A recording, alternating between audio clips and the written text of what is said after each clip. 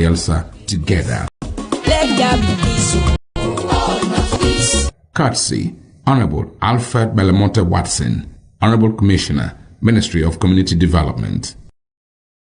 The impacts of climate change are upon us, necessitating adaptation and resilient building.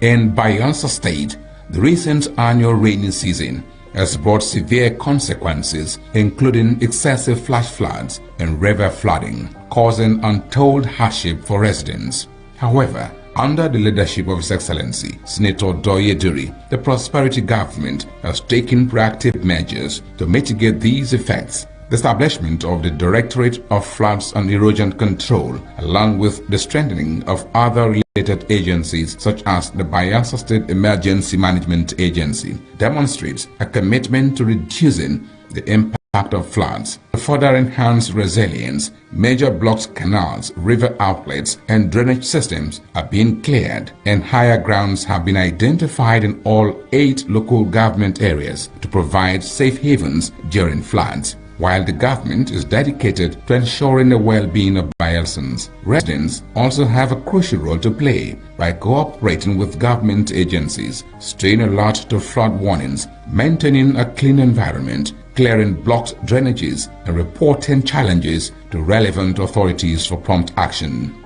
Through collective efforts, we can bolster our resilience and effectively combat the challenges posed by climate change. Stay safe. Courtesy, Office of the Honorable Commissioner, Ministry of Environment, Honorable A.B. Ben Olulu. And clinical labs springing up across Bayelsa. Vocational scaffolding trainings and a computer-based testing center at UAT Tororua. These are not just projects, they are ripples that spread across classrooms, communities, and the entire state. But a ripple grows stronger when more hands join the water. So whether you're an organization or a corporate partner or an individual who believes in education, you can be part of this ripple. Support EDTF and help us expand Ripple. Donate, partner, or volunteer today. Together, let's transform our educational landscape. EDTF, building futures and putting smiles on faces.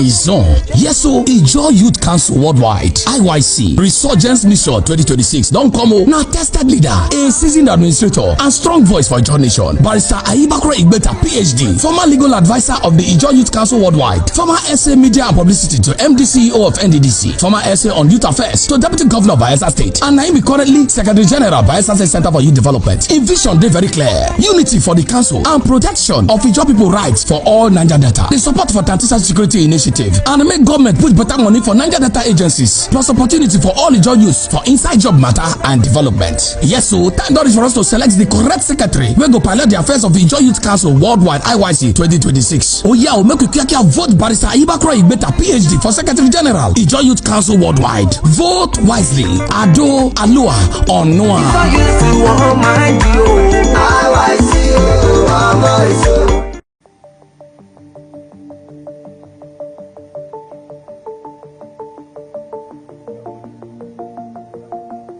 One of the problems we have in Nigeria is that it's difficult to have solid metals for creative engineering.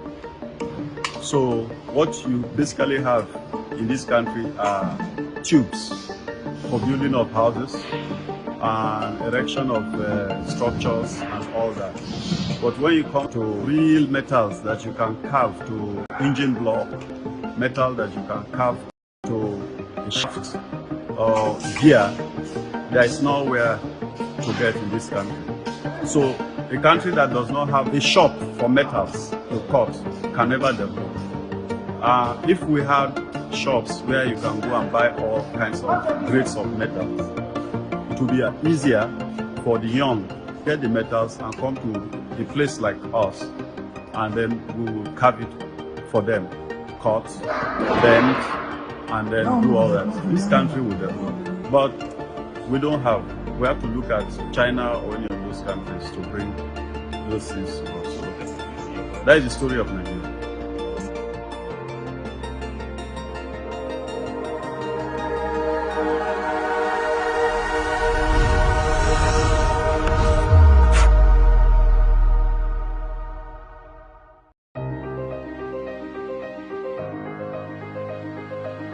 Z-Team for high-tech precision engineering. A technology and heavy-duty industry. Original spares for automotive, locomotive, aviation, marine and agriculture. Research and development for automotive engines and electric cars. Heavy-duty off-road equipment. Reverse engineering. Technological development. Academy for innovators and impressionable minds.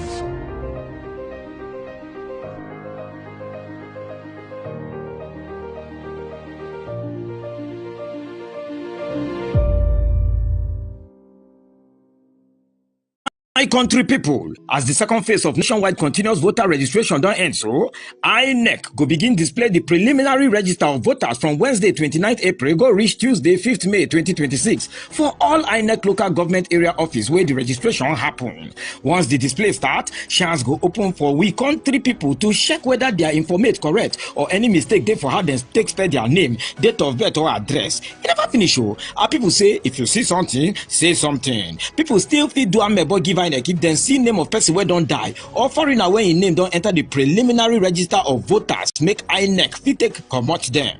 Make una join hand with us make our national voter register for better well.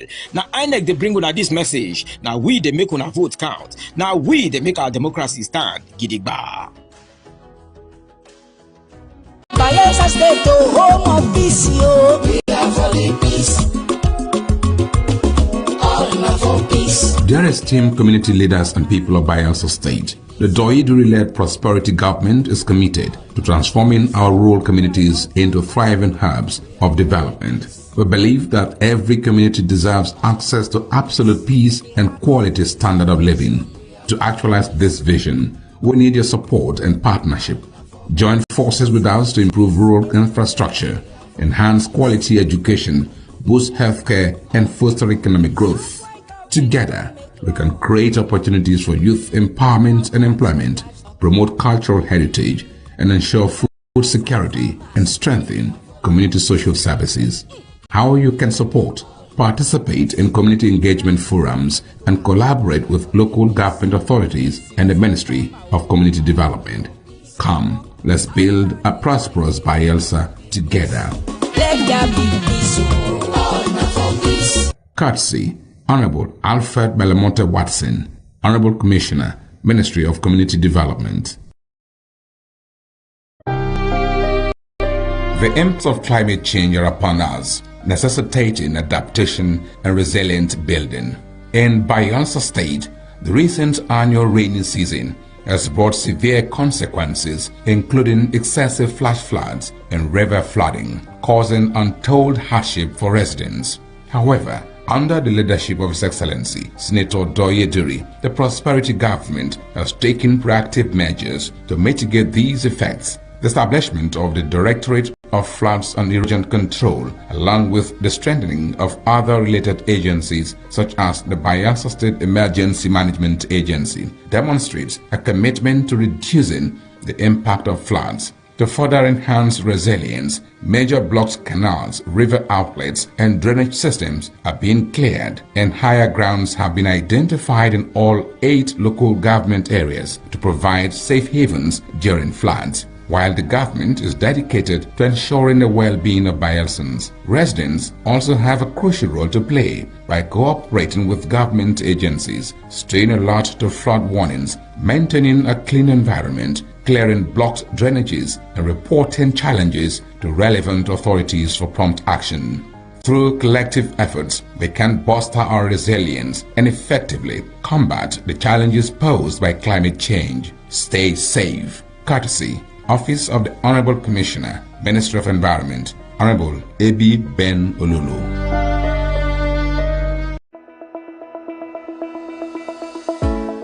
Every ripple starts with a single drop. In Bielsa, that drop is the Education Development Trust Fund Board EDTF. From the moment a child sits down to a nutritious meal to the day a scientist steps into a brand new laboratory, EDTF is there, turning challenges into opportunities. 5,000 meals served daily in our model boarding secondary schools. Biological sciences laboratory equipment delivered to Naija Delta University. 1,000 teachers and school leaders trained with the British Council. Special education teachers graduating from Ignatius Ajuru University under EDTF. Scholarship research grants fueling innovation in our state-owned tertiary institutions. TVET, science labs, water facilities, culinary kitchens, and clinical labs springing up across Bielsa. Vocational scaffolding trainings and a computer-based testing center at UAT Tororua. These are not just projects, they are ripples that spread across classrooms, communities, and the entire state. But a ripple grows stronger when more hands join the water. So whether you're an organization, or a corporate partner, or an individual who believes in education, you can be part of this ripple. Support EDTF and help us expand Ripple. Donate, partner, or volunteer today. Together, let's transform our educational landscape. EDTF, building futures and putting smiles on faces.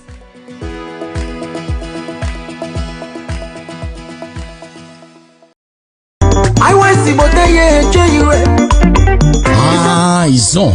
Yes, so Ijo Youth Council Worldwide (IYC) Resurgence Mission 2026 don come o. Na tested leader, a seasoned administrator, and strong voice for Ijo Nation. Barrister Ayibakure Igbeta, PhD, former legal advisor of the Ijo Youth Council Worldwide, former SA Media and Publicity to MD CEO of NDDC, former SA on Youth Affairs to Deputy Governor of Bayelsa State, and Naimi currently Secretary General Bayelsa State Center for Youth Development. In vision, they very clear: unity for the council and protection of Ijo people rights for all Naija Delta. The support for transition security initiative and make government put better money for Naija Delta agencies, plus opportunity for all Ijo youths for inside job matter and development. Yes, so time is for us to select the correct secretary wey go pilot the affairs of Ijo Youth Council Worldwide (IYC) 2026. Oh yeah, make we quick vote Barrister Ayibakure Igbeta, PhD, for Secretary General Ijo Youth Council Worldwide. Vote wisely. Ado Alua Onua.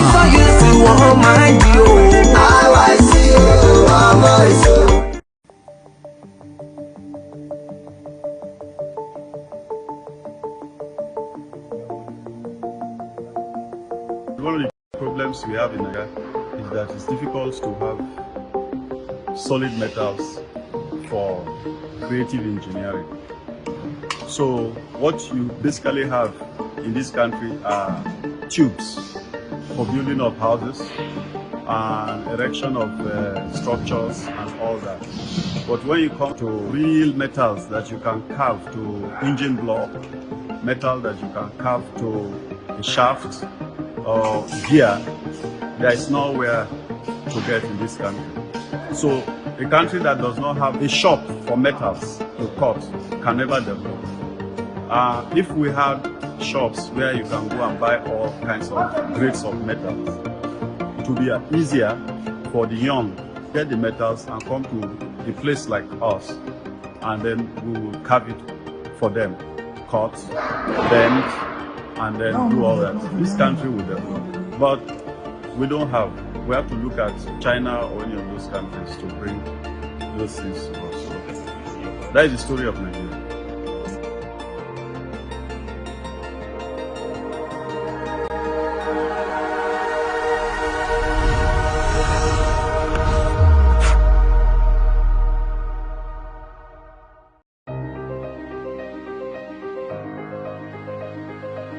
Z-Tin for high-tech precision engineering. A technology and heavy-duty industry. Original spares for automotive, locomotive, aviation, marine and agriculture. Research and development for automotive engines and electric cars. Heavy-duty off-road equipment. Diverse engineering. Technological development. Academy for innovators and impressionable minds.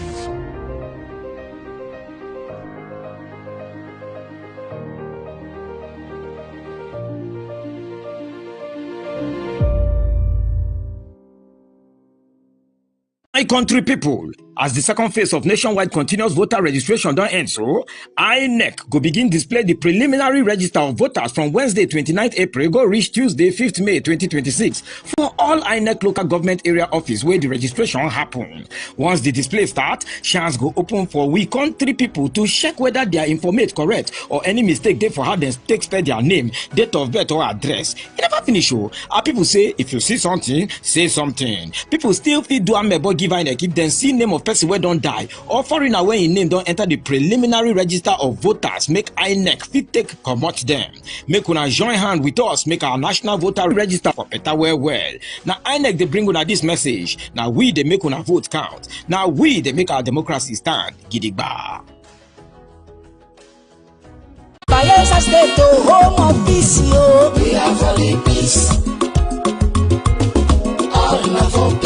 Dear esteemed community leaders and people of Bayelsa State, the Doyiduri-led prosperity government is committed to transforming our rural communities into thriving hubs of development. We believe that every community deserves access to absolute peace and quality standard of living. To actualize this vision, we need your support and partnership. Join forces with us to improve rural infrastructure, enhance quality education, boost healthcare, and foster economic growth. Together, we can create opportunities for youth empowerment and employment, promote cultural heritage, and ensure food security and strengthen community social services. How you can support: participate in community engagement forums and collaborate with local government authorities and the Ministry of Community Development. Come, let's build a prosperous Bayelsa together. Let there be peace, all for peace. Courtesy, Honorable Alfred Belamonte Watson, Honorable Commissioner, Ministry of Community Development.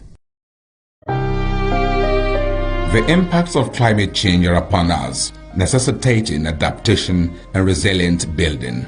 In Bayelsa State, the recent annual rainy season has brought severe consequences, including excessive flash floods and river flooding, causing untold hardship for residents. However, under the leadership of His Excellency, Senator Doyiduri, the prosperity government has taken proactive measures to mitigate these effects. The establishment of the Directorate of Floods and Erosion Control, along with the strengthening of other related agencies such as the Bayelsa State Emergency Management Agency, demonstrates a commitment to reducing the impact of floods. To further enhance resilience, major blocks, canals, river outlets, and drainage systems are being cleared, and higher grounds have been identified in all 8 local government areas to provide safe havens during floods. While the government is dedicated to ensuring the well-being of Bayelsans, residents also have a crucial role to play by cooperating with government agencies, staying alert to flood warnings, maintaining a clean environment, clearing blocked drainages, and reporting challenges to relevant authorities for prompt action. Through collective efforts, we can bolster our resilience and effectively combat the challenges posed by climate change. Stay safe. Courtesy, Office of the Honorable Commissioner, Ministry of Environment, Honorable A.B. Ben Olulu.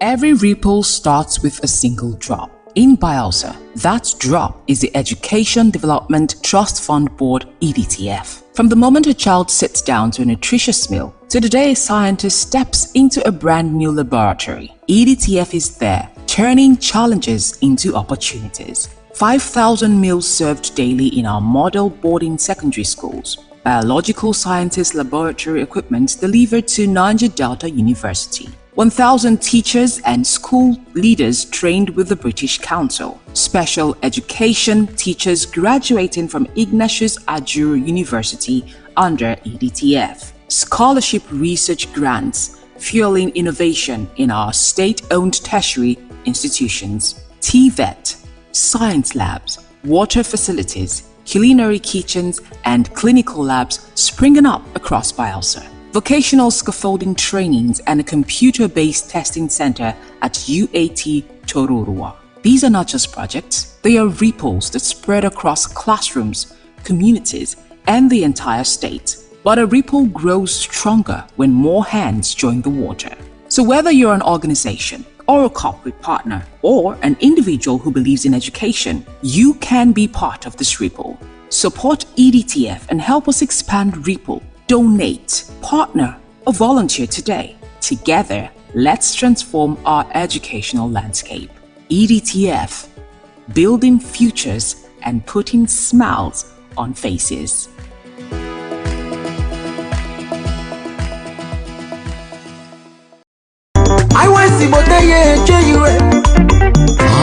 It's on. Yes, so Ijaw Youth Council Worldwide (IYC) Resurgence Mission 2026 don't come o. Now tested leader, a seasoned administrator, and strong voice for Ijaw Nation. Barrister Ayibakure Igbeta, PhD, former legal advisor of the Ijaw Youth Council Worldwide, former SA Media and Publicity to MD CEO of NDDC, former SA on Youth Affairs to Deputy Governor of Bayelsa State, and Naimi currently Secretary General Bayelsa State Center for Youth Development. In vision, they very clear: unity for the council and protection of Ijaw people rights for all Naija Delta. The support for Tantisa Security Initiative and make government put better money for Naija Delta agencies, plus opportunity for all Ijaw youths for inside job matter and development. Yes, so time is for us to select the correct secretary wey go pilot the affairs of the Ijaw Youth Council Worldwide (IYC) 2026. Oh yeah, make we quick vote Barrister Ayibakure Igbeta, PhD, for Secretary General Ijaw Youth Council Worldwide. Vote wisely. Ado Alua Onua.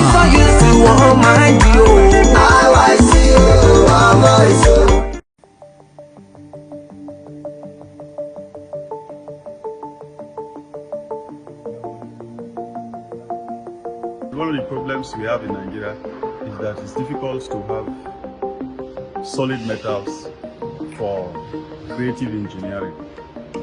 So what you basically have in this country are tubes for building of houses and erection of structures and all that. But when you come to real metals that you can carve to building block, metal that you can carve to a shaft or gear, there is nowhere to get in this country. So a country that does not have a shop for metals to cut can never develop. If we had shops where you can go and buy all kinds of grades of metals, it would be easier for the young to get the metals and come to a place like us, and then we will carve it for them, cut, bend, and then do all that. This country will develop. But we don't have. We have to look at China or any of those countries to bring those things to us. So that is the story of Nigeria.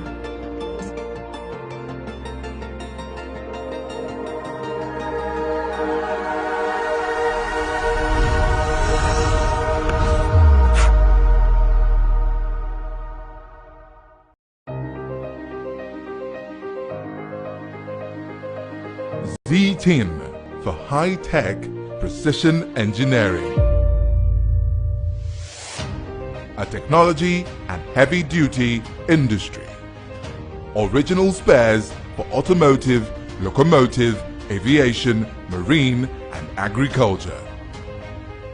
Research and development for automotive engines and electric cars. Heavy-duty off-road equipment.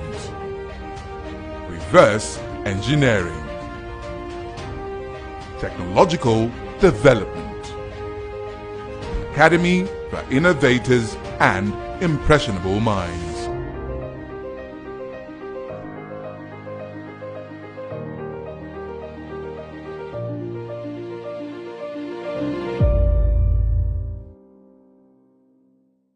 Country people, as the second phase of nationwide continuous voter registration don't end so, INEC go begin display the preliminary register of voters from Wednesday 29th April go reach Tuesday 5th May 2026 for all INEC local government area office where the registration happen. Once the display start, chance go open for we country people to check whether their informate correct or any mistake they for how they take spell their name, date of birth or address. It never finish oh. Our people say if you see something, say something. People still fit do amebo give INEC if then see name of person where don't die or foreigner when in name don't enter the preliminary register of voters, make INEC fit take comot them. Make una join hand with us, make our national voter register for better well. Now INEC they bring una this message. Now we they make una vote count. Now we they make our democracy stand gidigba. Bayelsa State, home of peace, yo. We are for the peace. All for peace. Dear esteemed community leaders and people of Bayelsa State, the Doyiduri-led prosperity government is committed to transforming our rural communities into thriving hubs of development. We believe that every community deserves access to absolute peace and quality standard of living. To actualize this vision, we need your support and partnership. Join forces with us to improve rural infrastructure, enhance quality education, boost healthcare, and foster economic growth. Together, we can create opportunities for youth empowerment and employment, promote cultural heritage, and ensure food security and strengthen community social services. How you can support: participate in community engagement forums and collaborate with local government authorities and the Ministry of Community Development. Come, let's build a prosperous Bayelsa together.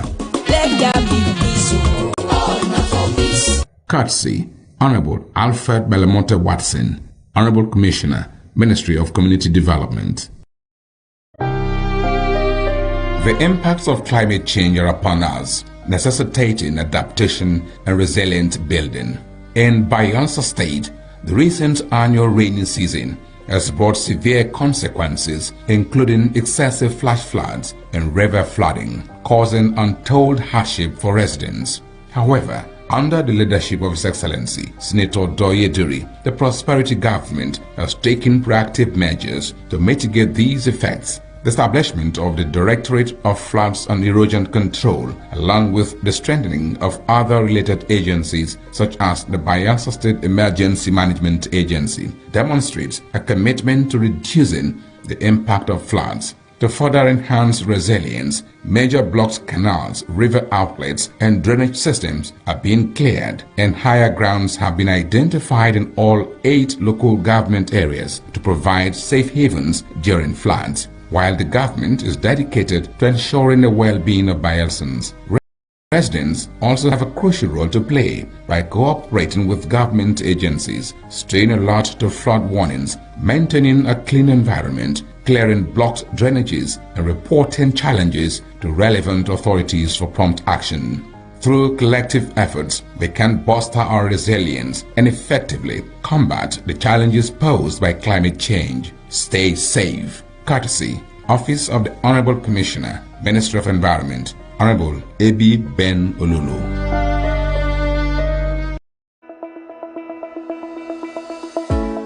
Every ripple starts with a single drop. In Bayelsa, that drop is the Education Development Trust Fund Board (EDTF). From the moment a child sits down to a nutritious meal to the day a scientist steps into a brand new laboratory, EDTF is there, turning challenges into opportunities. 5,000 meals served daily in our model boarding secondary schools. Biological sciences laboratory equipment delivered to Niger Delta University. 1,000 teachers and school leaders trained with the British Council. Special education teachers graduating from Ignatius Ajuru University under EDTF. Scholarship research grants fueling innovation in our state-owned tertiary institutions. TVET, science labs, water facilities, culinary kitchens, and clinical labs springing up across Bayelsa. Vocational scaffolding trainings and a computer-based testing center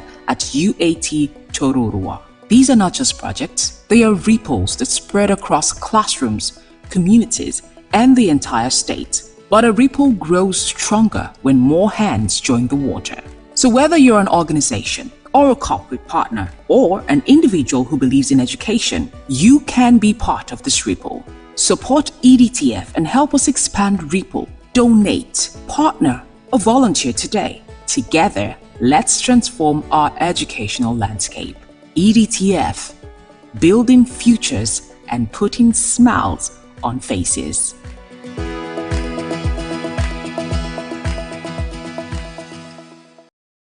I want to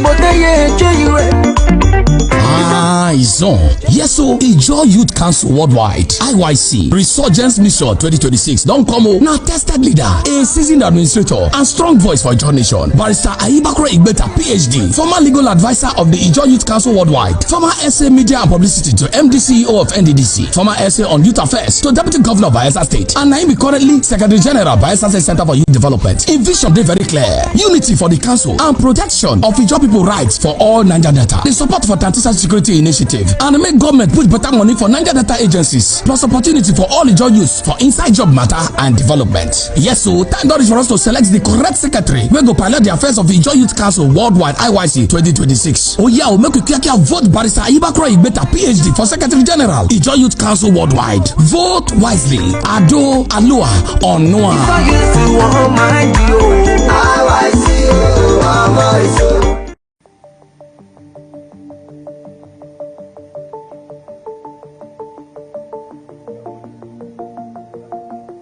One of the problems we have in Nigeria is that it's difficult to have solid metals for creative engineering.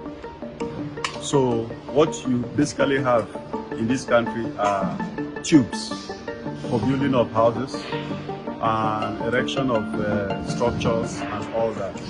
But when you come to real metals that you can carve to engine block, metal that you can carve to a shaft or gear, there is nowhere to get in this country. So a country that does not have a shop for metals to cut can never develop. If we had shops where you can go and buy all kinds of grades of metals, it would be easier for the young to get the metals and come to a place like us, and then we will carve it for them, cut, bend, and then do all that. This country will develop. But we don't have. We have to look at China or any of those countries to bring those things to us. So that is the story of Nigeria.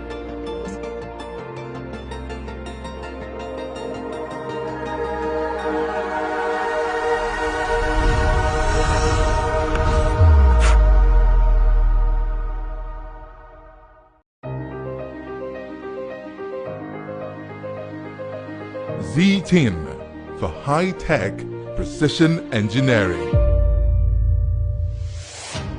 A technology and heavy-duty industry.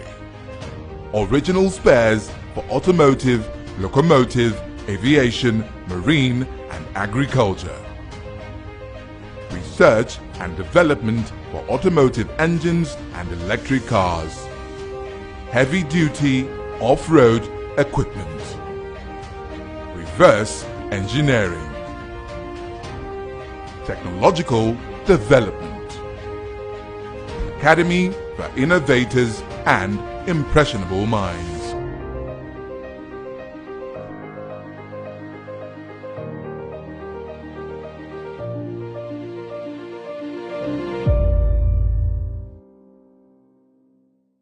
Country people, as the second phase of nationwide continuous voter registration don't end, so INEC go begin display the preliminary register of voters from Wednesday 29th April go reach Tuesday 5th May 2026 for all INEC local government area office where the registration happen. Once the display start, chance go open for we country people to check whether their informate correct or any mistake they for how they take spell their name, date of birth or address. It never finish. Our people say if you see something, say something. People still fit do amebo give INEC if then see name of person where don't die or foreigner when in name don't enter the preliminary register of voters, make INEC fit take comot them. Make una join hand with us, make our national voter register for better well. Now INEC they bring una this message. Now we they make una vote count. Now we they make our democracy stand. Gidigba. Bayelsa State, home of peace, yo. We are for the peace. All for peace. peace. Dear esteemed community leaders and people of Bayelsa State, the Doyiduri-led prosperity government is committed to transforming our rural communities into thriving hubs of development. We believe that every community deserves access to absolute peace and quality standard of living. To actualize this vision, we need your support and partnership. Join forces with us to improve rural infrastructure, enhance quality education, boost healthcare, and foster economic growth. Together, we can create opportunities for youth empowerment and employment, promote cultural heritage, and ensure food security and strengthen community social services. How you can support: participate in community engagement forums and collaborate with local government authorities and the Ministry of Community Development. Come, let's build a prosperous Bayelsa together. Let there be peace, all for peace. Courtesy, Honorable Alfred Belamonte Watson, Honorable Commissioner, Ministry of Community Development. The impacts of climate change are upon us, necessitating adaptation and resilient building. In Bayelsa State, the recent annual rainy season has brought severe consequences, including excessive flash floods and river flooding, causing untold hardship for residents.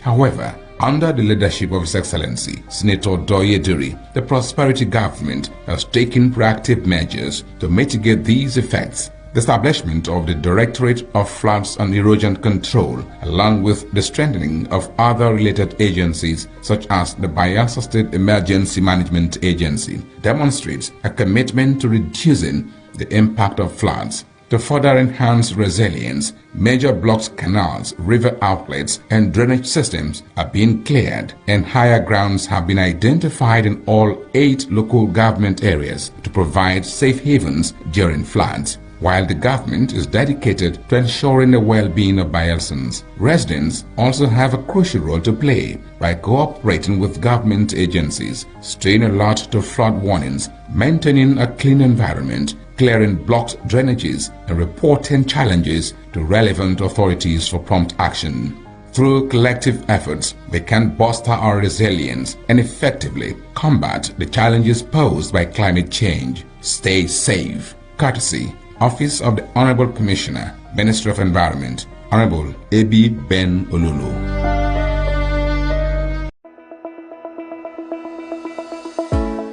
Every ripple starts with a single drop. In Bayelsa, that drop is the Education Development Trust Fund Board, EDTF. From the moment a child sits down to a nutritious meal to the day a scientist steps into a brand new laboratory, EDTF is there, turning challenges into opportunities. 5,000 meals served daily in our model boarding secondary schools. Biological sciences laboratory equipment delivered to Naija Delta University. 1,000 teachers and school leaders trained with the British Council. Special education teachers graduating from Ignatius Ajuru University under EDTF. Scholarship research grants fueling innovation in our state-owned tertiary institutions. TVET, science labs, water facilities, culinary kitchens, and clinical labs springing up across Bayelsa. Vocational scaffolding trainings and a computer-based testing center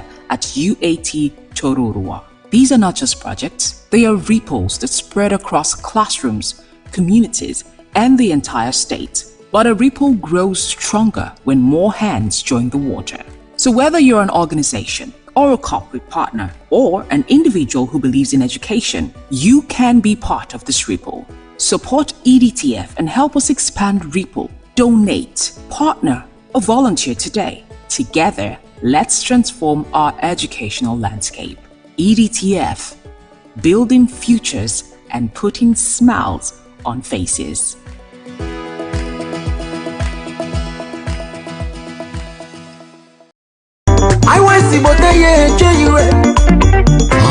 now is on. Yes, so Ijaw Youth Council Worldwide, IYC, Resurgence Mission 2026, don't come o. Now tested leader, a seasoned administrator, and strong voice for Ijaw Nation. Barrister Ayibakura Igbeta, PhD, former legal advisor of the Ijaw Youth Council Worldwide, former SA Media and Publicity to MD CEO of NDDC, former SA on Youth Affairs to Deputy Governor of Bayelsa State, and now he currently Secretary General of Bayelsa State Center for Youth Development. A vision dey very clear: unity for the council and protection of Ijaw people rights for all Naija data. The support for Tantisa Security Initiative and make government put better money for Naija data agencies, plus opportunity for all Ijaw youths for inside job matter and development. Yes, so time don reach for us to select the correct secretary wey go pilot the affairs of the Ijaw Youth Council Worldwide IYC 2026. Oh yeah, make we quick vote Barrister Ayibakura Igbeta, PhD, for Secretary General Ijaw Youth Council Worldwide. Vote wisely. Ado Alua Onua.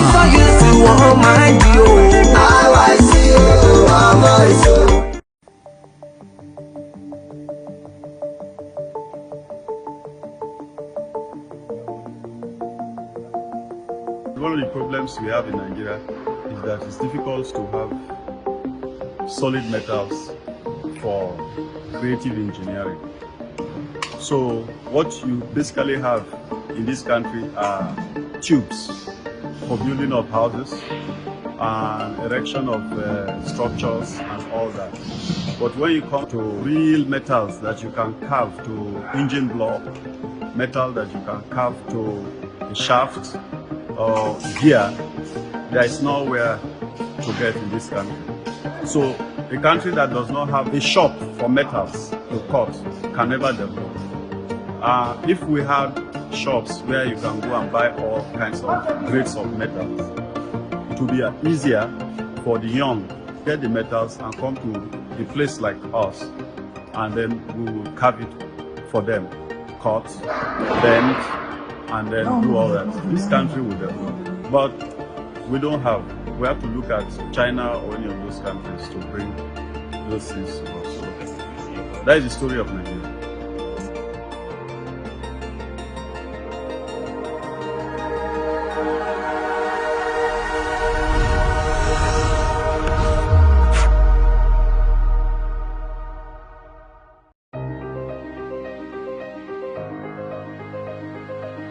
Z-Team for high-tech precision engineering.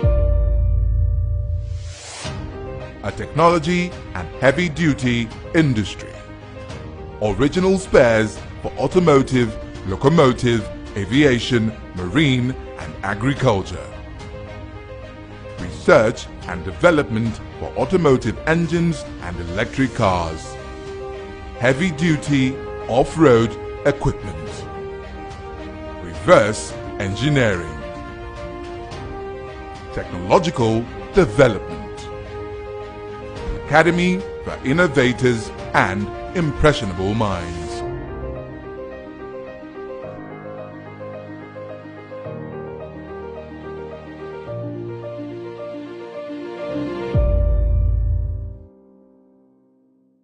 My country people, as the second phase of nationwide continuous voter registration don't end so, INEC go begin display the preliminary register of voters from Wednesday 29th April go reach Tuesday 5th May 2026 for all INEC local government area office where the registration happen. Once the display start, chance go open for we country people to check whether their informate correct or any mistake they for how they take spell their name, date of birth or address. It never finish oh. Our people say if you see something, say something. People still fit do amebo give INEC if then see name of person wey don die or foreigner wey im name don enter the preliminary register of voters, make INEC fit take comot them. Make una join hand with us make our national voter register for better well. Now INEC dey bring una this message. Now we dey make una vote out. Now we dey make our democracy stand gidigba. Bayelsa State, home of peace, yo. We are for the peace. Dear esteemed community leaders and people of Bayelsa State, the Doiduri-led prosperity government is committed to transforming our rural communities into thriving hubs of development. We believe that every community deserves access to absolute peace and quality standard of living. To actualize this vision, we need your support and partnership. Join forces with us to improve rural infrastructure, enhance quality education, boost healthcare, and foster economic growth. Together, we can create opportunities for youth empowerment and employment, promote cultural heritage, and ensure food security and strengthen community social services. How you can support: participate in community engagement forums and collaborate with local government authorities and the Ministry of Community Development. Come, let's build a prosperous Bayelsa together. Let there be peace, all for peace. Courtesy, Honorable Alfred Belamonte Watson, Honorable Commissioner, Ministry of Community Development. The impacts of climate change are upon us, necessitating adaptation and resilient building. In Bayelsa State, the recent annual rainy season has brought severe consequences, including excessive flash floods and river flooding, causing untold hardship for residents. However, under the leadership of His Excellency Senator Doye Duri, the Prosperity Government has taken proactive measures to mitigate these effects. The establishment of the Directorate of Floods and Erosion Control, along with the strengthening of other related agencies such as the Bayelsa State Emergency Management Agency, demonstrates a commitment to reducing the impact of floods. To further enhance resilience, major blocks, canals, river outlets, and drainage systems are being cleared, and higher grounds have been identified in all 8 local government areas to provide safe havens during floods. While the government is dedicated to ensuring the well-being of Bayelsans, residents also have a crucial role to play by cooperating with government agencies, staying alert to flood warnings, maintaining a clean environment, clearing blocked drainages, and reporting challenges to relevant authorities for prompt action. Through collective efforts, we can bolster our resilience and effectively combat the challenges posed by climate change. Stay safe. Courtesy, Office of the Honorable Commissioner, Ministry of Environment, Honorable A.B. Ben Olulu.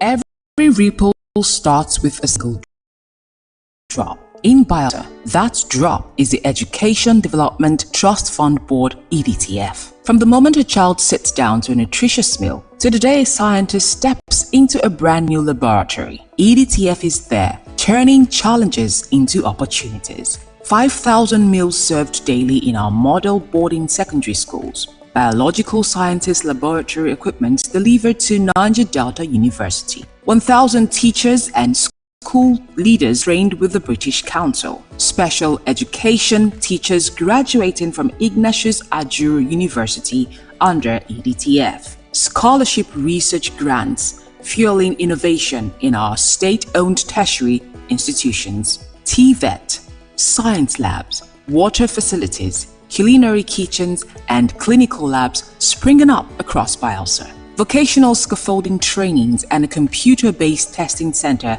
at UAT Tororua. These are not just projects, they are ripples that spread across classrooms, communities, and the entire state. But a ripple grows stronger when more hands join the water. So whether you're an organization, or a corporate partner, or an individual who believes in education, you can be part of this ripple. Support EDTF and help us expand Ripple. Donate, partner, or volunteer today. Together, let's transform our educational landscape. EDTF, building futures and putting smiles on faces.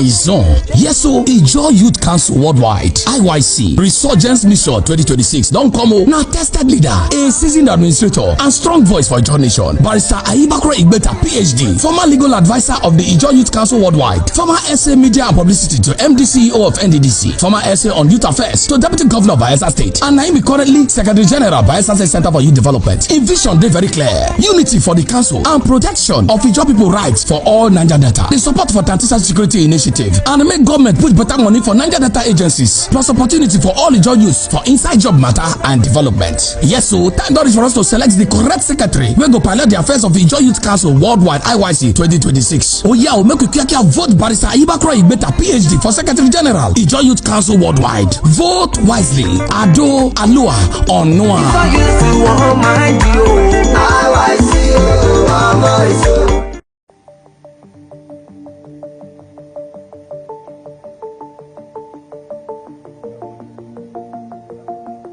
One of the problems we have in Nigeria is that it's difficult to have solid metals for creative engineering.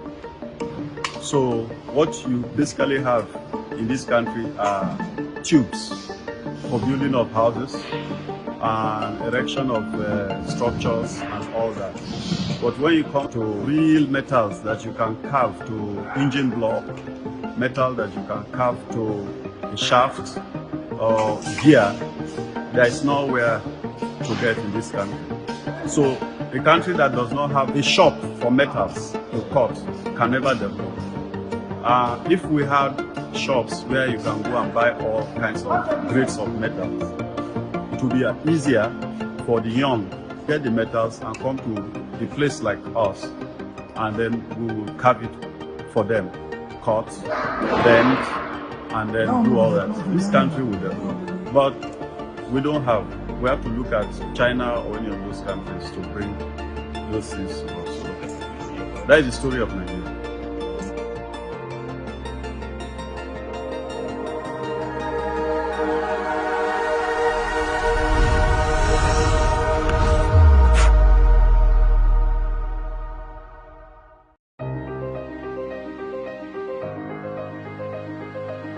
Z-Tin for high-tech precision engineering. A technology and heavy-duty industry. Original spares for automotive, locomotive, aviation, marine and agriculture. Research and development for automotive engines and electric cars. Heavy-duty off-road equipment. Reverse engineering. Technological development. Academy for innovators and impressionable minds.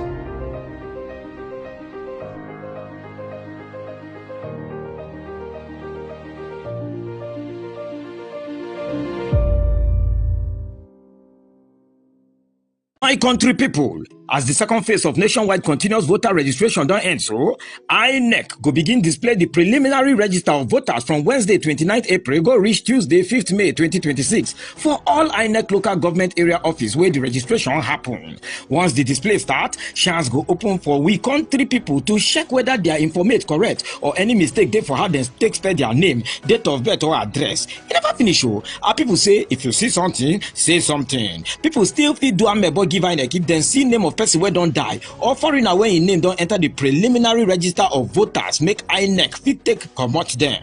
Make una join hand with us make our national voter register for better well.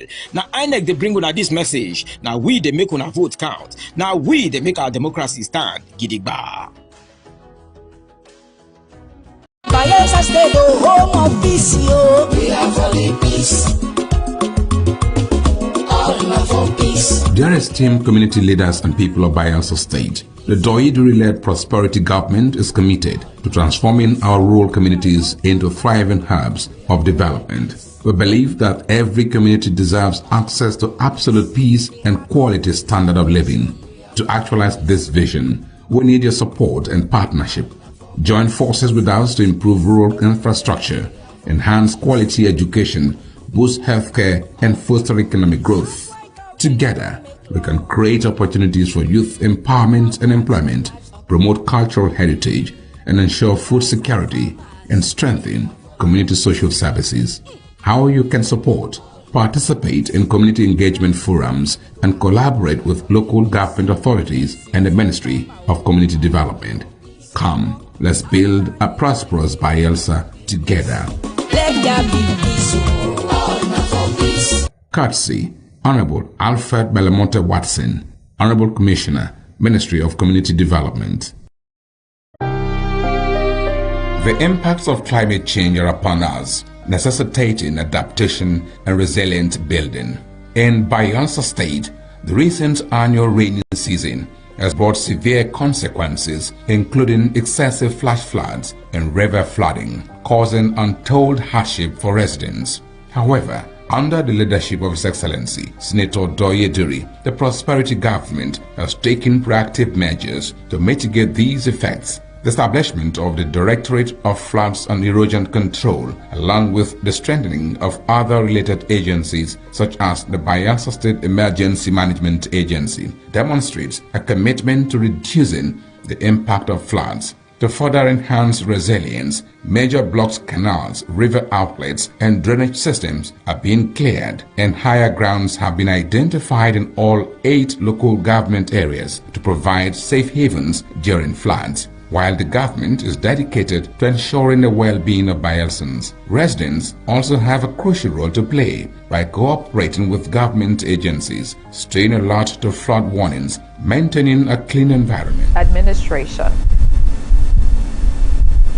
He needs to put himself on a very good spot. But the reasons why the FCT minister is attacking Oyo State governor for his interest in presidency, we can't really tell, even though we might make guesses. So do well to keep yourself informed as you check out details of that story. Another headline we see here is NJC queries 256 judges for poor performance. A whopping number of 256 judges are now being queried by NJC for poor performance. Quite a story, quite a headline. Check out details as available on the paper. Let's move to the Nigeria Tribune.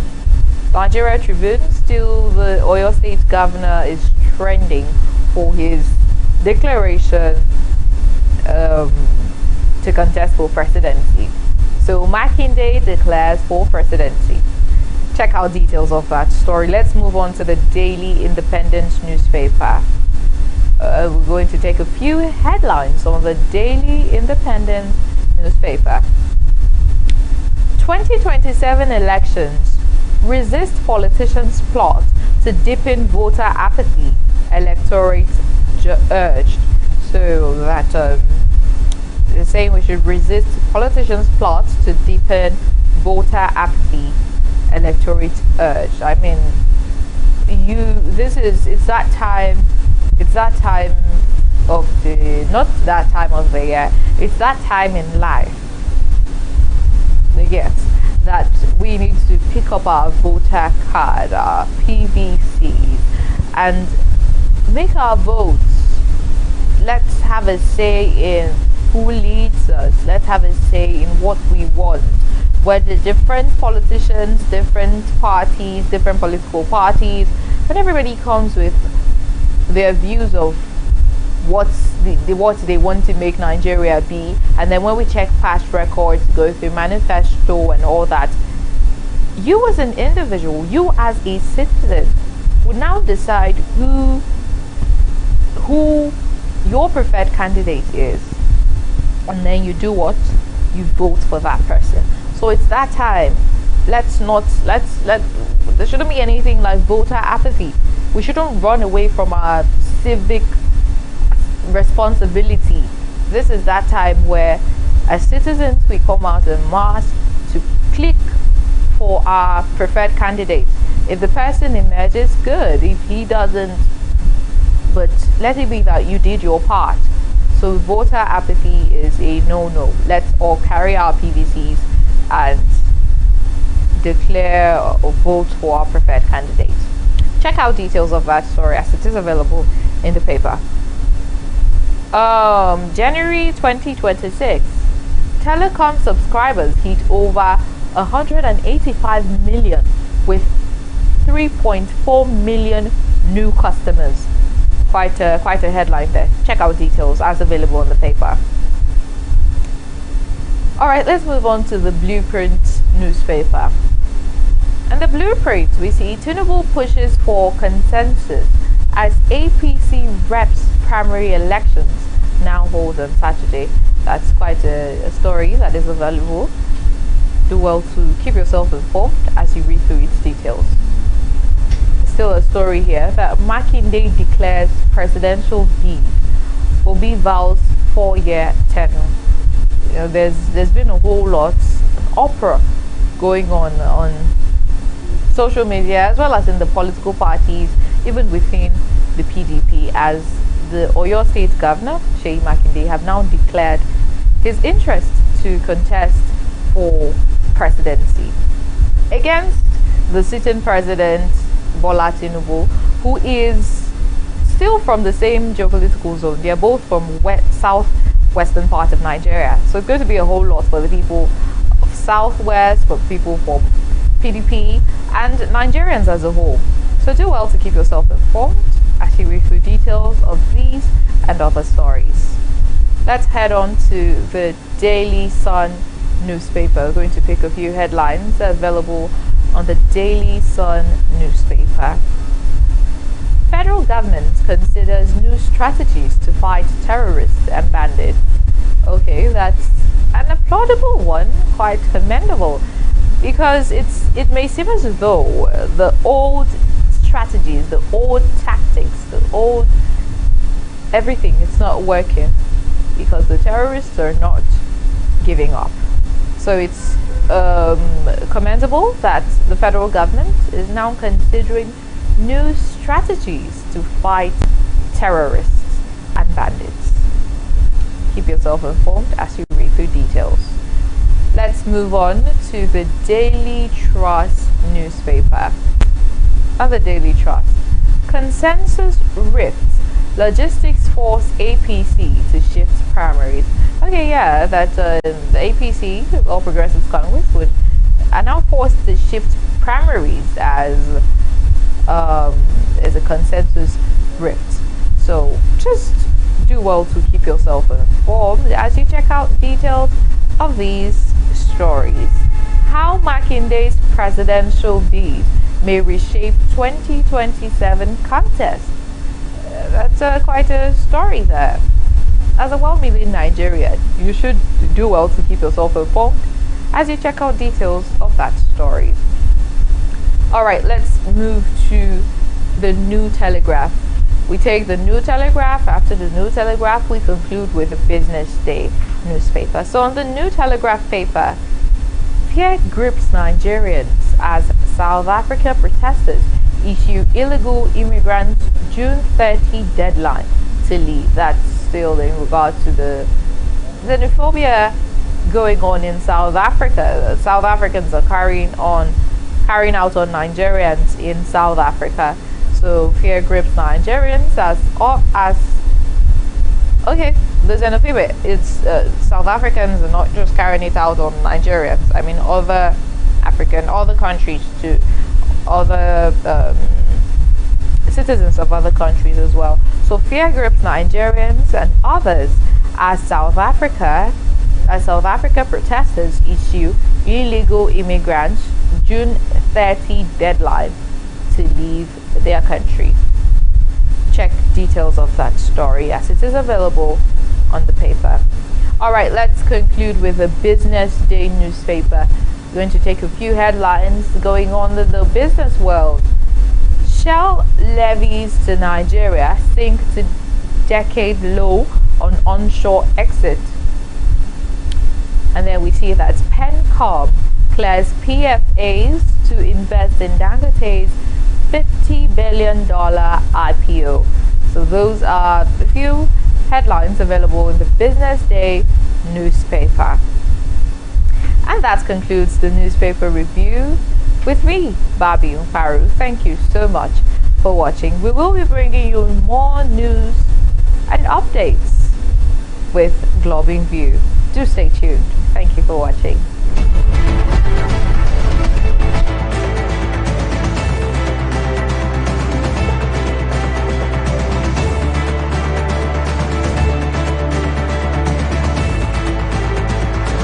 Bayelsa State, home of peace, yo. We are for the peace. All are for peace. Dear esteemed community leaders and people of Bayelsa State, the Doyiduri-led prosperity government is committed to transforming our rural communities into thriving hubs of development. We believe that every community deserves access to absolute peace and quality standard of living. To actualize this vision, we need your support and partnership. Join forces with us to improve rural infrastructure, enhance quality education, boost healthcare, and foster economic growth. Together, we can create opportunities for youth empowerment and employment, promote cultural heritage, and ensure food security and strengthen community social services. How you can support: participate in community engagement forums and collaborate with local government authorities and the Ministry of Community Development. Come, let's build a prosperous Bayelsa together. Let there be peace, all are for peace. Courtesy, Honorable Alfred Belamonte Watson, Honorable Commissioner, Ministry of Community Development. The impacts of climate change are upon us, necessitating adaptation and resilient building. In Bayelsa State, the recent annual rainy season has brought severe consequences, including excessive flash floods and river flooding, causing untold hardship for residents. However, under the leadership of His Excellency, Senator Doyiduri, the prosperity government has taken proactive measures to mitigate these effects. The establishment of the Directorate of Floods and Erosion Control, along with the strengthening of other related agencies such as the Bayelsa State Emergency Management Agency, demonstrates a commitment to reducing the impact of floods. To further enhance resilience, major blocks, canals, river outlets, and drainage systems are being cleared, and higher grounds have been identified in all 8 local government areas to provide safe havens during floods. While the government is dedicated to ensuring the well-being of Bayelsans, residents also have a crucial role to play by cooperating with government agencies, staying alert to flood warnings, maintaining a clean environment, clearing blocked drainages, and reporting challenges to relevant authorities for prompt action. Through collective efforts, we can bolster our resilience and effectively combat the challenges posed by climate change. Stay safe. Courtesy, Office of the Honorable Commissioner, Ministry of Environment, Honorable A.B. Ben Olulu.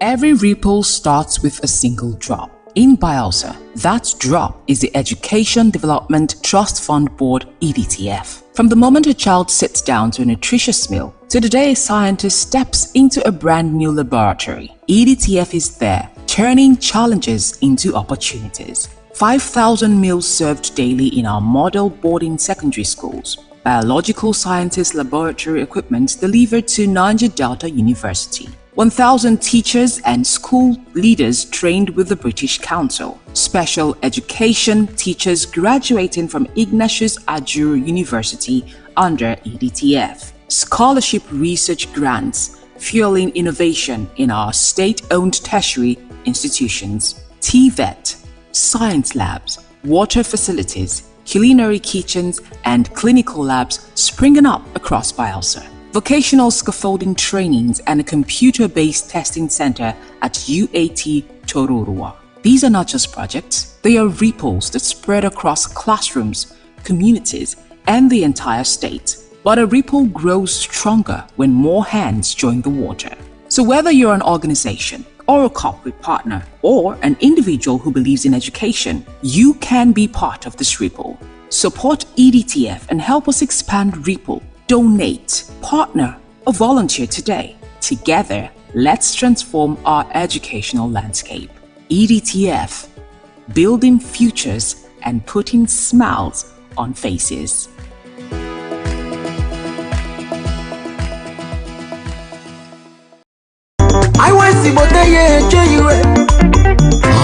now is on.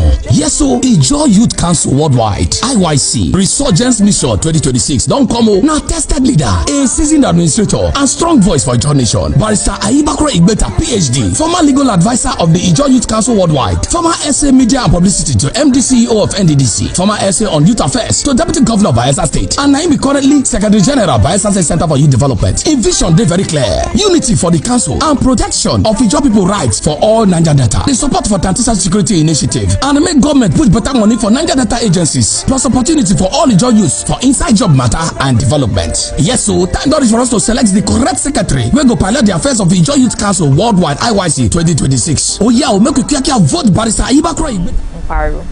With the headlines.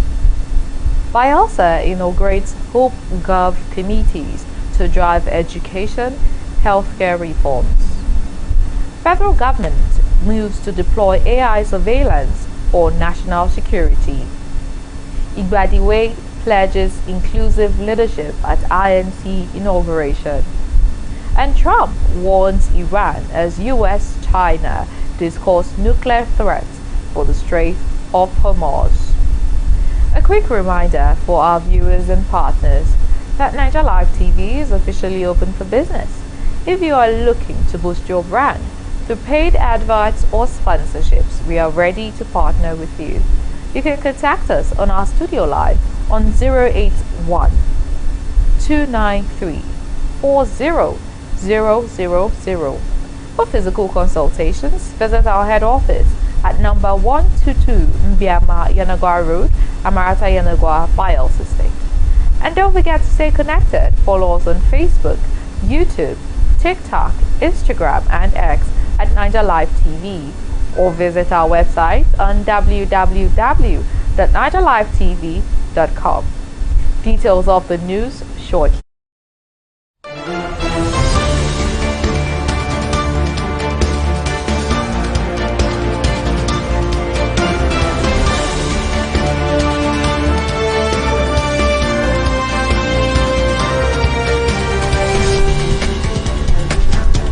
Glad you're still with us. Bayelsa State Deputy Governor Dr. Peter Akpe has inaugurated the State Steering and Technical Committees to drive the implementation of the Human Capital Opportunities for Prosperity and Equity Governance Program, Hope Gov, at the Deputy Governor's Conference Hall in Government House, Yanagwa. Hope Gov is a World Bank-assisted 4-year rolling program designed to improve financing, management, and accountability in basic education and primary health care in the state.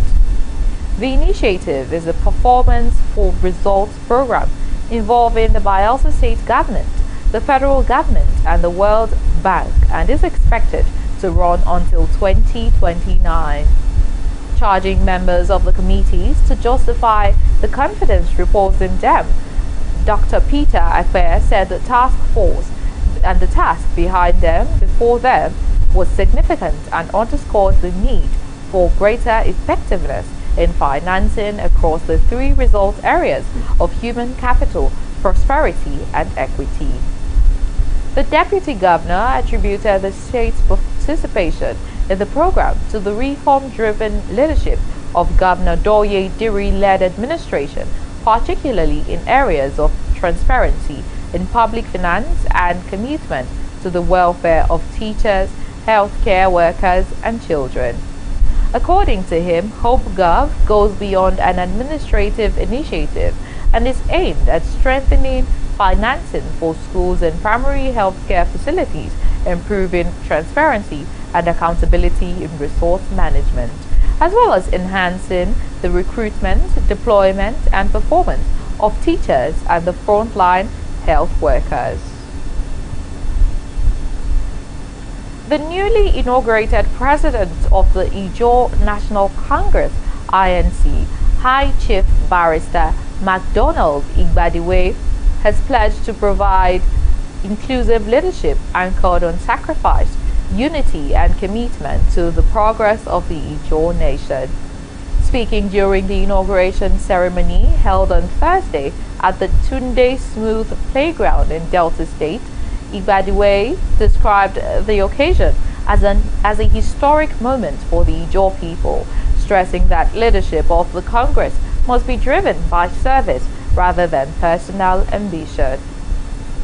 The INC president expressed appreciation to Bayelsa State Governor Senator Doye Diri and Delta State Governor Sharif Oberwari for their support and presence at the event.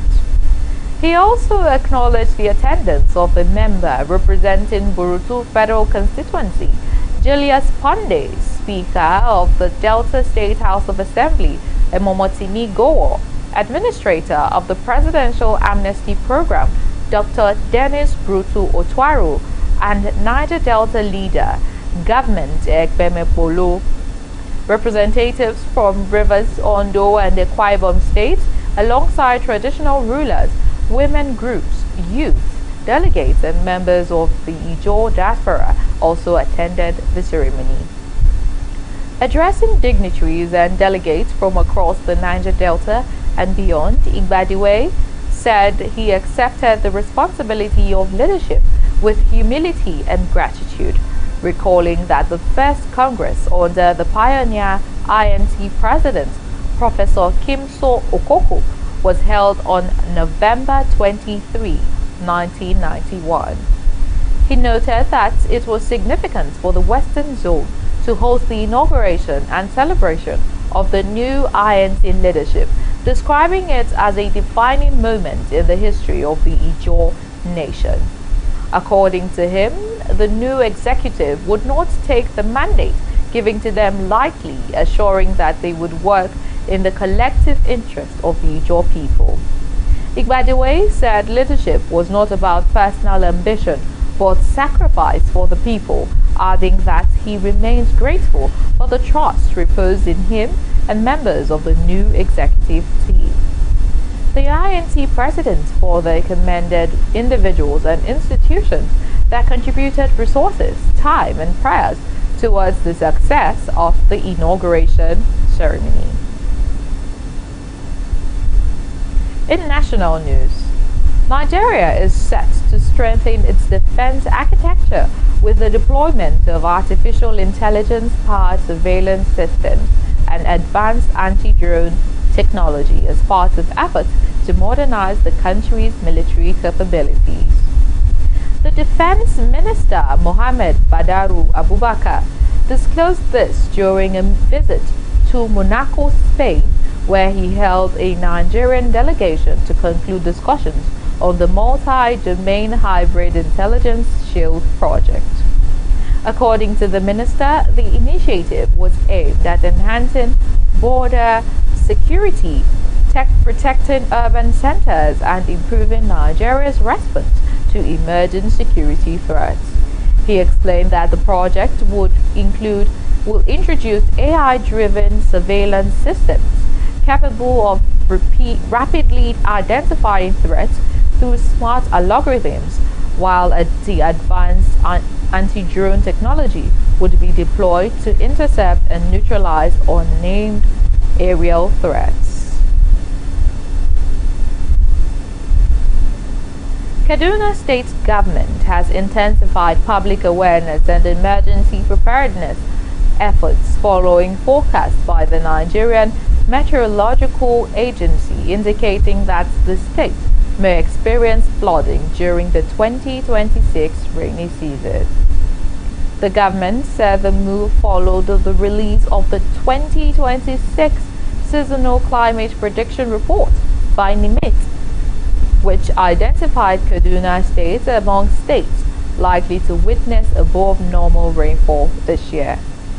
In a statement, the Commissioner for Information and Culture, Ahmed Mayaki, said the government had commenced coordinated sensitization and disaster response initiatives aimed at minimizing the impact of flooding and protecting lives and property.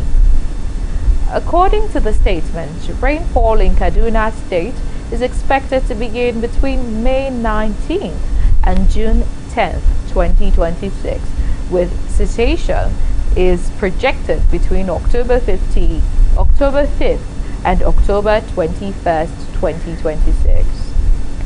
The state government said the preparedness measures form part of efforts to reduce the risk associated with flooding and ensure timely response to possible emergencies during the rainy season. Away from Nigeria to foreign news.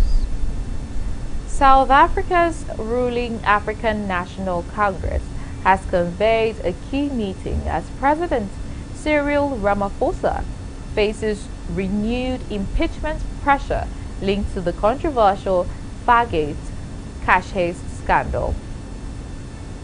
The country's constitutional court last week revived impeachment proceedings over the theft of about $4 million allegedly hidden at Ramaphosa's Fala farm, reopening scrutiny surrounding the incident. The ANC had earlier blocked impeachment efforts against the president in 2022, and despite growing political pressure, Ramaphosa has ruled out resigning from office. ANC Secretary General Fikile Mbalalulu said the president would challenge the Section 89 report through a legal review process based on advice from his legal team. United States President Donald Trump says his patience with Iran is running out, warning that the Islamic Republic would not be allowed to acquire a nuclear weapon and should open the Strait of Hormuz. Trump made the remarks after meeting with Chinese President Xi Jinping in Beijing on the second day of the high-level talks covering the Iran conflict, Taiwan trade, and other international issues.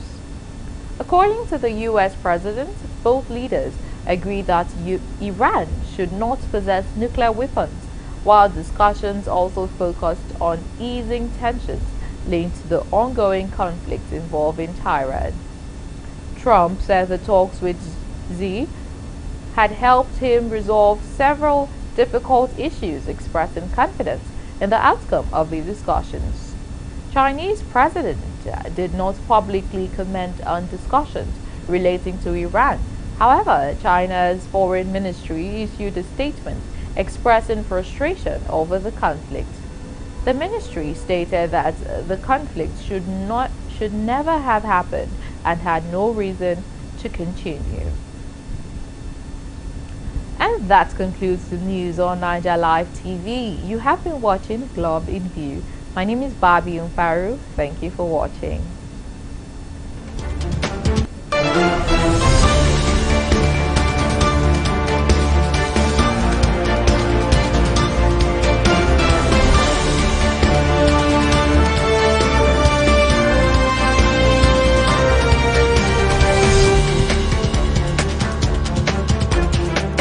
Bayelsa State, home of peace, yo. We are for the peace. All for peace. Dear esteemed community leaders and people of Bayelsa State, the Doiduri-led Prosperity Government is committed to transforming our rural communities into thriving hubs of development. We believe that every community deserves access to absolute peace and quality standard of living. To actualize this vision, we need your support and partnership. Join forces with us to improve rural infrastructure, enhance quality education, boost healthcare, and foster economic growth.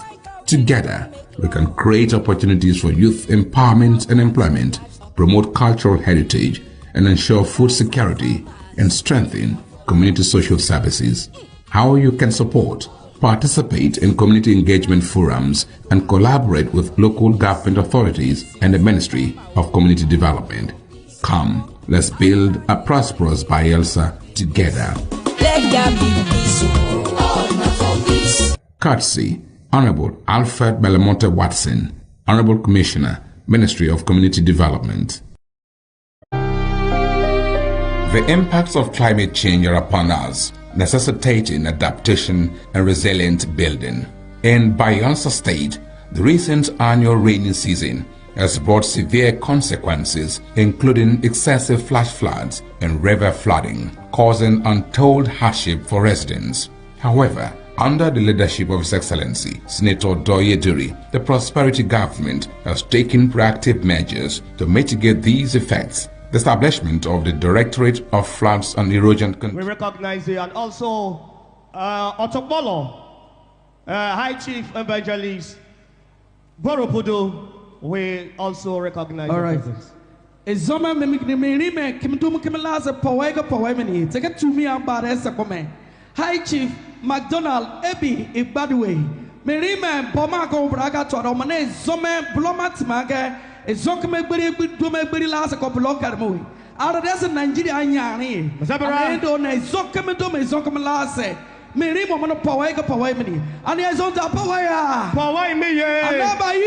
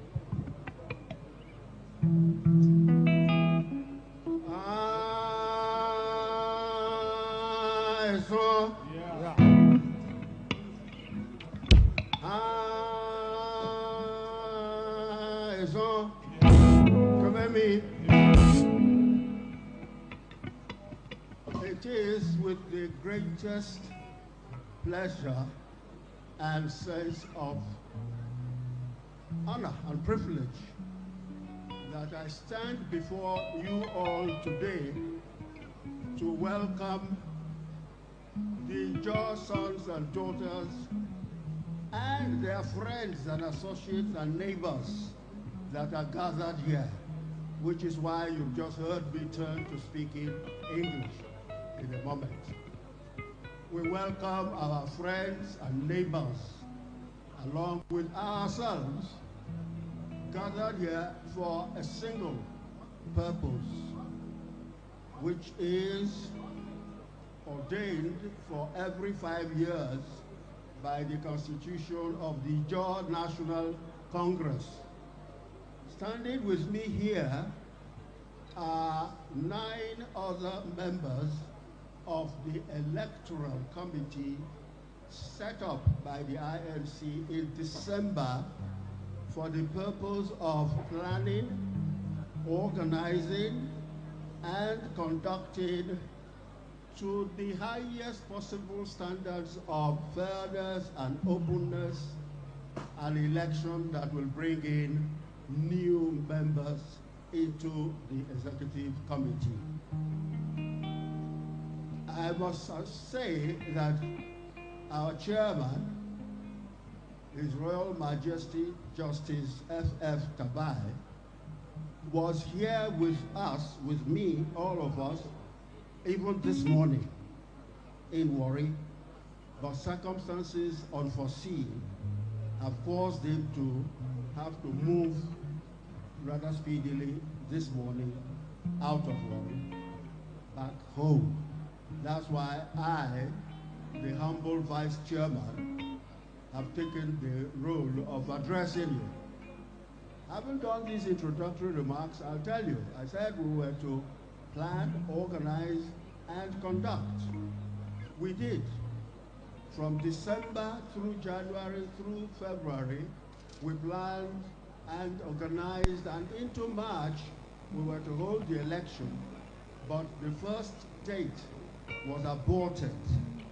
It couldn't hold that day because amongst us, as is natural, I don't think anyone should think it is exceptional in our case. Amongst us, some some persons should not participate, and some felt they must participate. So litigation for inclusion and litigation for exclusion both came our way. And so the first round for March the 7th was aborted. We now had a mandate renewed in the middle of March under the auspices of our governor of Bayelsa State, Governor General, as we call him, to arrange for understanding and settlement so that the election can proceed. And it was so agreed, and the planning which had been done, the organizing which had been done, were now thrown back into action. And by the 13th of April, an election was held gloriously successfully.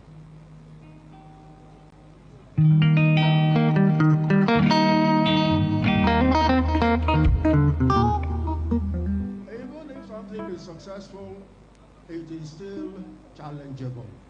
And so there are still challenges. We are aware of that. But the mandate of both the Constitution and the injunction that was given to us included inviting all of you here together, literally convening this assembly for the purpose of the inauguration of the new executive committee, council, sorry.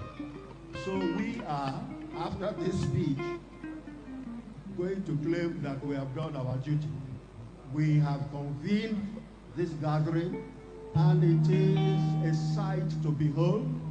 We are delighted with what we see, and we are sure that you all are also delighted to be present at this historic occasion.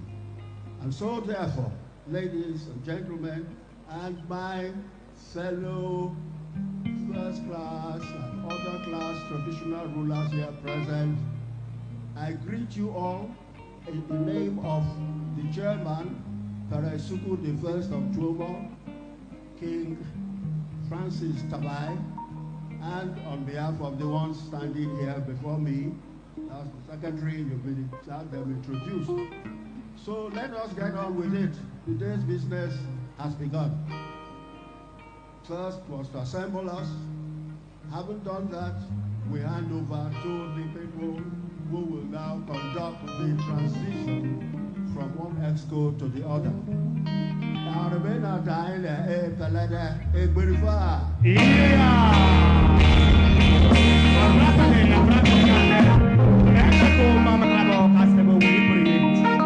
Thank you so much,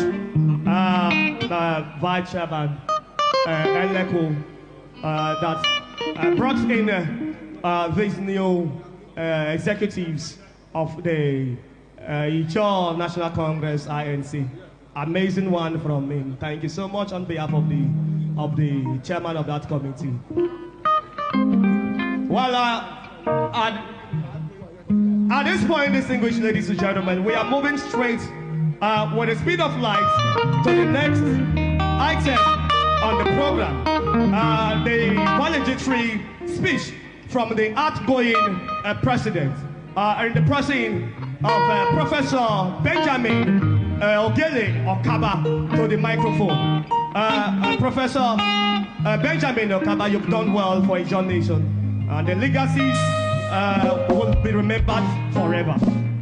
Merime, Professor Benjamin Ogele Okaba, Omane Zombulome, Ezoma Siriti Okume, Ijaw National Congress, INC Okume, Omanama Tatsmake, Omaramening Tibeme. Oh, if you mean him, Soran Crabo, people, primo, Facude, and me Facude man, Pomake, Zenakam Prolade, what about Lamau?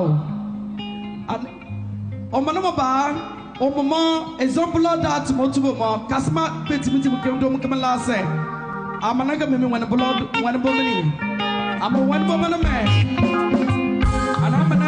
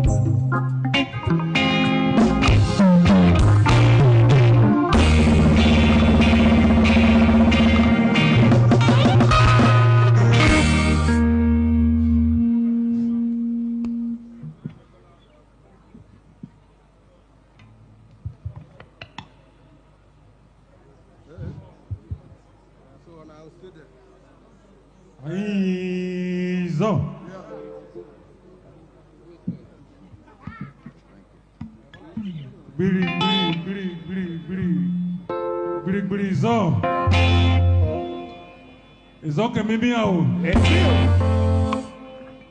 Tipa tibini au.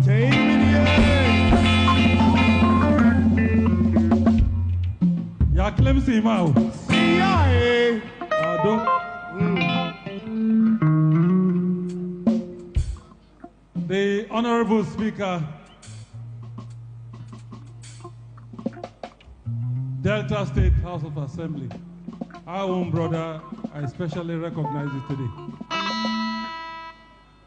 The chairman of this occasion, our highly revered king, I greet you specially. I also use the opportunity to thank and also welcome all traditional rulers from the Eastern Zone, all the way from Akwa Ibom State and Rivers State, traditional rulers from Central Zone, talking about Rivers State and Indoki in Abia State, traditional rulers from Western Zone, all the way from Arugu. This auspicious occasion. Eleko, I also recognize you and every other person that has made them fit to be here today to be part of this ceremony. I am Professor Benjamin Okaba.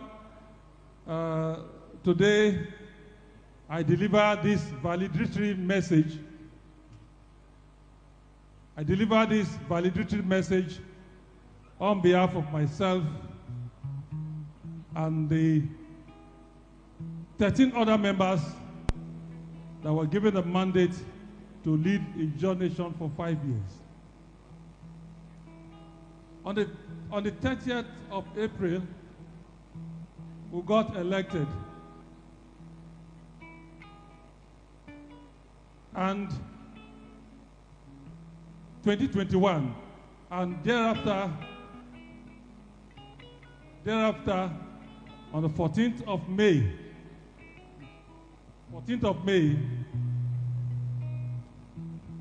2021, we were inaugurated as the 8th NEC of the Ijaw National Congress. Today, particularly by 1 o'clock, I think 1 minute after 12, that mandate expired. And we are transferring an Ijaw Nation that is safe, that is stable, that is progressive and prosperous to another leadership. Yesterday, the official handing over ceremony took place. Therefore, we are here to appreciate the entire Ijaw Nation for the support it gave to us during this period. As a matter of fact, we met INC in Comatose 7 years before we came on board, and we made remarkable progress. Time will not permit us to mention them one after the other. They are all articulated and documented in the programs that are before all of us. But it's important to note that through our paradigm shift from lamentation to constructive engagement, the INC now has international visibility. INC has become an international brand. I'm also very proud to say that today I feel the fulfillment of a promise I made, which is to extricate the INC from some persons who feel that the Ijaw nation belongs to them. Some self-styled elites, we think that if they are not there, Ijaw cannot make progress.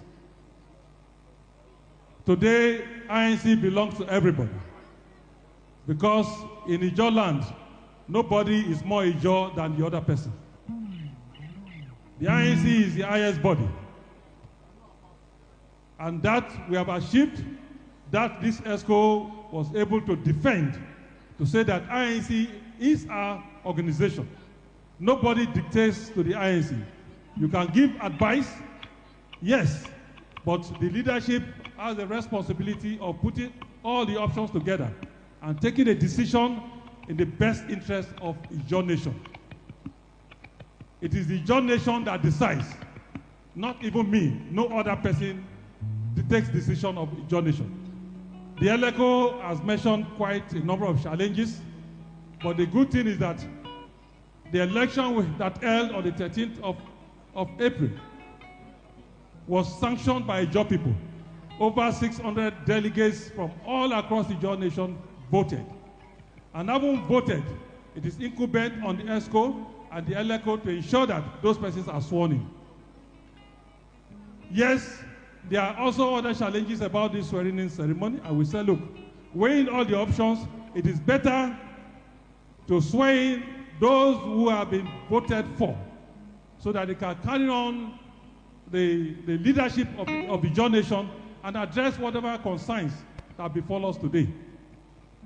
Ladies and gentlemen, I'm not here to count achievements that we have made, but to appreciate you and appreciate Almighty God for making today possible. In fact, the greatest dream I had is that in the same manner that I was voted into power and handed over to command the affairs of the Ijaw nation, I will also deliver the mantle, I will deliver the gavel to another person elected by Ijaw people.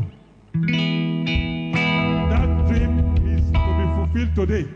And I've told some persons who have been planning coups to take over a Ijaw nation that if you are interested in becoming president, the process is simple. Go and buy the form and go and contest the election.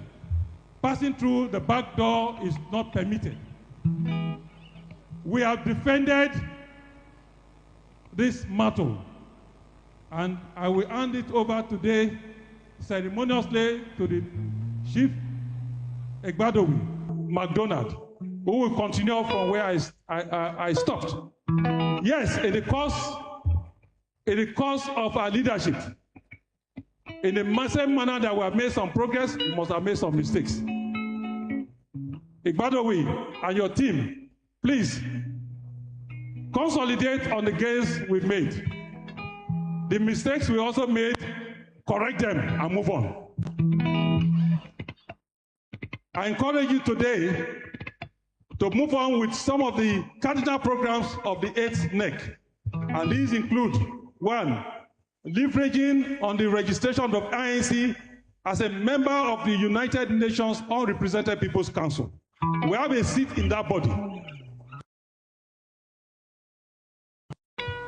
To communicate its concerns to anybody. We'll be there to discuss the issues in the same way this NEC had engagement with the European Union, with other agencies in France, in Britain, in so many places, and so on. I also want to advise you, let the constitution of the INC that I handed over to you yesterday, let that constitution be sacrosanct. Don't deviate from it and ensure, because it's a guiding principle. At the same time, I want to also appeal to you. You made a promise the day you were elected that you are going to reconcile all the parties. That is very necessary. Ijaw nation must be one. At the same time, I also want to charge you to consider the job quest for additional states and more local government areas in Bayelsa State as a major concern. It's a battle you must continue. Then again, the Ijaw Republic has gone beyond the level of being a dream. It is now a destination. We should take it from where we started or where we got it to and ensure that in no distant time, Ijaw Nation shall have its own republic. Ijaw Nation can now address issues of resource control from a very strategic point of view. Igbadowi, I envy you, and at the same time, I don't envy you. Because I know the load I carried for 5 years. I know if not for God, I would have fainted more than 5 times, 20 times. But I have confidence in you that you have a broader shoulder. You have a broader base. God will help you. The same God that helped me. The same God that helped me through these travails, through all of this, is available. Call him, call upon him. Exodus 14:14 says, just remain still. He will fight your battles for you. Let the word of God be your light. And by the special grace of God, God will see you through. In fact, right now, you are bigger than all the wishes and prayers. Yay! Afaba meti be melaye. Mtabra. Afaba meti melaye.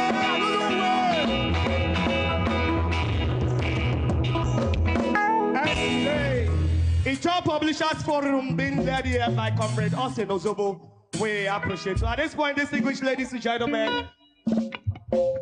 All right, at this point, I would like to call on His Royal Majesty Pere Kalanama the 8th, JP, Pere of Akubene Main Kingdom, to come forward for the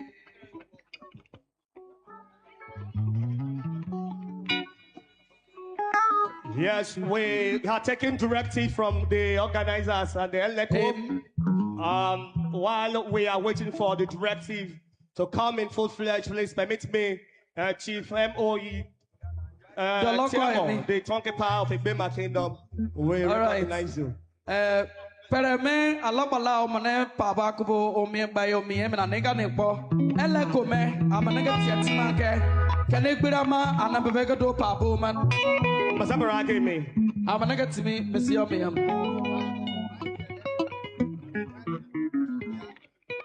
All right, over to you, my brother. Hello. At this point, we would like to invite President-elect, High Chief MacDonald Igbadiwe and his entire ESCO to come to the stage for the all-important event for today. President-elect, please make your way to the stage for your swearing-in, oath-taking ceremony.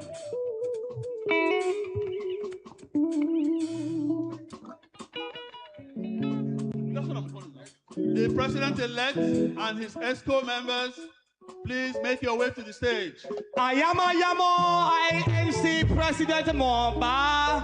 Zene officer by member de ma for the twado to say what I pab away. And if you can you can say on behalf of the INC 2026 ELECO, we have the honor and pleasure to invite the newly elected ESCO, led by High Chief MacDonald Igbadiwe, for his formal oath-taking and inauguration ceremony. Mr. President-elect, please, can we all stand up? Can we all stand up and appreciate and his ESCO and the way to the stage?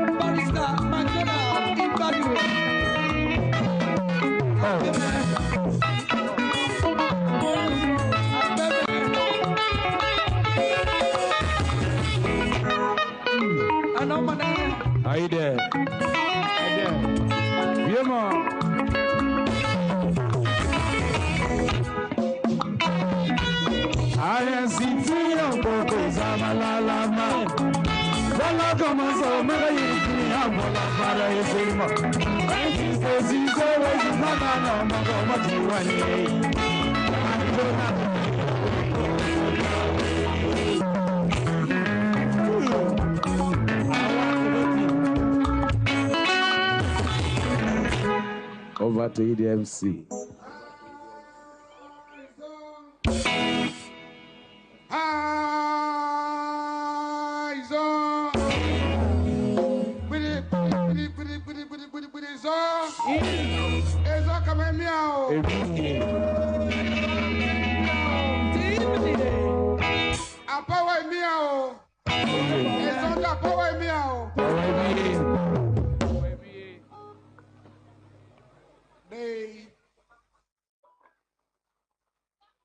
Royal father of today's event is Royal Majesty King Elder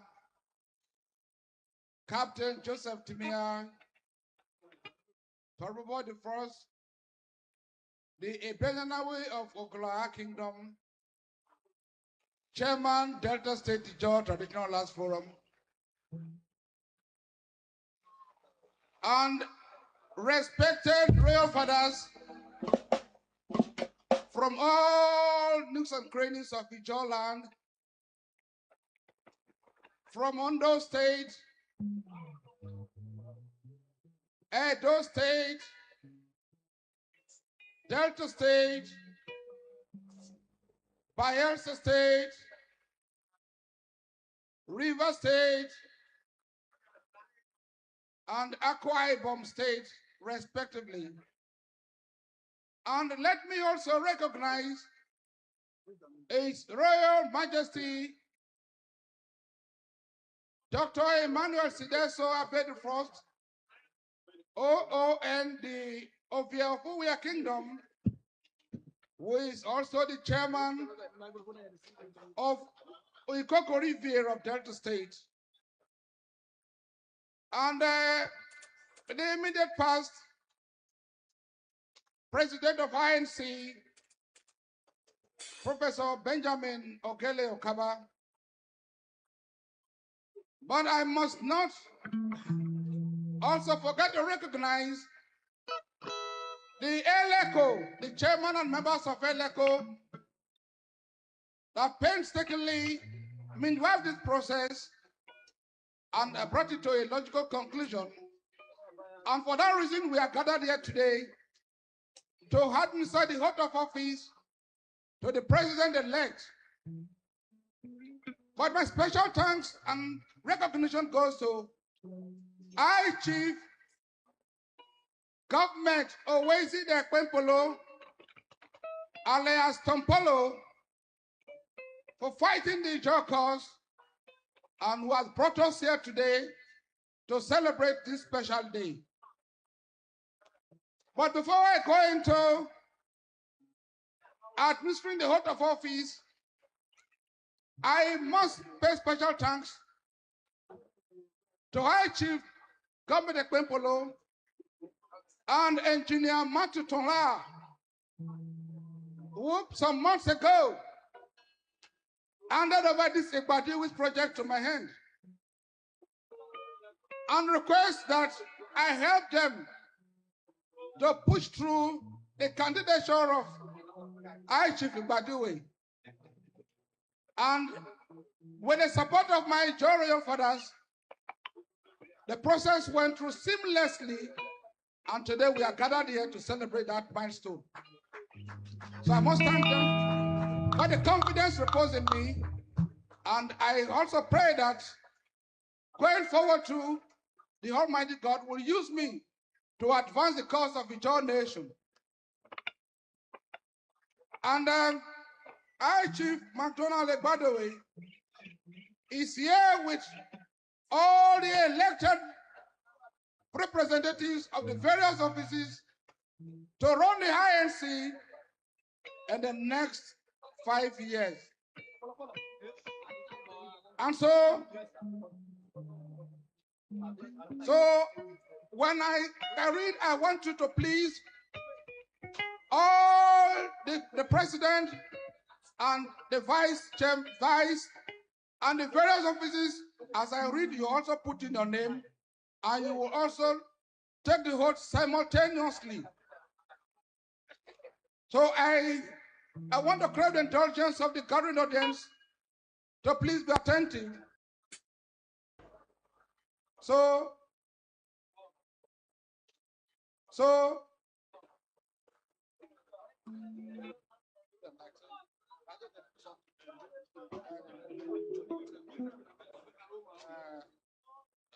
okay.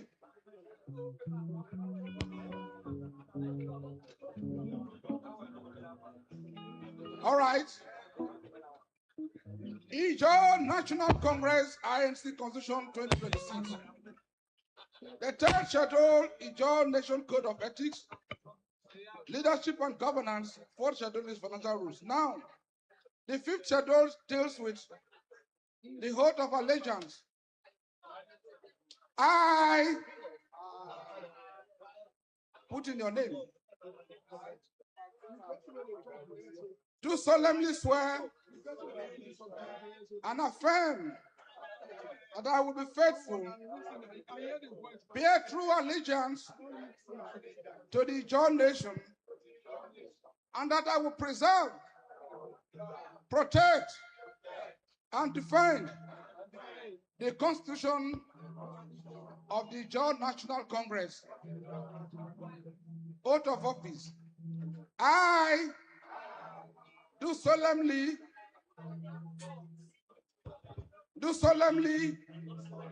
and sincerely pledge to be loyal, faithful, and obedient to the Ijaw National Congress, and that I shall not directly or indirectly reveal, expect to a person whom it is in the interest of the Ijaw nation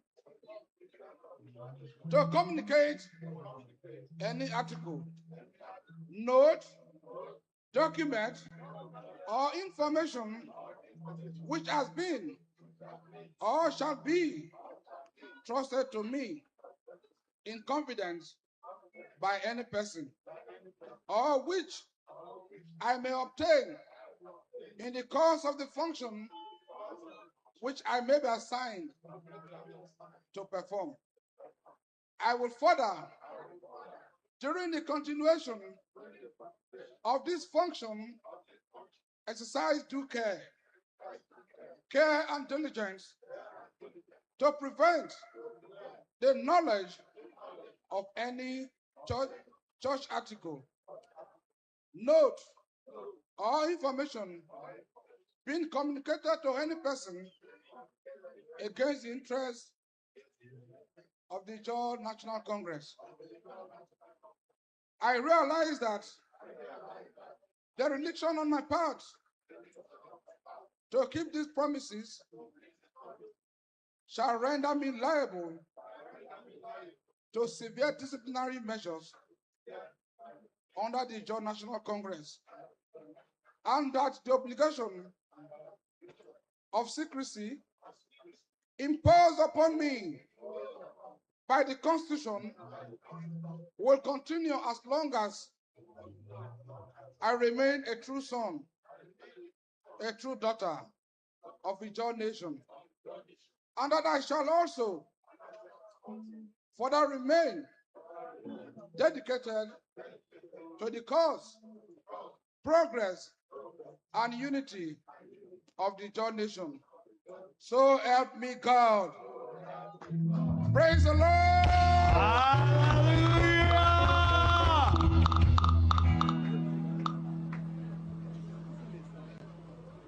So on this note, I, His Royal Majesty Pere Hesby Lukalanama the Eighth, the Pere of Akubeneme Kingdom,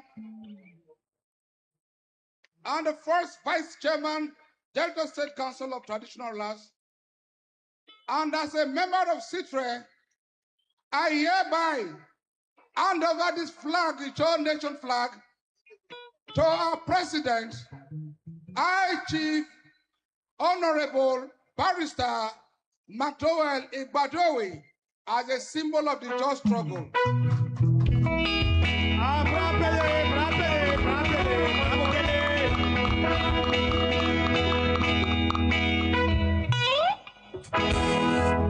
Ijaws are known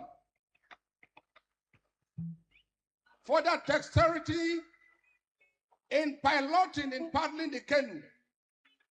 No matter the storm, no matter the wind, when there's a good captain at the back, we steer the ship to the logical conclusion. So I hereby present this paddle to the captain of the Georgia nation, to the number one citizen of the Georgia nation, to paddle and pilot the affairs of the Georgia nation in the next 5 years. I hereby hand it over to you. Bravo, Pele, bravo,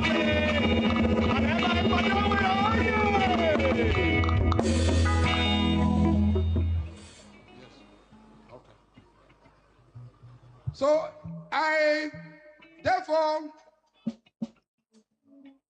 have the mandate to also mention and introduce the following officers that will join High Chief Barrister McDowell Igbadowe to run the affairs of the Georgia nation in the next 5 years.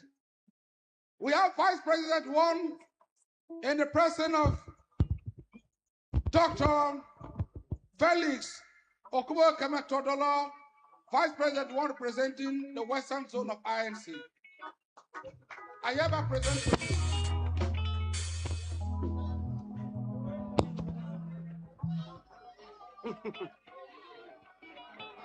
So the next person is the Vice President 2, Dame Rose Opoforibo, representing INC Eastern Zone. This is a symbol that is presented to you to join your president to pilot the Georgia nation to greater heights. Of course, the next is no other. The next is the Vice President 3. That is no other than a veteran in the INC struggle, Chief Kennedy Odowe, representing the central zone of INC.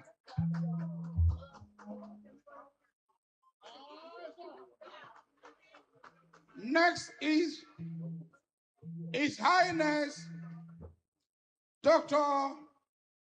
Ayana Tekio, who is the National Secretary of INC that will join the President to pilot the joint nation in the next 5 years.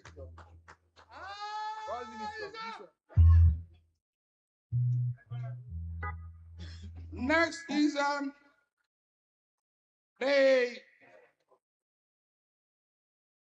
the Assistant Secretary, Barrister Marshal Ibrahim Mutoji, National Assistant Secretary of INC. I present to you this pardon to join the President to pilot the joint nation.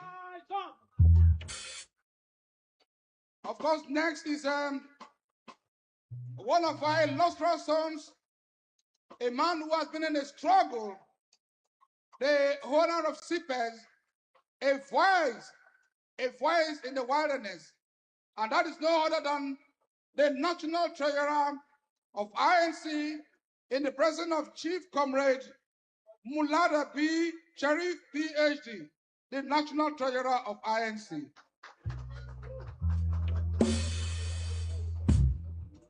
Next to him is Mr. Ekosomi Barry Barakomo, National Publicity Secretary of INC, the one who will be speaking for INC. Yeah.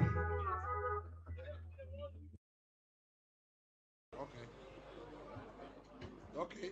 The next is the National Legal Advisor and the President of Barrister Talent Brown, who will be the one to interpret the laws of the joint nation to the Nigerian Federation.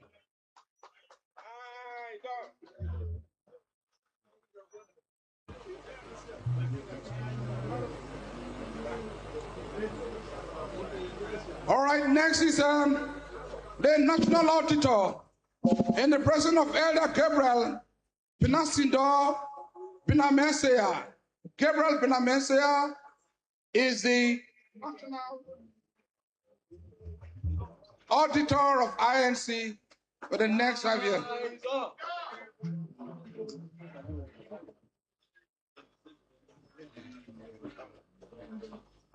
All right, next is the National Organizing Secretary. National Organizing Secretary. I know our Governor Doyedri was the National Organizing Secretary of INC.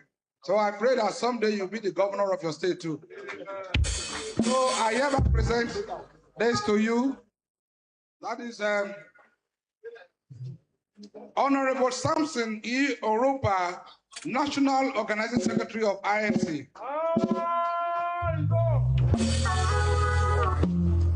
Next is the National Financial Secretary. National Financial Secretary Engineer Susan Eyoka. You are also here.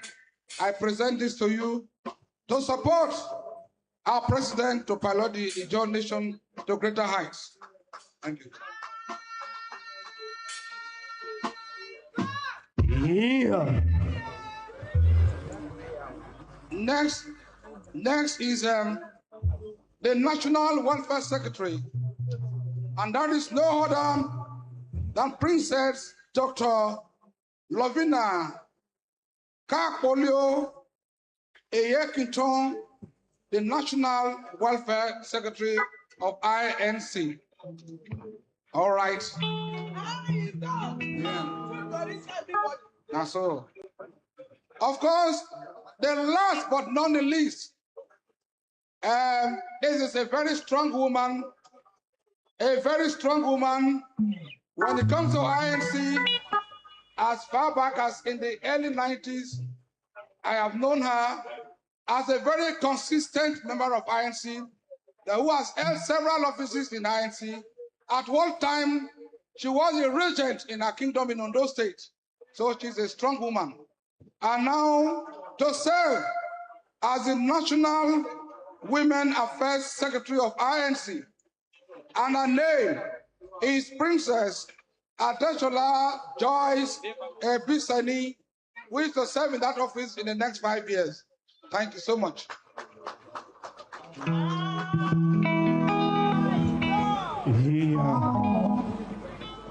Thank you so much. Having done that, let me make a very brief remark.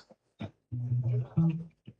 the president of INC, High Chief McDowell Ibadowi. Well, William Shakespeare once said, there is a tide in affairs of men. And today, the Ijaw nation has entrusted this position to you to serve her for the next 5 years. There are two types of footprints you leave in a place. That of a positive footprint and a negative one. And I know that as the president of INC, you will leave a lasting legacy, a positive footprint for a Ijaw nation to follow. I trust in your ability, and I pray that the executive will continue to collaborate with you. They will work with you to achieve the Ijaw nation of our dream. So that when the president of INC is to address the nation, we want a nation and INC that everybody will stay tuned to their channels. That we want an INC president that when he speaks, the Nigerian nation will quake. That is the INC we clamor for. And I know you can do that with God Almighty helping you. Thank you once again, and God bless you. Wow, wonderful job by His Royal Majesty. Thank you. Royal Majesty, look for performing the ceremony on behalf of the Council of Ijaw Traditional Rulers and Elders of Ijaw Nation. Ladies and gentlemen, the entire Ijaw Nation is standing on her feet, and at this point, on behalf of the Eleko, I have the honor and pleasure to invite to the newest president of the entire Ijaw Nation, home and abroad, to speak to his people and by extension, the entire nation. Thank you, Mr. President. Once again, congratulations. Thank you.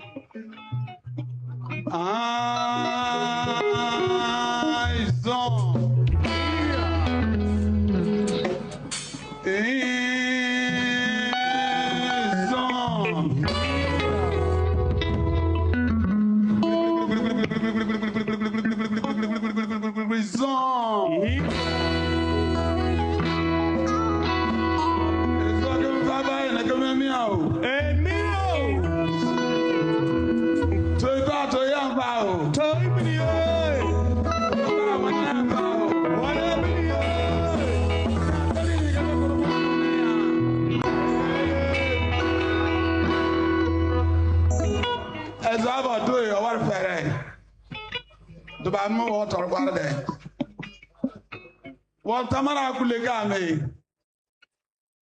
Onyara Makuleme. Atalakba pre, Aprobagasi, Aprobaga, Biara, Canindoga was went to Miri. A Palomere, Tabasitu, Mantaba by Magaba. Agbalagba, I didn't want to bet at Organim, even over 5. Oh, to divinity.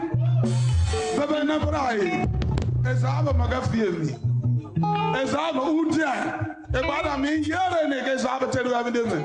Okay, I don't know how to even have a love in any book. Oh,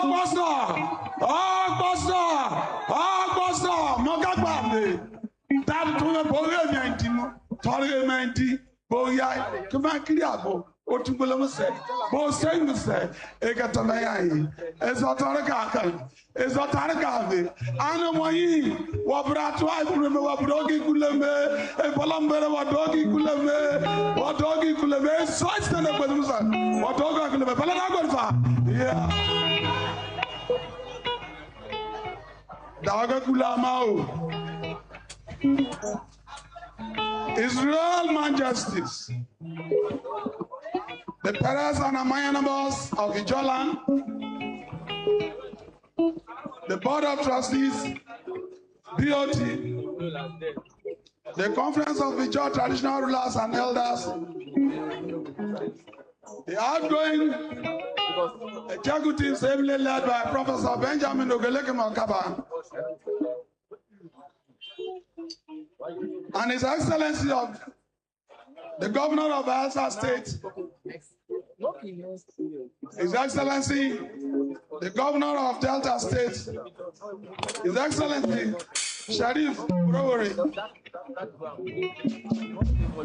Right Honorable Julius Babado, Bondi, the House member representing Brutu Federal Constituency here present, the Speaker of Delta State House of Assembly, Right Honorable Mamadimi Dennis Go, Dr. Dennis Brutu Otuaro, the Administrator of the Presidential Amnesty Board here present, representatives of Rivers, Ondo, Edo, and Akwa Ibom states, elders, members of the executives of the different tiers of INC, members of the Joint National Congress, youths, women, delegates, guests from across the John Nation and in diaspora, friends of the John Nation celebrating with us today, and members of the press, I greet you all with great honor and a deep sense of humility. I stand before you today with humility and gratitude. Today is a very historic day and moment in the sense that the first INC Congress, where the pioneer president Congress, the pioneer Professor Dime was elected, was in the Western Zone. And that was in November 20, 1991. Today, history has come to stamp that the Western Zone should be the one to accommodate, to host, to celebrate the 9th INC president and the executive members. It is a historic moment in the life of our great John Nation. It is a day that reminds us that leadership is not by power, but about service. Not about personal ambition, but about sacrifice for the collective destiny of our people. I am forever grateful. Thank you for the trust you have placed in me and this new executive team, and we shall not take this mandate lightly. We are forever grateful to those who expended their hard-earned money, resources, time, and prayers towards the acceleration of this project. Notably, the Delta State government, the Speaker of the Delta State House of Assembly, the Delta State Traditional Rulers Council, Bayelsa State Traditional Rulers Council, the Traditional Rulers Council of Edo and Ondo State, and that of Rivers State. The Joint Traditional Rulers from Bayelsa, and particularly to the leader, the father, and the eye of the John Nation, Archie Government, for where is it a company? The baby down. We are also grateful to Archie Tunde Smokes, the follower of the Niger Delta. The newly elected executive are grateful to Emun Nana Victor Willis, the MD D. Willis International Limited. We are also grateful to our Chief Kenneth of Oko Bramo, Mr. Enye Arue, and others too numerous to mention. We also wish to recognize the excellent work of the outgoing INC, led by Professor Benjamin Makaba, and the Target Electoral Committee, led by His Royal Majesty Justice F.F. Tabai, C.O.N., JSC retired, Esuku One, and the Belenaway of Togo clan. You have laid a foundation, and surely we shall continue to build on it. We especially appreciate my entire campaign team, ably led by Chief Doyet Naija, Chairman, but more importantly, Chief Ogogolo Kata, the Director General, alias Ogbolu, and my spokesman, Barrister Iborbo Ogionakaba. I salute you. And to every supporting member here today, thank you for being part of this great journey. We gather at a defining moment in our history. Our land is richly blessed with natural resources and is responsible for over 80% of Nigeria's foreign exchange earnings. Yet, our people are not in control of these resources. Instead, our people continue to face marginalization, environmental degradation, political exclusion. Our language is gradually eroding, while many of our youths, despite being educated, remain unemployed. Our unity is continually being tested. These are not mere accusations. They are a call to action. Our vision and priorities. Our administration will focus on addressing the critical challenges facing the nation. Unity of the nation will make the INC work for every member, not just a select few. INC is for everybody. We are going to reach out to all our friends and brothers who contested with us but lost. The job people have spoken that these are their leaders this time. And for that, we will extend our right hand of fellowship to all of them. And together, we can build a better nation. Service to the people. Every policy and program will be measured by one question. By job. They will ask, does it improve the lives and the experiences of our people? Far beyond that, we will create opportunities for modern skill acquisitions, networking with our neighbors and development partners, and sustainable impact that will endure beyond our tenure. Creation of Torebe State and Oil River State. We shall pursue to a logical conclusion the creation of Torebe State and Oil River State in order to create more political space and address the marginalization of the job people, especially in Edo and in Ondo states. Expansion of local government structure in Bayelsa State. Bayelsa State, the only homogeneous state and a proud symbol of our shared heritage, continues to face a narrowing political, economical, and social landscape. Despite persistent calls and sustained advocacy for the expansion of its local government structure from 8 local government only, whereas Kano State asked for the 4 local government. The local government we are demanding to be approved should be up to and not less than 24 local governments in Bayelsa State.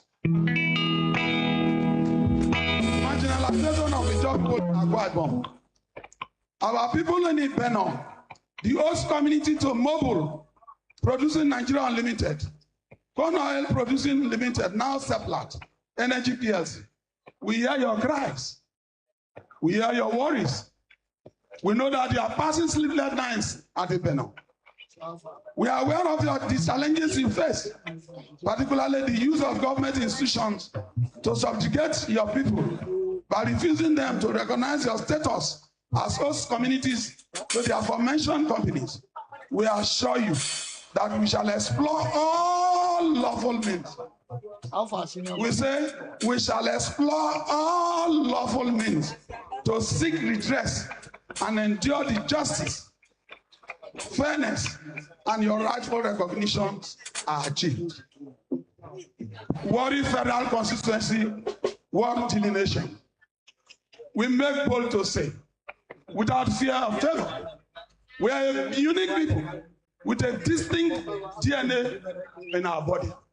We are Ijaw people because we are Ijaw. And we are saying we cannot be like other people. You cannot command this environment we find ourselves. This is our environment. And for this our environment, we cannot be producing everything and then you come to suffer us. What are we saying? We are saying that we shall not remain silent in the pursuit of the enforcement of the judgment of the Supreme Court regarding world deniators in the worry for real constituency.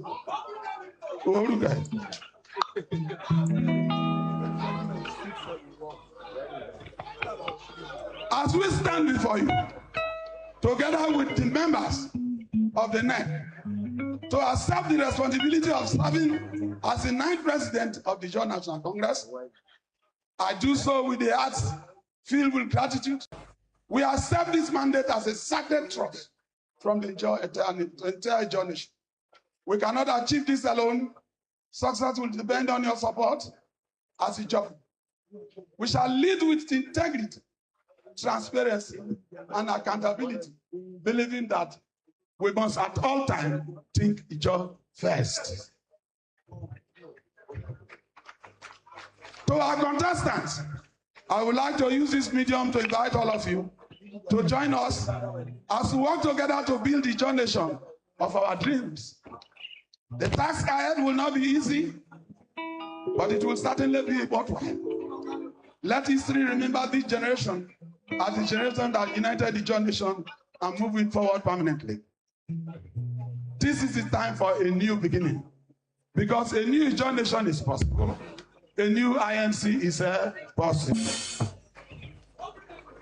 A time to heal old wounds, a time to restore confidence among ourselves, a time to speak with one united voice for the future of the Ijaw nation. To our traditional rulers and elders, we seek your prayers, wisdom, and guidance as we navigate this new chapter together. During my campaign, among other promises, I pledged, and I pledged, and I pledged to provide mobility, support to the 3 zones and the 4 chapters of INC in Nigeria. Today, I stand before you to fulfill that promise by donating 3 coastal buses, 1 to the Western Zone 30-seater, 1 to the Central Zone 30-seater, and 1 to the Eastern Zone, as well as 4 18-seater buses to the Lagos chapter, Abuja chapter, Akure chapter, and the many chapters of the INC.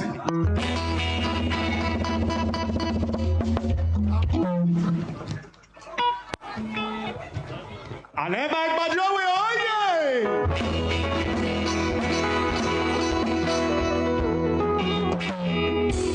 not being told, you can just turn back wherever you see the buses are there. Not that they are coming tomorrow, they are here now. Not be audio.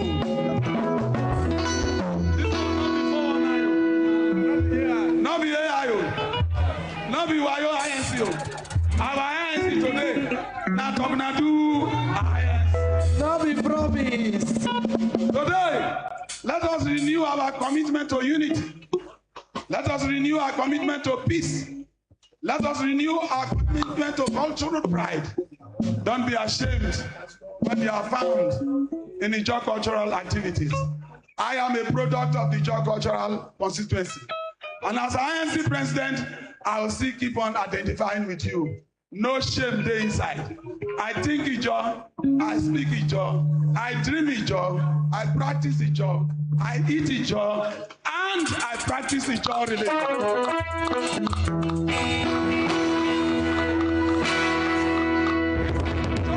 What we will build together from this moment onward. Let this administration become a symbol of reconciliation, development, and collective progress. Together we shall rise above division. Together we shall defend our heritage. Together we shall protect our communities and environment. Together we shall build a stronger, united, and prosperous Ijaw nation for the generation to come. May money, Almighty God, bless the journey. May she and he bless our traditional institutions and leaders. May he bless every Ijaw community across the world. And may peace, unity, progress, and prosperity forever reign among us. Thank you. Thank you. We thank you. And may God bless Ijaw nation. Eyes on.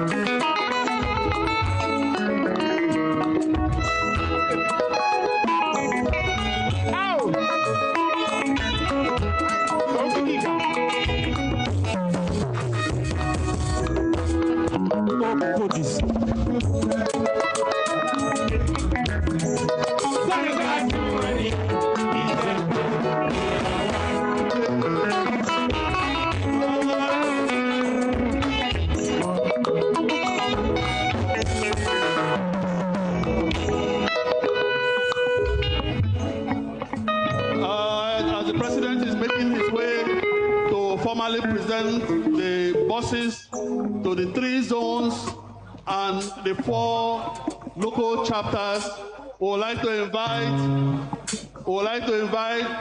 the 3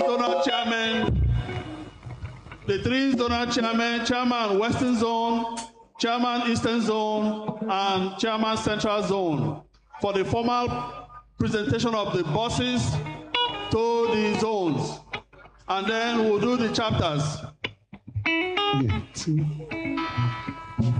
We need the chapter chairman, Akure, Lagos, Benin, and Abuja chapters.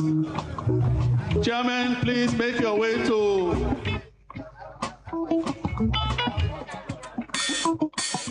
the arena for the bus presentation.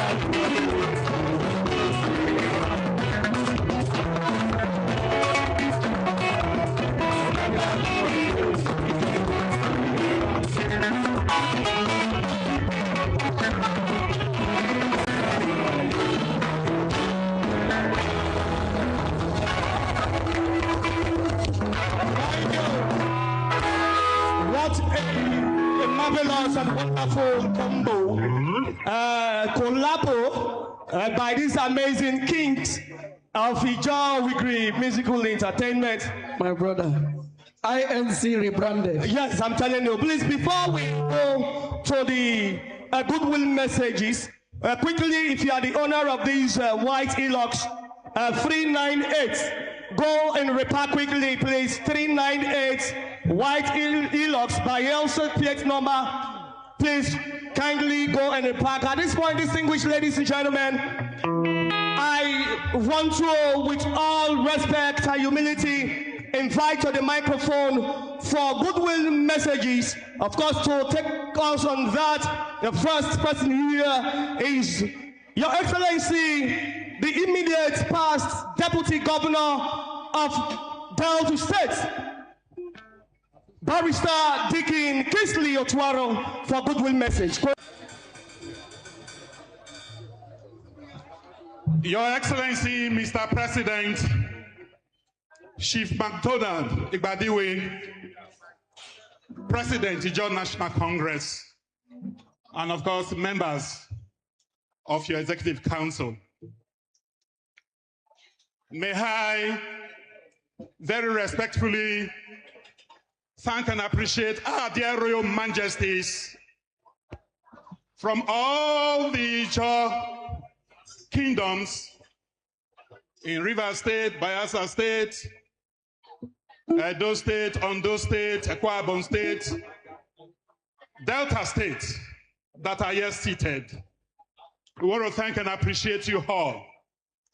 First, I want to thank and appreciate the Lord God Almighty for a great day such as this He has made. A day that that has caused us to witness the inauguration ceremony of our dear High NC President and members of his Executive Council, Chief MacDonald Ibadewe.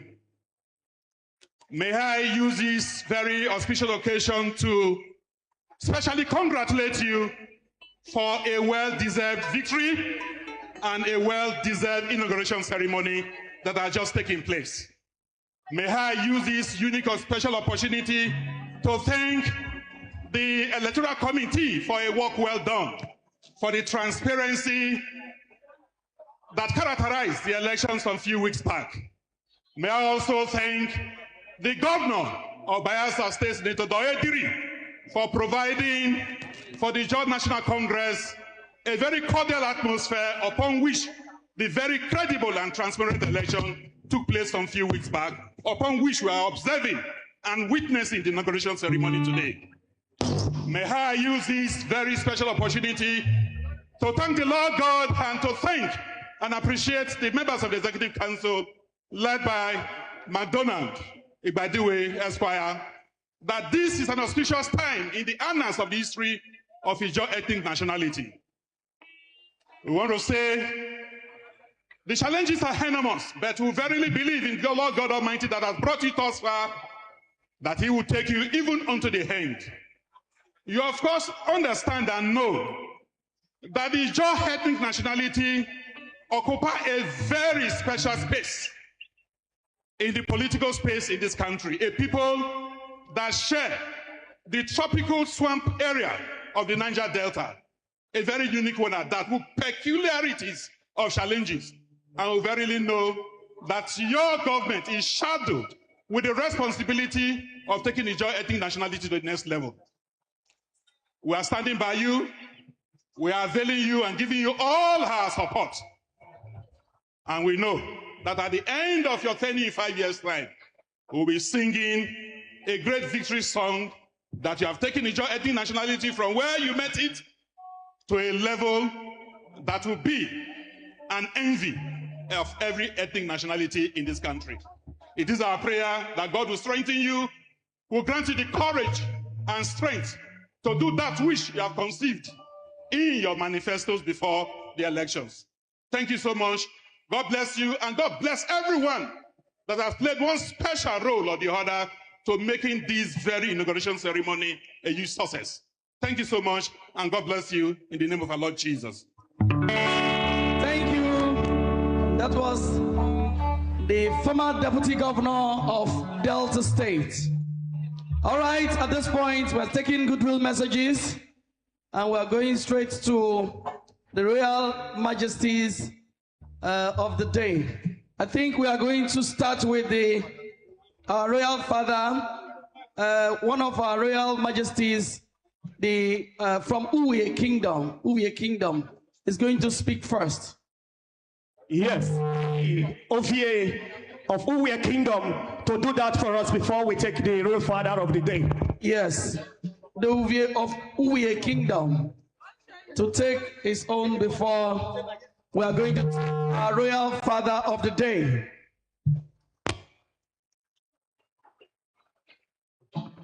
Ezokame ezoya domini bare sepome ene betme blibale mbai bangame ani to na merime omo me ma benim me kimama ne ezoya don kimama me ma bo benim me man betme blibale mbai bai high chief government always there a bungalow ezon bese bare maike ki ekilebo bomo yari barai kame kalai barai bo me barai bo me on doke priye nana won doke priye ane mi ke bra kemituba isoya don me isoya don labati mi ne ba rese pome etiti moga ba rese kemese ni me isoya ga do me o mana bri bali bayo ka mo me bo bai mi kenotu mana bri bo bali mo ne beta bagai mi amaza bri bali bayo fa.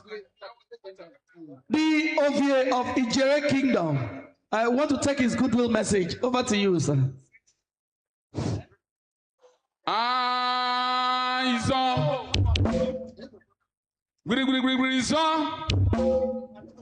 Very distinguished guests, ladies and gentlemen, I stand here on behalf of His Royal Majesty, the Ovie of Ubie, Emmanuel Sideso Abe I, JP ON Chairman Ukoko Olivier of Urobo Nation. Our message to the new INC president is very short and clear. The Zone Nation are trailblazers, and we do not expect less from you. We know your dexterity, we know your commitment to the zone struggle, and we strongly believe that this mandate will further catapult you right in the struggle of the Zone Nation. The struggle of the Zone Nation is the struggle of the Niger Delta. So every tribe in the Niger Delta that wish for peace, that wish for development, that wish for growth, we like to associate with the Zone tribe. It is on this note, on behalf of the good people of the Urobo Nation, congratulate our brother, our friend, High Chief Barrister McDonald Igbadiwe for this successful inauguration. On behalf of our people, we want to extend our cooperation to you. Count on Urobo Nation for the development, for the oneness, for the unity, for the growth, for the peace of Niger Delta. Congratulations and God bless you. Wonderful.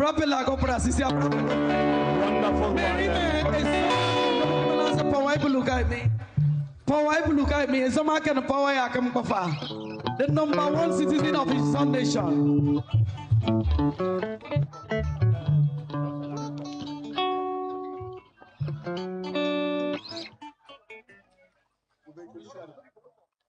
All right, me lado yo me, omane microphone upo make. His Royal Majesty Elder Captain King Joseph I. Timia, PhD, JP, the Benanawi of Ancient Ogola Kingdom, and Chairman Delta Ijo Traditional Rulers Forum. Tekrime microphone mombo mo braga to amene to ade sepome opoba ogba mi ogba bo ma ke zon to pre by zon be se pre mirime poeti go ma bo emi. High Chief Barrister McDonald Igbadiwe omoneke ezoma siri den ogbome ezoma siri den kaseme mirime omoneke yoma kaseba pare mirindo buloma bu me mieme yebo mbasi ne ba yama yama mutama bossa ma bo ma ke INC me e koke mirimu bo ma presina INC ba yama yama gboka pare ayama yama kemanga ba Nasabra ke mi ogbo kasema bo pretimi na be yemo sa yabra ka pare ane ya mai ke kiye agbonu me po me we la we ya ko me na ba we gbala da me ba opere daddy ko yo opere ka ke pri me ba de ye e dan wa ya do ko yo opere priye agbonu hey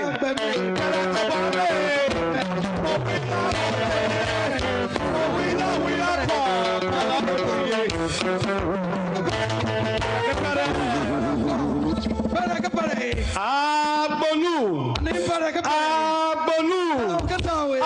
Agbonu. Adabai. Aye. Are arobulu me. They talk about popular kingdom by me. I see. Daddy, go there, sir. Go there, sir.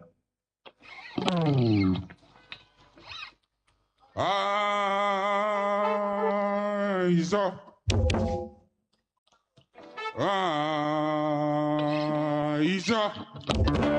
Izo come me out. Izo come me out. Not to him anyhow.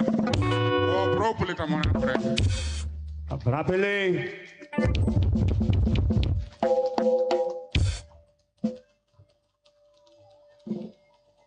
The first vice chairman of Delta State Traditional Council, the Pere of Akoboneme,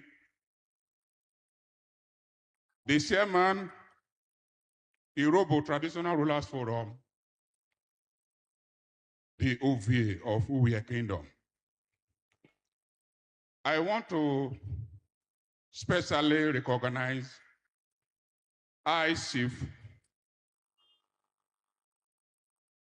Owezide Ekpempulu.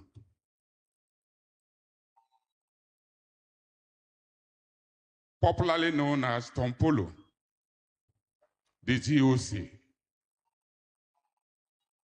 I welcome you here. Thank you very much.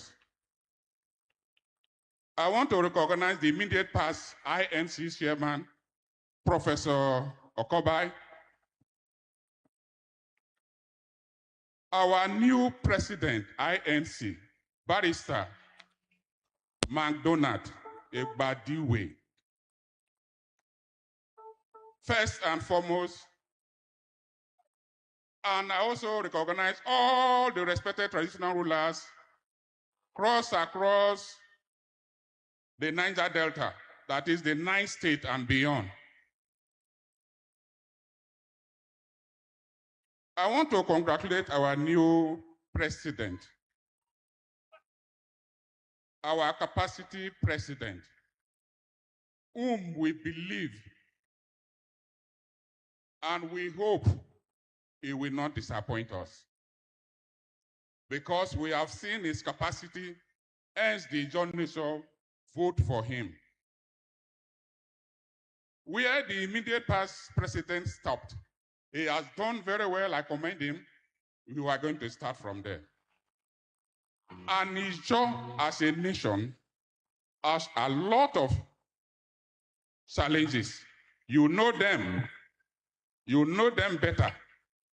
And you've been in this struggle for a very long time. So it's not new to you. We know that you are going to tackle them one after the other. Like scale of preference, you will take the important ones one after the other. So that before the 5 years expiration, we know very well that you will have achievement. The John Nation will celebrate you. The John Nation have believed that what you are going to do for us is like you will take us to the promised land. So I urge all the ESCO that are with him, please support him. Please support him and encourage him. Do not detract his attention. He is the #1 man, and all of us believe on him. And we know very well that God will help him, give him the wisdom to pilot these affairs to the promised land. The Ijaw people will stand behind you. Everybody will stand behind you. The traditional rulers will stand behind you. Wherever you go, our prayers are going with you. In Jesus' name I pray. Amen. Wonderful. Let's put our hands together for the chairman of Delta States Traditional Rulers Council. Amazing one. Thank you so much, Daddy. All right. It's on Tado. It's on.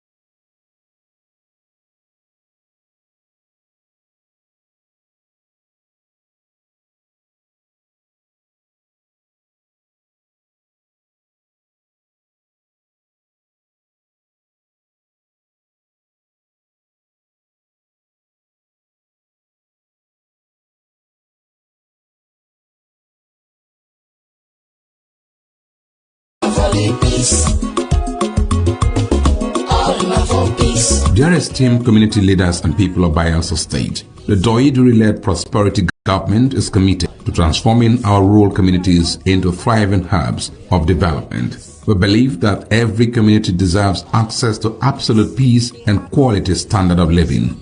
To actualize this vision, we need your support and partnership. Join forces with us to improve rural infrastructure, enhance quality education, boost healthcare, and foster economic growth. Together, we can create opportunities for youth empowerment and employment, promote cultural heritage, and ensure food security and strengthen community social services. How you can support: participate in community engagement forums and collaborate with local government authorities and the Ministry of Community Development. Come, let's build a prosperous Bayelsa together. Let there be peace, all peace. Courtesy, Honorable Alfred Belamonte Watson, Honorable Commissioner, Ministry of Community Development. The impacts of climate change are upon us, necessitating adaptation and resilient building. In Bayelsa State, the recent annual rainy season has brought severe consequences, including excessive flash floods and river flooding, causing untold hardship for residents. However, under the leadership of His Excellency, Senator Doyiduri, the prosperity government has taken proactive measures to mitigate these effects. The establishment of the Directorate of Floods and Erosion Control, along with the strengthening of other related agencies such as the Bayelsa State Emergency Management Agency, demonstrates a commitment to reducing the impact of floods. To further enhance resilience, major blocked canals, river outlets, and drainage systems are being cleared, and higher grounds have been identified in all 8 local government areas to provide safe havens during floods. While the government is dedicated to ensuring the well-being of Bayelsans, residents also have a crucial role to play by cooperating with government agencies, staying alert to flood warnings, maintaining a clean environment, clearing blocked drainages, and reporting challenges to relevant authorities for prompt action. Through collective efforts, we can bolster our resilience and effectively combat the challenges posed by climate change. Stay safe. Courtesy, Office of the Honorable Commissioner, Ministry of Environment, Honorable A.B. Ben Olulu.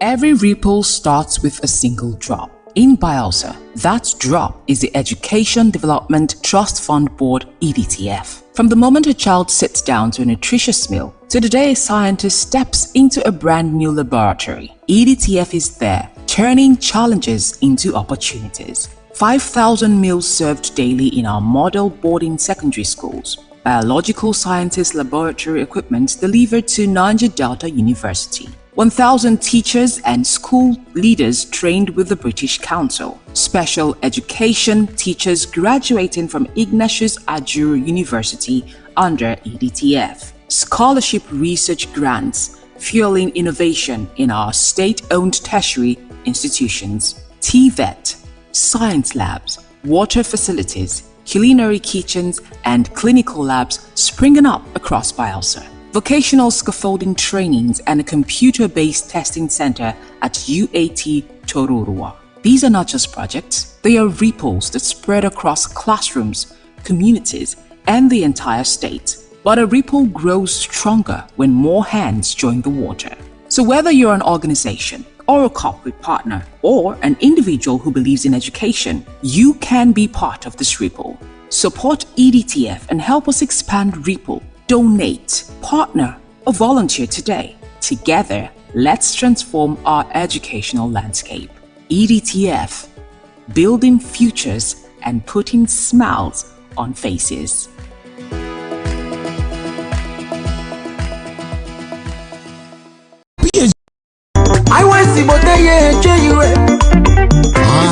It's on. Yes, so Ijaw Youth Council Worldwide (IYC) Resurgence Mission 2026 don come o. Na tested leader, a seasoned administrator and strong voice for Ijaw Nation. Barrister Ayibakure Igbeta PhD, former legal advisor of the Ijaw Youth Council Worldwide, former SA Media and Publicity to MD CEO of NDDC, former SA on Youth Affairs to Deputy Governor of Bayelsa State, and now he be currently Secretary General Bayelsa State Center for Youth Development. In vision dey very clear: unity for the council and protection of Ijaw people rights for all Naija Delta. The support for Tantisa Security Initiative and make government put better money for Naija Delta agencies, plus opportunity for all Ijaw youths for inside job matter and development. Yes, so time don reach for us to select the correct secretary wey go pilot the affairs of Ijaw Youth Council Worldwide (IYC) 2026. Oh yeah, make we quick vote Barrister Ayibakure Igbeta PhD for Secretary General Ijaw Youth Council Worldwide. Vote wisely. Ado Alua Onua.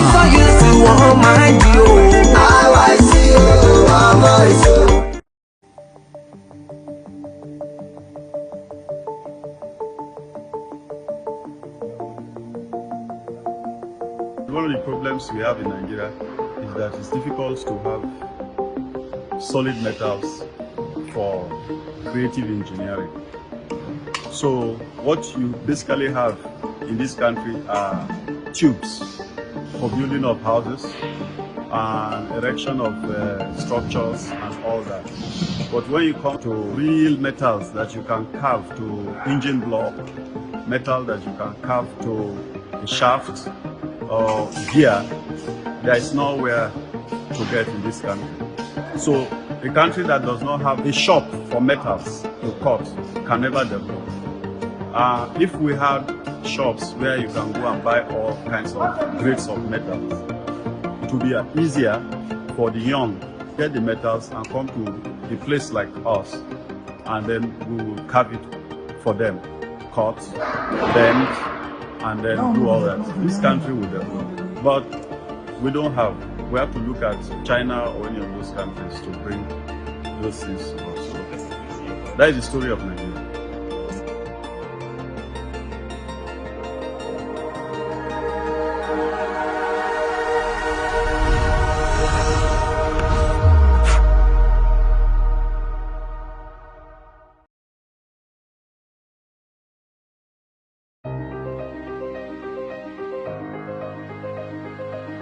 Z10 for high-tech precision engineering.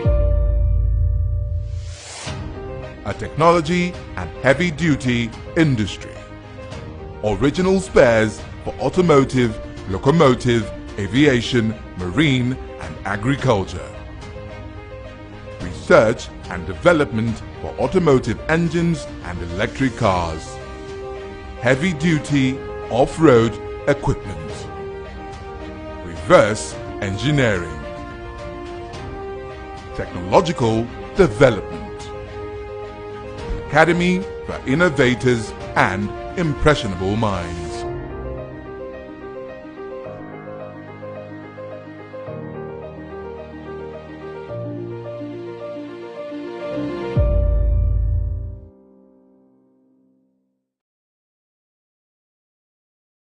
As the second phase of nationwide continuous voter registration don't end so, INEC go begin display the preliminary register of voters from Wednesday 29th April go reach Tuesday 5th May 2026 for all INEC local government area office where the registration happen. Once the display start, chance go open for we country people to check whether their informate correct or any mistake they for how they take spell their name, date of birth or address. It never finish oh. Our people say if you see something, say something. People still fit do amebo give INEC if then see name of person wey don die or foreigner wey im name don enter the preliminary register of voters, make INEC fit take comot dem.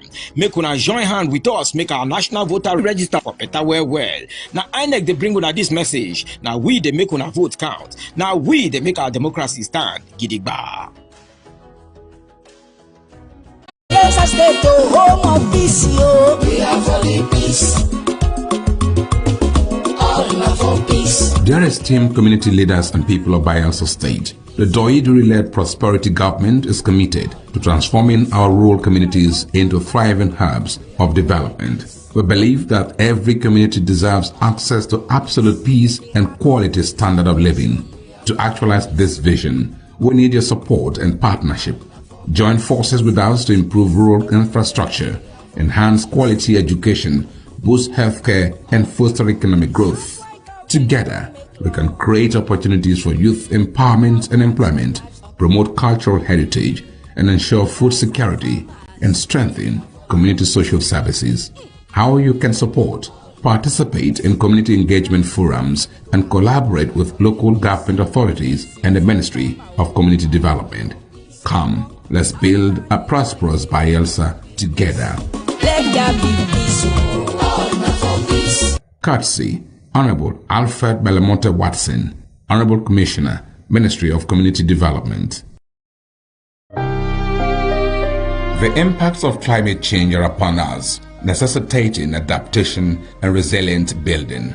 In Bayelsa State, the recent annual rainy season has brought severe consequences, including excessive flash floods and river flooding, causing untold hardship for residents. However, under the leadership of His Excellency Senator Doye Duri, the Prosperity Government has taken proactive measures to mitigate these effects. The establishment of the Directorate of Floods and Erosion Control, along with the strengthening of other related agencies such as the Bayelsa State Emergency Management Agency, demonstrates a commitment to reducing the impact of floods. To further enhance resilience, major blocks, canals, river outlets, and drainage systems are being cleared, and higher grounds have been identified in all 8 local government areas to provide safe havens during floods. While the government is dedicated to ensuring the well-being of Bayelsans, residents also have a crucial role to play by cooperating with government agencies, staying alert to flood warnings,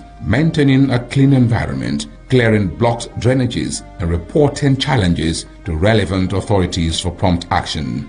Through collective efforts, we can bolster our resilience and effectively combat the challenges posed by climate change. Stay safe. Courtesy, Office of the Honorable Commissioner, Ministry of Environment, Honorable A.B. Ben Olulu.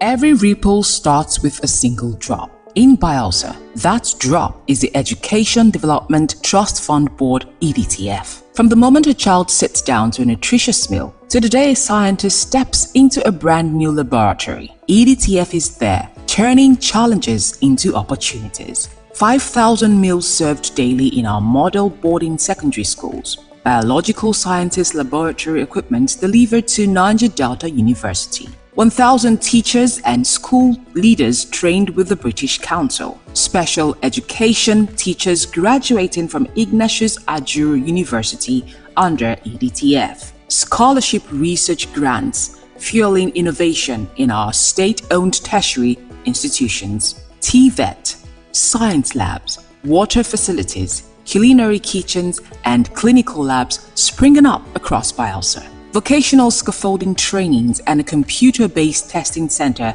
at UAT Tororua. These are not just projects, they are ripples that spread across classrooms, communities, and the entire state. But a ripple grows stronger when more hands join the water.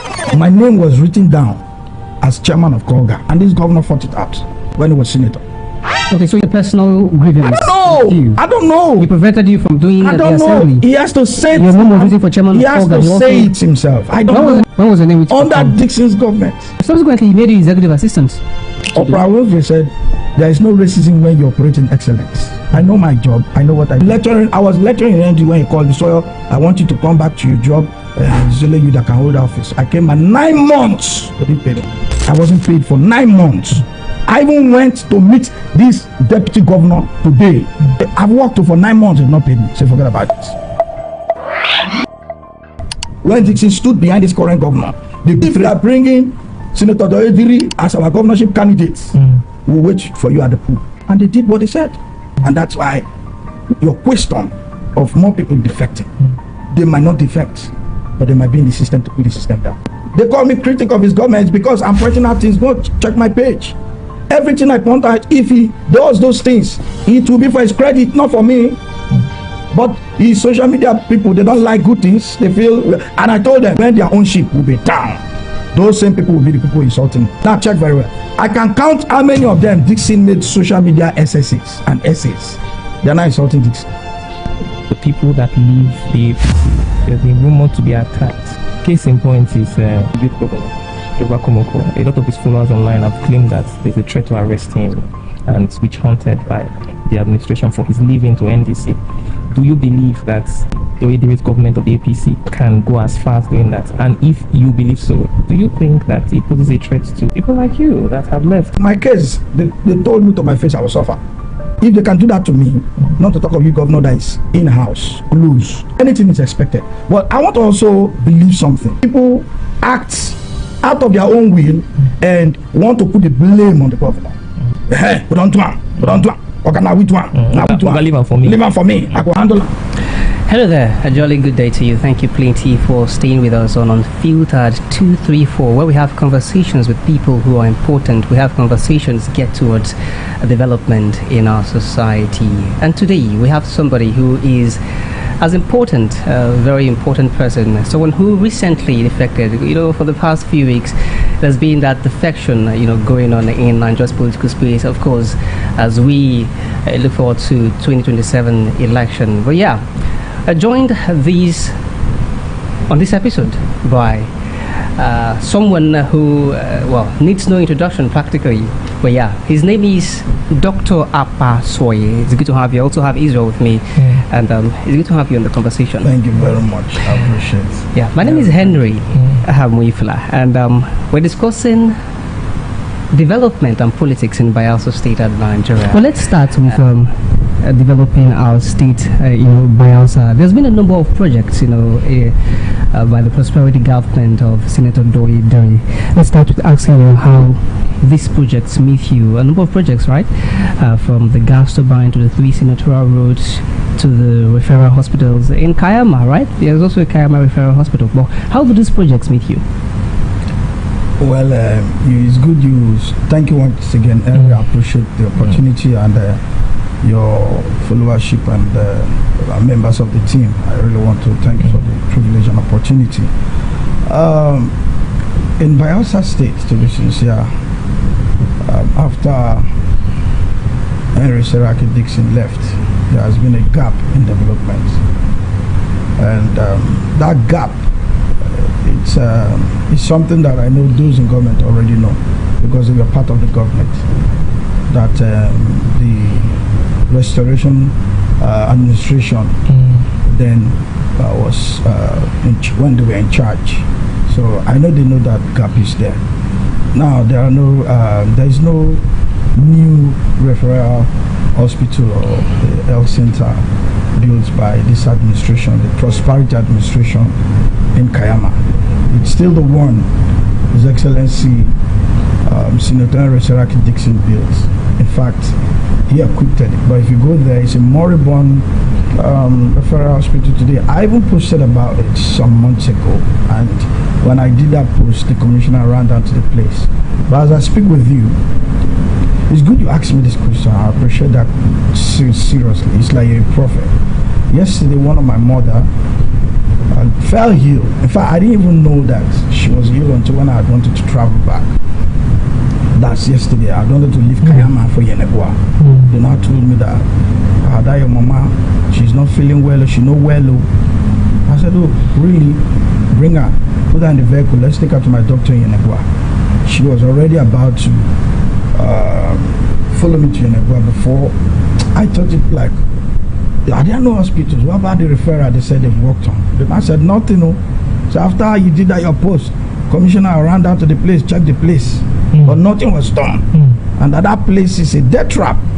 I said, So someone else said that, but there's a private clinic that the person is trying, that we should keep her there and observe her. If it is something beyond the person, then we'll move her to Yenegua. And the reason because of my activities though, because if we move her to the hospital, they admit her, they hang around just to make sure I know what's happening. And there's nobody there to be buying her food and taking care of her. But back in Kayama there, somebody, the kids that are there, they will always take care of her. Yeah, caregivers kind of thing. They will be there to take care of her. So we had to move her to that private clinic. So if there was a functional health center or referral hospital, I can bet you she would have been there, and I know it would have been cheaper. But now she's in a private hospital or clinic. taking her treatment. So there is nothing that of course, in development, the governor knows. So the Kayama Referral Hospital, you're saying is moribund? It's moribund. There are no staffers there. I mean, there's nothing going on there. You see, the truth of the matter is, if there are staff, they need equipment to work. And if there are no equipment, you don't expect them to stay there, sitting there, do nothing. Okay. Yeah, you can take your cameras there and see for yourself.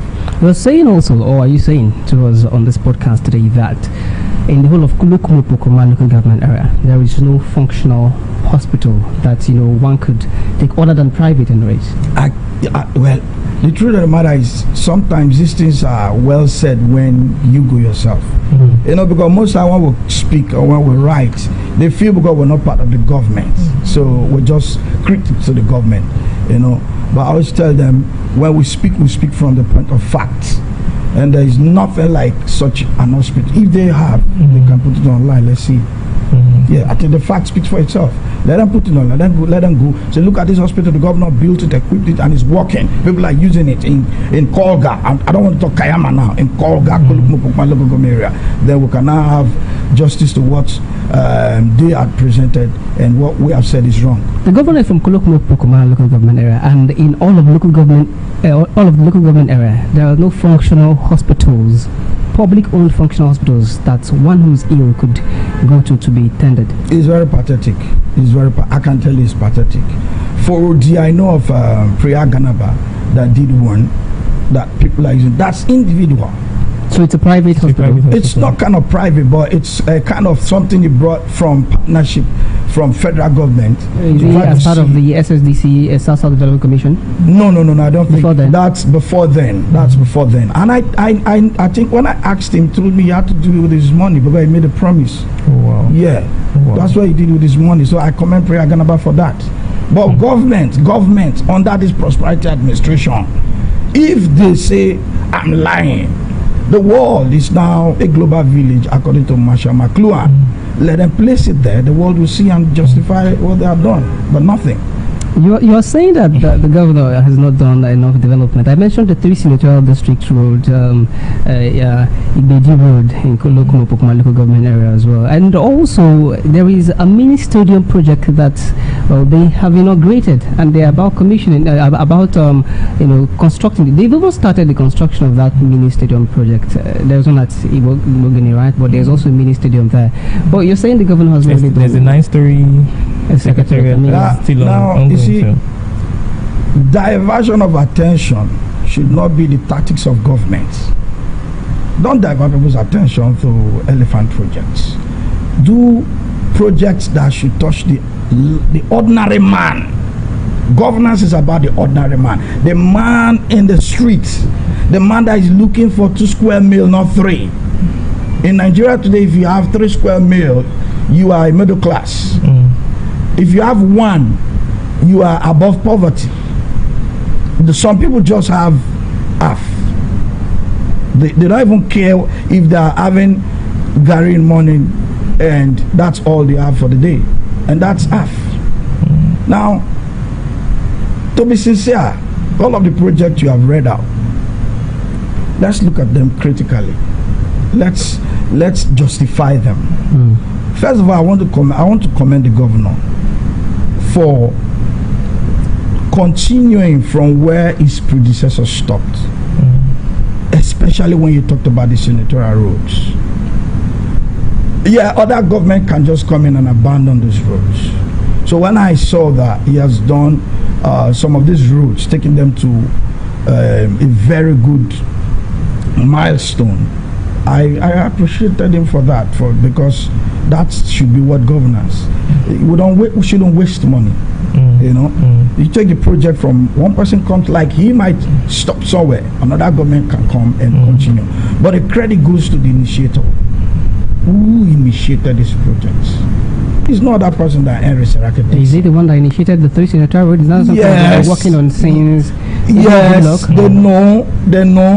You see, everybody had the conception of the roads, but the person that said, I want to hit the ground running, is Henry Serake Dixon. We all know in the States. So you're saying rather credit should go to Henry Serake Dixon? Yes, because you see, just to conceptualize an idea is not the beginning of that idea. It's not the starting of that idea. Well, little wonder they run on consolidating on Dixon's. That's why I commended the governor. That's why I said I commend him. Because if it were others, they might just say, it's Dixon's project. I don't want to continue from Dixon's project. And this project will suffer. But today, I heard you can now drive to the Southern Nigeria headquarters, Poroma, which is fantastic. Ekirimo, you can go smoothly to Ekirimo, which is fantastic. But who are we going to say began this thing that he started? It's Dixon. So the credit goes to Dixon, but we appreciate Doyediri for continuing on what his boss started. Well, Doyediri also has other projects that, well, let me come to one. Okay. Which he started, which is the Brass Road. Because I know they did some work under Governor Dixon, but they didn't hit the ground running like he did. They did survey and all of these things, but they didn't clear and all of these things. But he came and started it. And now he has also given it to federal governments and coming to take over the project, just like what they did in the road in River State from Ogoni to Bonny. That's like the phase 2 of the project. This one, is it the one for the brass? The brass is like the phase 2. That's the one that's been given to the federal government to continue. The phase 2. What do you mean by the phase 2? That's the words of the governor. Phase 2. No. The first phase of it. No. The second phase. No. That's just gimmicks. There's not like phase 1, phase 2. You see, when you say phase 1, you should tell us at what point is phase 1, so we know. At what point is phase 2? So we know at what point is phase 3 and the finishing. So anybody can just say anything. Phase 1 is phase 1. So what's the meaning of phase 1? So have you heard the governor say that? Yeah, I've read it, but I don't accept that, because there's not like phase. Is phase 1 only clearing or dropping of sand? And at what point, where did you drop the sand to? Because if you say we drop sand, then it should be across the length of the road.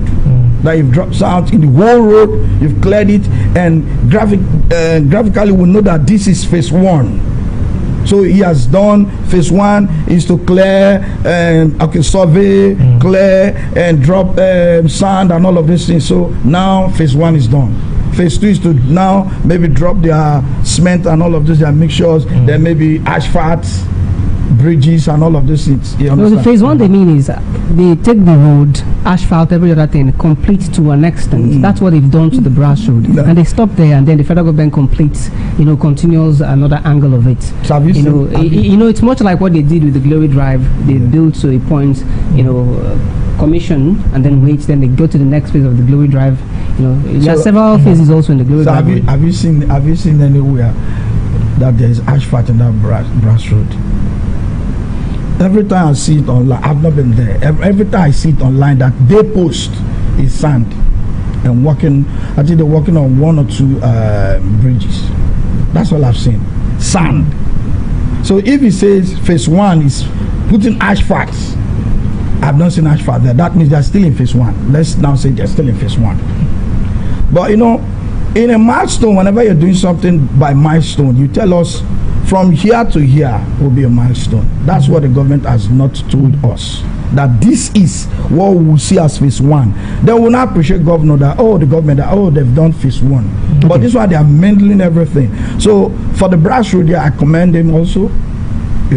I commend them where. So a lot of commendations flying around from you to the governor. Perhaps it also would include that's the governor purchased 2 new aircraft for the state. That's also consolidating on Dixon's International Cargo Airport dream. Yeah, 2 aircraft or 1. We had, they said they wanted to purchase 2 aircraft, and they brought one of them. So you have seen 1. We saw one on social media, and many persons went to. So where is the one? Where is that one today? Is that an aircraft? That's a resort carrier. I queried it. I went online, searched it out. It's a French ATR. It's ATR, but the ATR doesn't go above 16 to 17,000 feet from sea level. So many will claim that the 72 series of the ATR and it is a more recent, so it's 2007 series. So they claim it's a faster and it's more maneuverable. So it's a win, some will say, for the government. You see, for me, I really wouldn't want to believe in the rhetorics they put out there. You search it out yourself. When you search it out, I'm not even talking about the year. Yeah. If you're talking about the year, it's not even recent because they got other ones for 2010, 2017. Yeah, the Bombardiers and the Airbuses, Yeah, you know, they got other ones that are of the same listen. That one is even, the ATR is even old. But now for me, it's not about buying something that is like buying a Tokumbo. That's the best language to use for that aircraft. Is buying a Tokumbo, and when you buy a Tokumbo will disappoint you. Even His Excellency and his cabinet will not fly in that plane. So why are you buying a plane that you will not fly? A plane that they have assessed to know that it's functional and operational and in good condition. Why is it not flying? Where is the plane? And where is the plane? That's the question. So if you go to the Bayelsa International Airport and you're looking to book a flight, that's you can't fly that plane. I've got, when I wanted to come from Abuja, I asked, that plane is not functional. It's not, in fact, where that plane is today is in the hangar. So you have retired that plane. In layman terms, sir. Yeah. If I go there now, I won't fly the plane. No. You not go see and fly. You not go see. I won't see and fly now. You can't see it. They know now that what they bought is not what the safety of carrying people. They know that plane, the history of that plane. People don't understand. The history of that plane is not from outside the country; it's within the country. Scale, please. I want to leave it there. If they say I'm wrong, we'll bring out. So you mean they bought a plane that's been? It's not just second hand. It's been Nigerian used. Yes, of course, that plane is second hand. It's not even second hand. It's more like if we want to start from the first owners. I know the first owners of that plane. Oh wow. The person that sold it to another person, up to the person that sold it, I've forgotten the name of the company in Abuja. It's like two brothers or so that sold it to them in Abuja. That plane was in Abuja. So they bought it and rebranded. But they have 5-star. They brought it and rebranded the plane. Yes, but they've not even rebranded it. But they have 7-star Global. That's a reputable company that manages these things. I don't want to talk about other organizations that I don't really know much about. Okay, true. Managing the company is different from what you are giving to the company. If I give this bottle water we have now, I've opened it and I say manage it. Okay. You will not look at it, but you've opened the water. I say yeah, but manage it. So it's your own idea on how to manage it. So you might be a good manager and decide to manage it. But look at the people managing Ebom Air. Okay, now the most recent one, Enugu Air. Enugu Air is functional, but Bayelsa Air came out first, or whatever they call it. I don't know what they call it, whether Prosperity Air, whatever they call it. But the airline from Enugu Air, they use Bombardiers and Airbuses. Those are more. Is Bayelsa not richer, my brother? Do we deserve second hand? Do we in this world that somebody like Davido will buy plane? That's one man. A private jet. And now own an airline in South Africa. This is a government that, if you want to talk about location, what comes into the state? 30 billion, 35, 40 billion. It's not like when Governor Dixon was there, when there was austerity, when there was COVID-19, when the world was in economic crunch. At that point, we knew things were difficult. The whole world was suffering it because everybody was at home. But yet, Dixon was able to manage through. But this time, they removed subsidy. The federal government removed subsidy and they are dividing this money to them. brother, do you know what is 35 billion? But the inflation is also chopping it now, right? The inflation before the removal of subsidy did not even get up to 20%. And now we've had an inflation that doubled you see, since then. All of those things are rhetorics. All these things are rhetorics. When you say inflation, the mama for village don't know what to be inflation. Mama for village don't know what to be inflation. When you say inflation, people with the go school don't know what to be inflation. Primary school, they don't know. So if our government is not saying inflation is in economic terms. Inflation in reality is 1 billion naira. What are you using it to do in a state? 2 billion. What are you using to do in a state? Have you heard that our terrain is difficult to construct? It's much more difficult to construct roads here than it is elsewhere. You see? They say Bayelsa is more river in the river state, more deltaic than delta states. Yes. But if our terrain is difficult, is the market difficult to go and buy plane? The Enugu will go and buy a clean plane, and Bayelsa will go and buy a Tokumbo. The market is difficult terrain. You speak as though you're very certain that was Tokumbo. You're very certain. What's that? The plane, the board. Do you want us to browse it? Can we browse if it's Tokumbo or not Tokumbo? No, you see, if you bring that... Or they're not manufacturing that particular series again? No. You see, let me tell you how to browse. If you bring the plane, the picture of that plane, you will see the series. Put it, type it in ChatGPT. It will give you the history. The series is there. If you just call up that what are we looking out for? Are we looking out for? Is it that they're no longer doing that particular series? No, it's a Tokumbo. I've told you it's a Tokumbo plane now. And even that's why it has not flown. It has not been flying. Doctor, sir. They've not flown it for since they brought it. It has not carried anybody. In fact, that day they brought it, I even had the AC went off. Yes, the day they brought it, we are praying. So these are serious things. I don't know why I had to. I tell you, I had the AC inside the plane. Went off. They were sweating and they were praying that this thing should land. Doctor, a lot of politicians on the other side now, being that you are on this side, they always claim say these people they need to talk when they deal with. Now only when they leave, now then they more vocal. They tend to be more vocal when they cross to the other party. Is he that's a very good point. You see, that's not some people don't. Some of us we are not. I'm not scared of anybody. We're not talking. We're not talking because we want to talk. You see, the difference between administration has to do with people. When Governor Dixon was there, Governor Dixon will not just approve something for you. You must come to a point of bringing your strong reasoning. Yeah, Bible say, God say, bring your strong reasoning. Dixon want to see your strong reasoning before he approves something for you. Before you tell, okay. Now let me tell you what happened. People don't understand.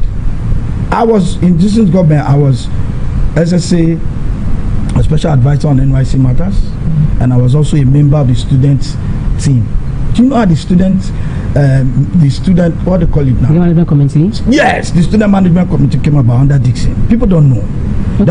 I thought that was a DB creation. Huh? No, I was a member of the SMC. Yes, I was having two portfolio but one pay. Do you understand? I was having two portfolio but one pay. Do you know how that thing came about? Dixon called us. Said, look, I can't pay bus drill. All is coming 6 billion, and 6 billion is not even able to pay our state civil servants. Everything is going up to 4 billion, so there will be no money and all of that. So we can't pay bus drill. So your excellency, if you can't pay bus drill, it will not be too good because we have students. It's our culture, it's our tradition to pay bus drill. So I can't pay bus drill right now. So what are we going to do? Started brainstorming. So okay, set up a scholarship board. He did. Well, it seems you're in Dixon's, you're in the NDC, so we'll talk about all those. But no, I'm trying to he asked me a critical question, which I needed to. Please respond to it, please. Because I said, when we are in this side, we don't talk. Why is it that when we're opposition? That's why I'm trying to come. I said, this administration, it depends on people. I was also in this administration. We fought for this administration. We stood for this administration. So he will call you, Dixon will call you, want to hear from you. And if your argument is superior, Dixon is going to hold on to that. That's how we argued Dixon. I said, okay, SMC should come on board. People should now manage students' activities and also work in consonance with the scholarship board so that they will benefit scholarship to the payment of their fees. instead of having 20,000, 30,000 for so many persons, and the very poor ones that their parents can't pay school fees will be suffering. That's how the argument came about. So when Bosre fizzled out, he brought Scholarship Board and SMC.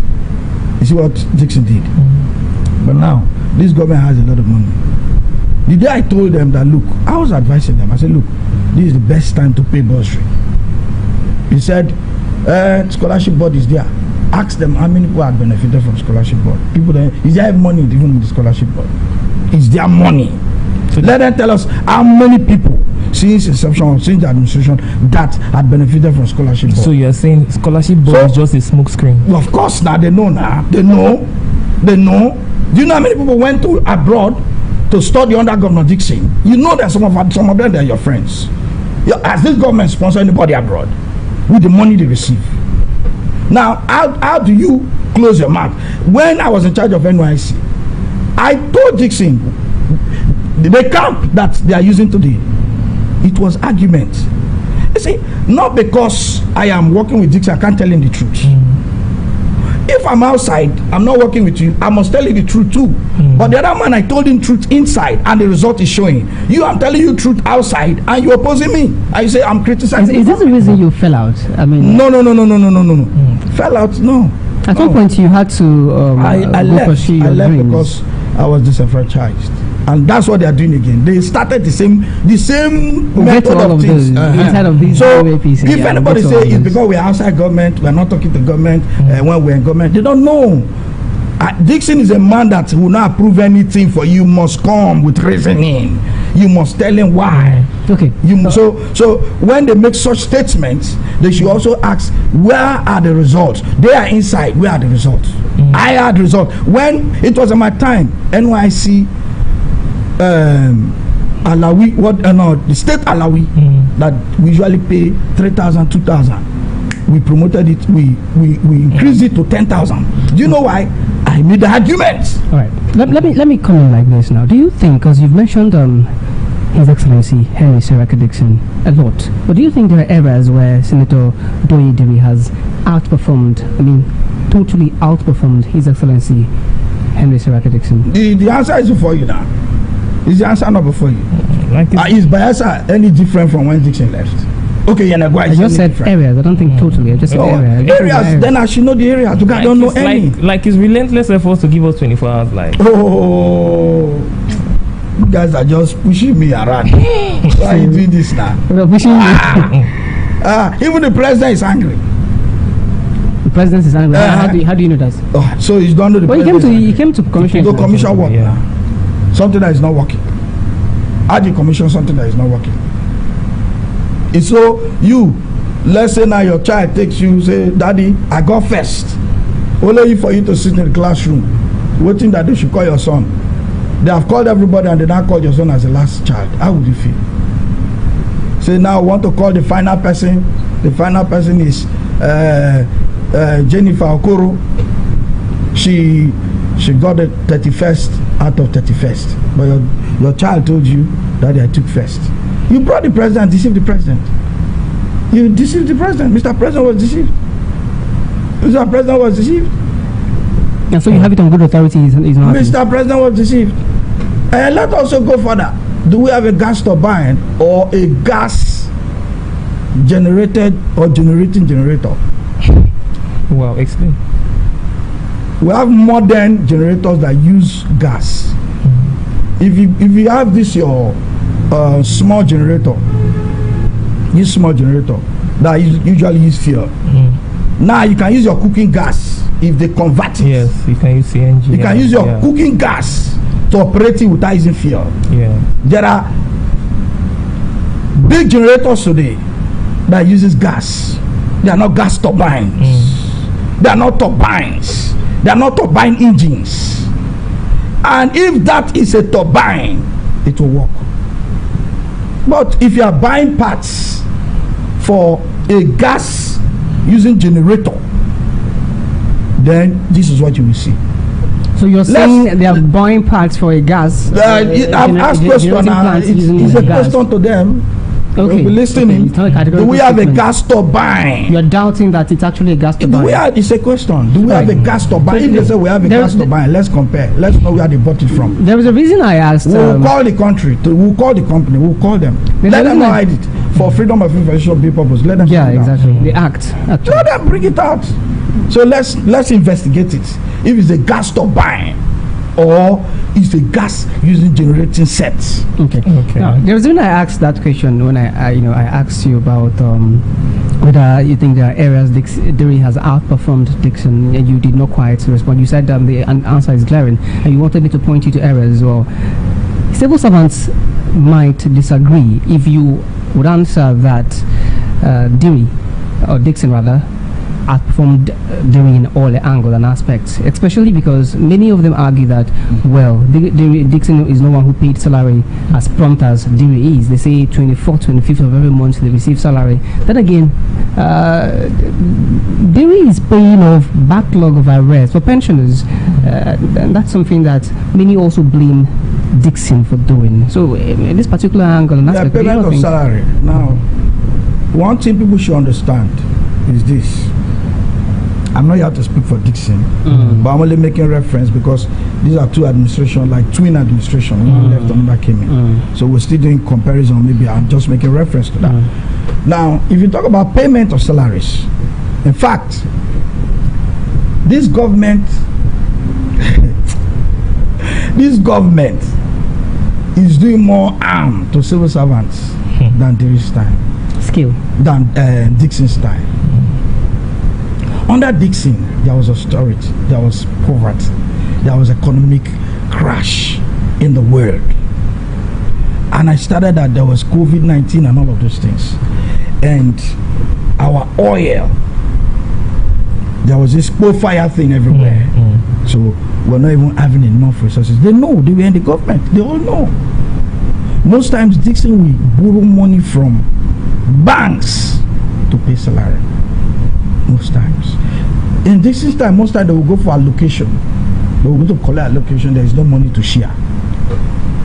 Have you forgotten that it was in Dixon's time Buhari was helping states to pay salary? Buhari was giving people money, states money, to help to pay salaries. How is that Dixon's fault? And not only that, do you know that Dixon did not collect that money? Dixon, that's how prudent Dixon is. He did not collect that money. Now come to this time that subsidy is gone, they are having billions. Was it not during Dixon that we had the Paris Club refund? Paris Club reform came towards the end of the administration, not the beginning. Find out. And it was not given in one tranche. Yeah, even if it did, could he not have started the process to, for instance, pay off the backlog of arrears for pensions? When you talk about back payment or backlog of arrears in pension is not paid like salary. I hope you know. That's why even this government is not paying pension like salary. They pay in badges. They took time to this committee that went and did scrutiny, those that have died and all of those things, they had to pick them one after the other. It takes time. It's not something that, even when they came in, they didn't start paying pension immediately. No, go and check your fact. I knew when they started paying pension because my elder sister is. But they release money every month for that purpose. That's what I'm saying. You said under Dixon, why were they not paying? Why was he not paying? I said there was no money. You now said Paris Club. I said Paris Club came towards the end of his administration. The end of his administration, there was no way he was going to pay it like salary. That's what I'm saying. But they did start the process. No, you can't even start the process that you have not verified. You need to verify these people now before you make payments. That's why I said I don't really know how much they did all of that. But his payment, I knew it was equal for him to pay pensioners. He was struggling to even pay salaries. He was struggling to pay salaries up to the point that he had to even do verification to drop workers in NDU because we are having too much of money they spend on the school activities. I know all of those things. All right. I know all of it. But the thing is, the fact, let me now bring it to understand. Let people not understand today. Today, the money entering this government of prosperity administration. If an SSC in my time, because we were receiving 400,000 as SSC and 100,000 as running cost in the office, that's 500,000 for an SSC. If today an SSC is still receiving the same thing that under Dixon's tenure, Dixon was still paying them out of that meager allocation. Hold on. During Dixon's SSA salary was 400k plus running cost of 100,000 and 500k. Are you saying under Dewey's government they're still being paid 400k? No, that was Dixon's first tenure. I'm coming. That's Dixon's first tenure. When Dixon came in that time, things were a little bit rosy. Dixon was paying it as he was doing it like religiously, and even bought cars for SSAs, PAMSECs, essays, commissioners. But under this government that came in with so much money, when I mean so much money, go and check the allocation. Forget this story of inflation. What is inflation? Is not buying something in the market. So what have you bought that the inflation is affecting your money? That's why I said those are economic terms. You can only say inflation when you are exchanging dollars to naira. It will affect you locally, bros. The money in your pocket. Now you go buy shingom, buy yam, buy everything naira to naira. Do you understand me? Inflation is coming from we exchanging dollars and lack of productivity. Any government that fails to engage in production will suffer because your naira is not being strengthened. Well, that's a national matter. No, it's a state matter too. Produce food in this state. Let's see if people not buy sheep. When I came in December, people were giving me plantain because everybody is resorted to farming. I didn't buy one, so my money was saved. So where's inflation there now? It's perfect. You see, that's the thing. They always tell it's federal. It's not federal, sir. Tinubu is not saying states. You are the one to affect the people direct. Local government, you are the one to reach the people direct. So now you now remove states, you now remove local government, you say federal. What about the money now? So why didn't you remove the money? You would have said the money federal government is not giving them. So forget this language of inflation is when it comes to it. No, it's because lack of management of our resources. When people don't manage resources, they tend to call terms, use words. Okay. If you imagine that the governor, so this government is still paying. The governor decided one day that I have made wide conversations, like he said, and I don't decide like this. Say I did go NDC. Would the state of the argument change, being that you will now be in the same party with him? You see, hey, maybe you don't also know my kind of person. Even when we're there, we're criticizing. Even now, of course, you know, he came to APC. I was in APC. I stopped criticizing publicly, but I was criticizing internally. I was asking questions to top government functionaries. I said, why do people do like this? Why do in Koga nothing is there? I said, can't you people? What is the major thing in Koga people need to do? Let me bring this in now. You were in the PDP. I was asking questions even in APC. You were in the PDP. You left to the. But I don't come public. In fact, I had to stop coming public, because I had to listen to some people I respect and love in this administration. But I still ask them questions. These people are doing is not correct. So it doesn't mean I must always come public to say these things. Like now, you've given me this medium. This medium is still advising them. His Excellency, start to pay your appointees well. If your appointees eat, the ordinary man will eat. Bayelsa State is of two very important factors. Number one, civil service. Number two, political appointees. We don't have industries. Okay, well, you were in the PDP. Let me cut in. You were in the PDP and you pay left. Them 400. The SSAs, buy them cars. Buy them cars. You can do that. But you claim that he has not done enough, especially the projects that touch civil servants should be paid well too. If he has not done projects that sorry, let me say something. I used to not see River State. At the end of every year, don't you see what Fabara does? So you question that, and that's one thing I wanted to say. You mean in this our small states, governor no fee give us 100,000 or even 50,000 as Christmas package. Did you see that last year? With the billions. I don't know true with that. They said some persons got some. Who are the some?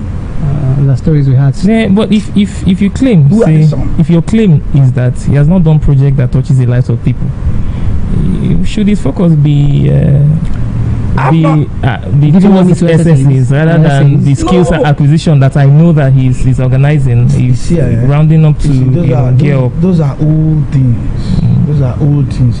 You don't do. Those are some of the projects His Excellency is doing in his name, in quotes, is for local governments. Local government should handle those skill acquisition things, for God's sake. That shouldn't be the priority of government. If local government is handling skill acquisition, you will see the direct impact. Not when you are handling skill acquisition and people take these things to their houses and sell them because they need to eat. They need to eat.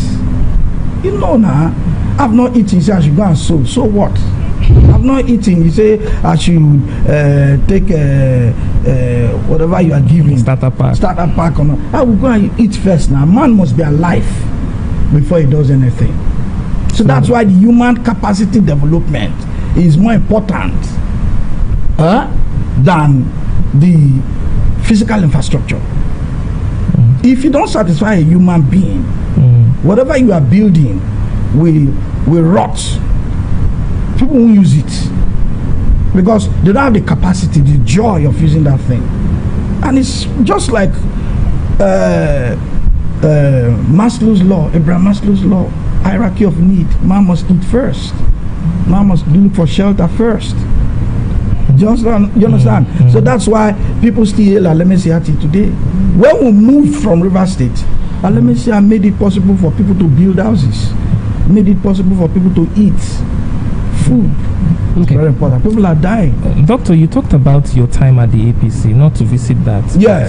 There was a time in the APC that, and still a time where there's the concept of the old APC and the new APC, where there was APC persons, and then there's recent campees, including the governor now.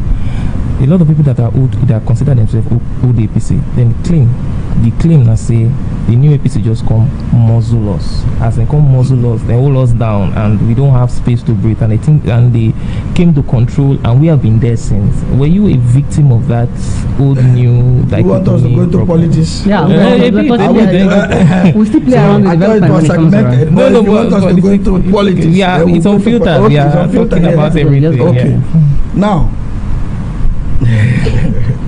Old APC and new APC.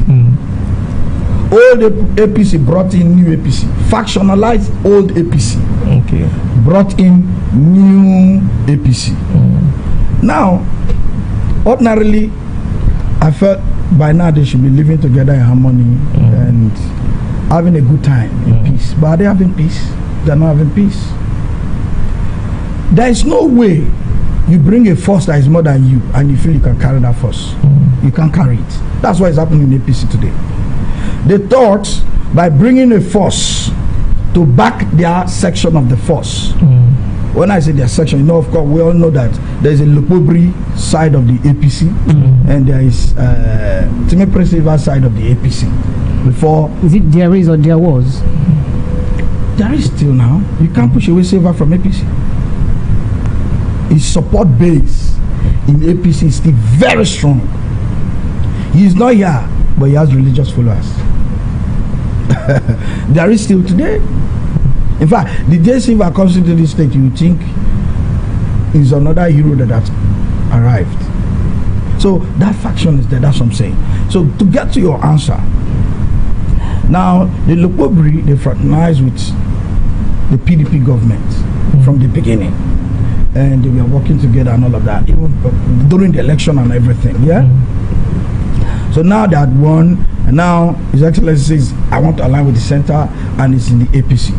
But through the channel of the Lopobri faction into the APC. Now, Time Presiva is out of the way because of all of those lying talks everywhere about school, whatever it is, I don't know. So he's out of the way, he's not in the country. Now they've done their congresses, they brought in whoever they like. But is there peace? Even amongst them that were friends in the APC. They don't have peace. They have serious issues among themselves. So coming to take office was easy for the prosperity administration, the governor's angle of the PDP, because they're in charge. And if you know, in APC, the federal government said, or Tinubu and the APC said, the governors are in charge in their states. Okay. So if you like, be a minister, the governor is in charge. Your leader is the governor. So he's going to decide it as he wants. So that's what's happening. So the governor wants, he's not going to have a baseless party. He must have his own base. And his own base is what he's pursuing for. Because how can you be a governor and you don't have the structure? So, especially the party structure. So if I'm getting anything from what you're saying now, you're saying that he came to meet 2 factions already and it's a 3rd faction. Yes. So there are 3 factions in the APC. No, it's not. It's not. He was through the 2nd faction. Yeah, the okay, 2nd you came faction. Through the 2nd so faction. He wasn't coming as a faction. Okay. He was already taking sides with one faction that supported him during the election, because they didn't support Timothy Silva. They were with the governor during the election.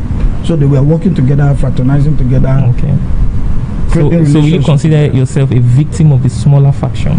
Yes, to an extent, because especially in my place, I was available to work with them, but they came, they never called me for any meeting. I was around December.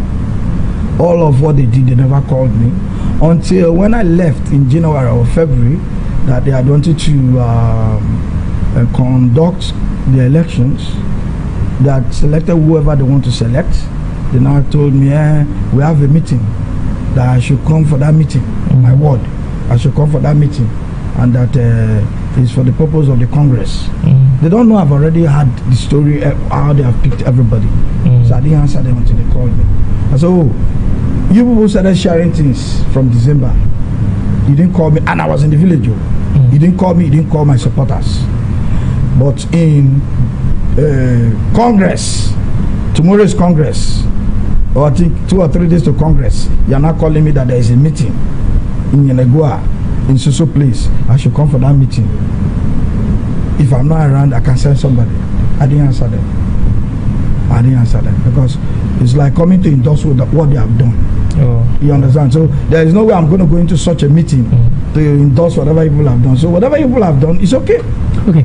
Did you leave the NDC because you felt the APC rather, because you felt the governor and those who were making the decisions would not favor your maybe political ambition? Do you have intentions of running for office again? I left the APC because I was not seen as part of the APC. I was in the APC, sidelined, but not seen as part of the APC. So Divi placed you out of the APC. So let me put it this way: there was, as they came in, they now had a new APC from what was APC. So you are establishing that there's an old and new APC. That is what they came with in the APC. Yeah, that they are the new. In fact, they were telling us to our face that we are going to occupy all the offices, and you can do nothing. You understand? So of course I understand it's possible, because the governor needs a structure. But where I will not embrace is when I am a nobody to you. I can't stay where I'm classified as a nobody. at my level today in society. Even if I had not gotten to an extent, I've studied to an extent. So their unwillingness to recognize you and know that you have capacity and also hear your ideas takes you out of it. Not really recognition. I might not even be very big for them to recognize me. So I'm not even looking at why didn't you people recognize me? No. Why didn't you people recognize me? No. What I was looking was how you guys would have called everybody together. One house, okay. And not divided house. You came into the house and you said, I own this house. From today, those that are in this house don't speak. Don't say nothing. Whatever I say is final. No, I don't. That's authoritarian. And I don't strive in an authoritarian environment. That's why I use Dixon as an example. Dialogue. Let me prove myself. Reasoning. And that's where even development comes.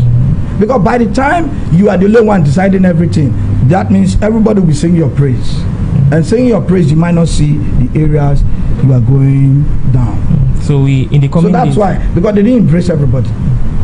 They didn't embrace everybody. No. Do you know that the meeting they called, the first stakeholders meeting in Kolga, they didn't send to us. They didn't send meeting notice to us. Nobody did.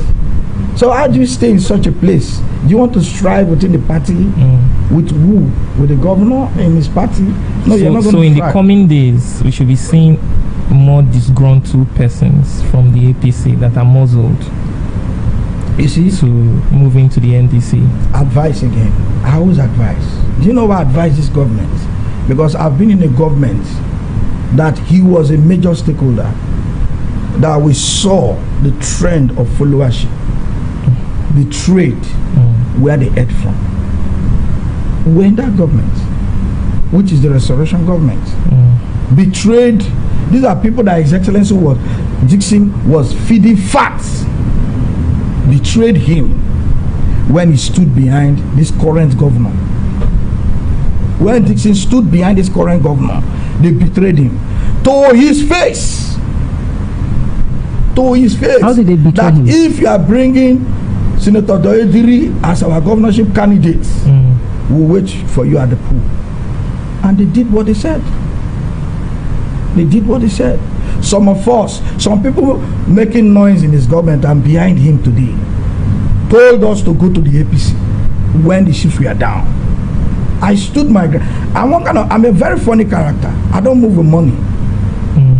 I told them, I said, we're going nowhere. It's time to build the PDP. Now we have failed, right?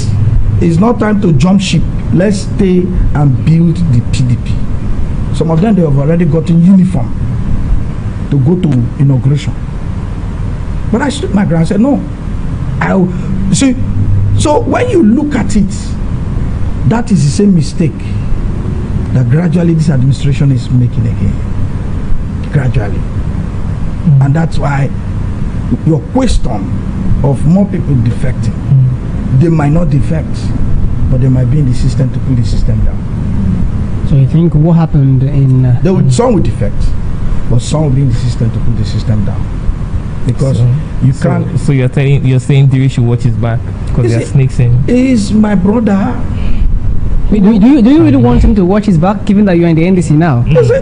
Would you not favor I've never wanted him to fail. They call me critic of his government because I'm pointing out things. Go check my page. Everything I point out, if he does those things, it will be for his credit, not for me. But his social media people, they don't like good things. They feel, and I told them when the ships will be down. No, well, that's for the past, not that Dixon. But when their own ship will be down, those same people will be the people insulting him. Now check very well. I can count how many of them Dixon made social media SSs and essays. They are not insulting Dixon. From Dixon's government. So an example of it should not fall on you if you are wise. But I'm really concerned, Dr. Appa. You were Diri's executive assistant at some point. Yes. I'm very worried. I'm concerned rather. So how it all fell apart and you had to leave. Is it that he was not at all listening to what you had to say? Is it that like that? It wasn't listening at all. Yes. So you had to leave such position and left for APGA and all of those. Yes. When it comes to that aspect, what happened to me should not happen to any other person. It shouldn't happen. Do you know what happened to me? You said you were disenfranchised, if that's what I was disenfranchised, but not only that, humiliated, cast out. Cast out. People would like to know, so they would be watchful also, right? I was not interested in contesting for House of Assembly. I wasn't interested. Never made that move. Never. I was supporting somebody for 4 tenure. Even spoke to the person in New York. go for 4 tenor. I'm supporting you. Do you know my reasons? I told 1 or 2 persons. I said, if you go for 4 tenor, now that the governor is there, new set of people will come, and stakeholders is going to nominate because it's his first tenor. So, but you have experience, so you are going to guide the house in favor of the governor. So we don't need a first tenor person from Kolga constituency 1, where the governor is from. So you go back and do the house arrangement for the governor. That's what I told them. So I wasn't interested.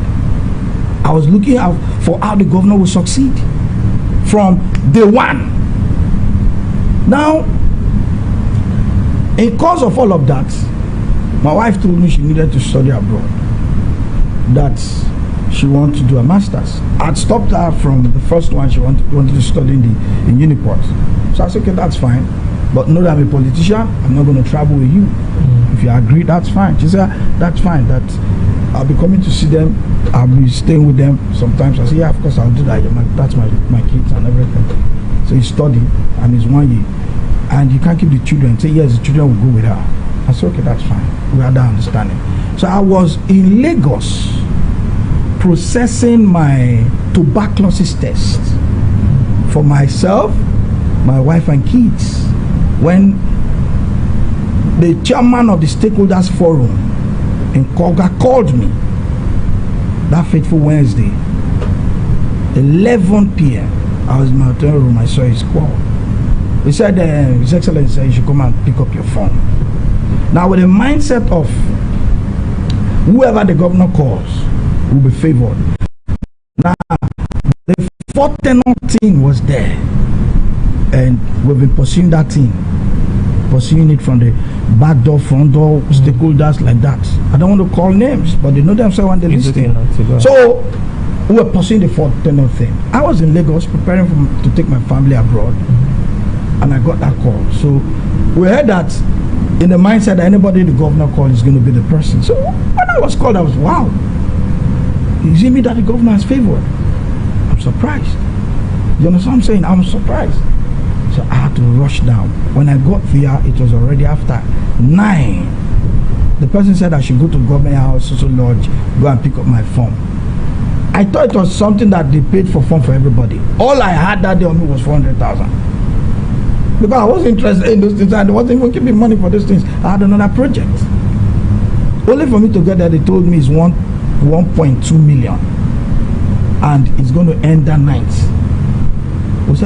I pleaded,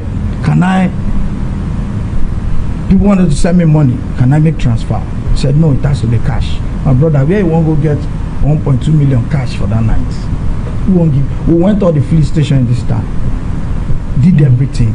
If I tell you where that money came out from, you won't believe, but I won't want to say that to the public. But miraculously, that money came out. We bought the phone. I was so tired. I had to go to church that night. I thank God for the privilege to be called on. The following morning, I went to the office. Everybody, people were in the village shouting. Social media was agog. So I just I was taught by my father that when someone has done good, you go back and tell the person thank you. I said, before I take this form, do you know that I don't know the color of that form till today? Because it wasn't opened. I don't know what was written, how the color was. All I had was the brown envelope. I was so exhausted that I had to keep that envelope on my dining. It was on my dining table. So when I got the following morning, I got to the office. I told everybody in the office, hold on, let me go and tell His Excellency thank you. When I went to government house, I went to see His Excellency to tell him thank you. His Excellency now called me in and called the former PDP secretary. He was the one that said His Excellency called me. So we went into the room. Immediately I prostrated on the floor.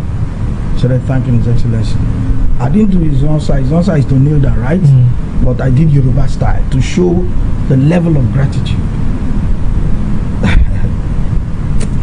My brother, I leave the rest for my memoir. When my memoir will be out, people will read the story. So, well, he did not receive you. That's the...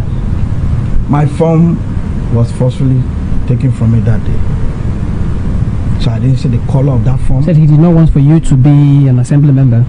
I don't know. Of course, that is what it means. And he had led you into doing that. He led you into doing it. You paid for the form, and when you came, he... Even my money to be given to me was argument. My form money was argument. But your move to NDC, and you're a Kulukumu Pukuma person. What 5? And ever since, let me put it on record, because people like this spilled all manner of lies that the governor gave me 20 million to settle me. I refuse. The day I left the governor's small cubicle parlor, or whatever they call it, I left that place till today. I've not spoken to the governor. I've not heard from the governor. So all the while you were showing that you were not quite happy with the governor. Do you understand? He still did not reach out to you. Till today, who am I now that the governor will call me? Am I anybody? So it's understanding. I think it's a pattern with the governor. I don't know. He doesn't quite reach out to people who are not exactly happy with his decisions. I don't know. Or who he offends. I don't know. That's his personal life. I don't want to talk about anybody's personal life. But I'm talking of my experience. So I did not receive a dime from the governor. I did not collect even least 50 kobo from the governor. In fact, when I was in London, I was in the hotel with him. They said we should go and greet him. I said no. Because if I go, people will say, you don't go collect billions. You know the way our people talk. So I had to avoid even meeting him. So out of rumors and lies, not I respect him. And I always respect him. I respect his office. And I always do that. But that doesn't mean I won't speak. I must speak when I see something going wrong. So you're using can you use this platform to address the rumor, debunk the rumor that the governor tried to reach out to you to offer you a certain amount and that never happened? My name is Apaswayo Kelvin. I'm a Christian, we don't swear.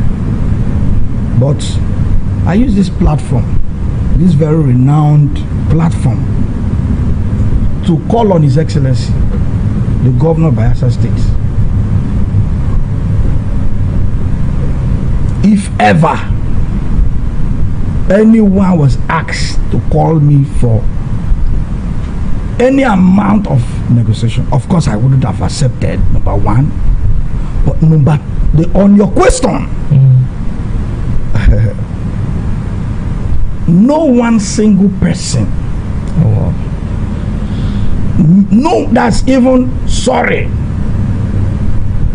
No one single person, even sorry, you don't happen like this. Take it in faith, good faith. Take it in good faith. Don't happen like this now. Do you know that my name was written down as chairman of Kolga? Chairman Kolga, and this governor fought it out when he was senator.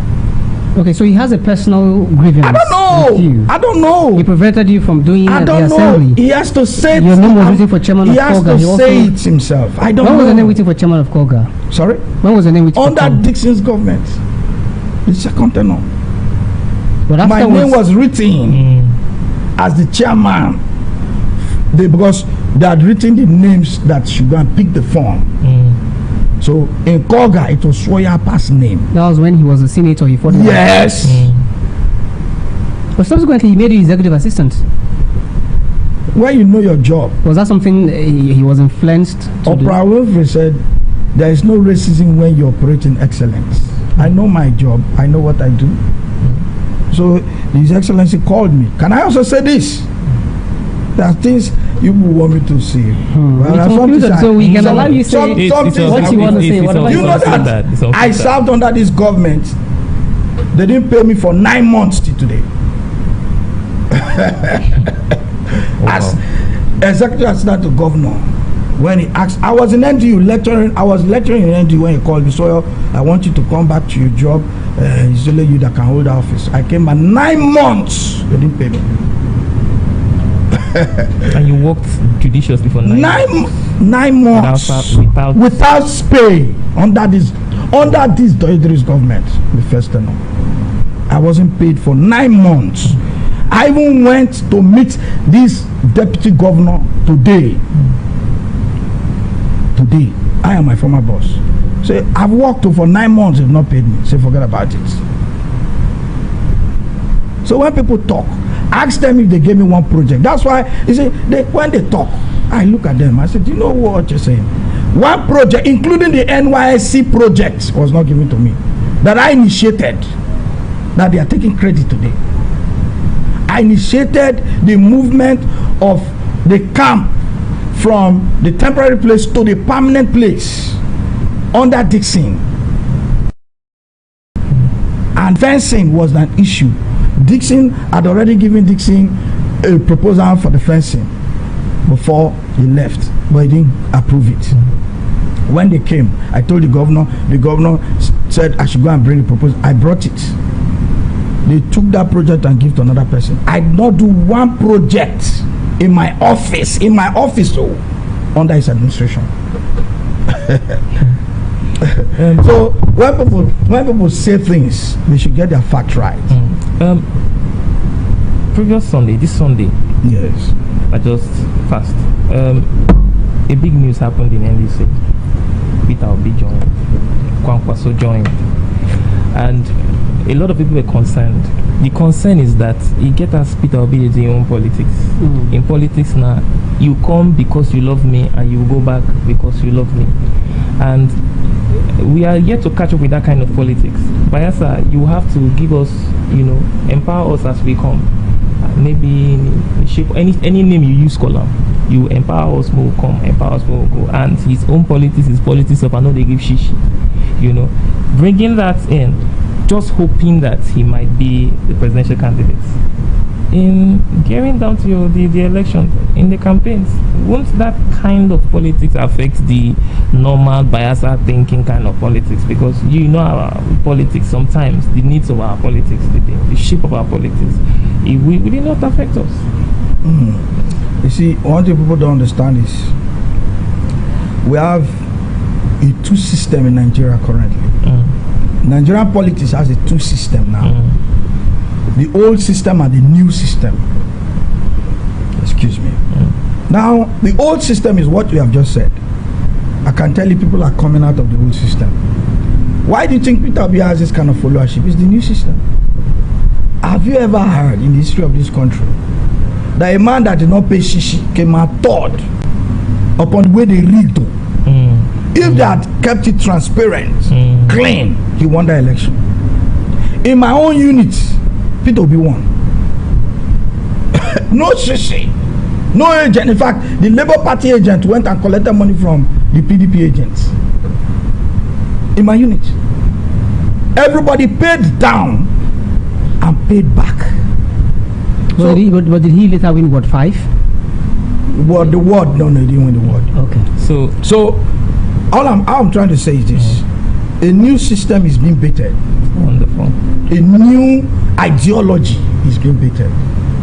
Don't take it for granted. When an ideology is a movement, it starts like this. Before you know, people will reject your money.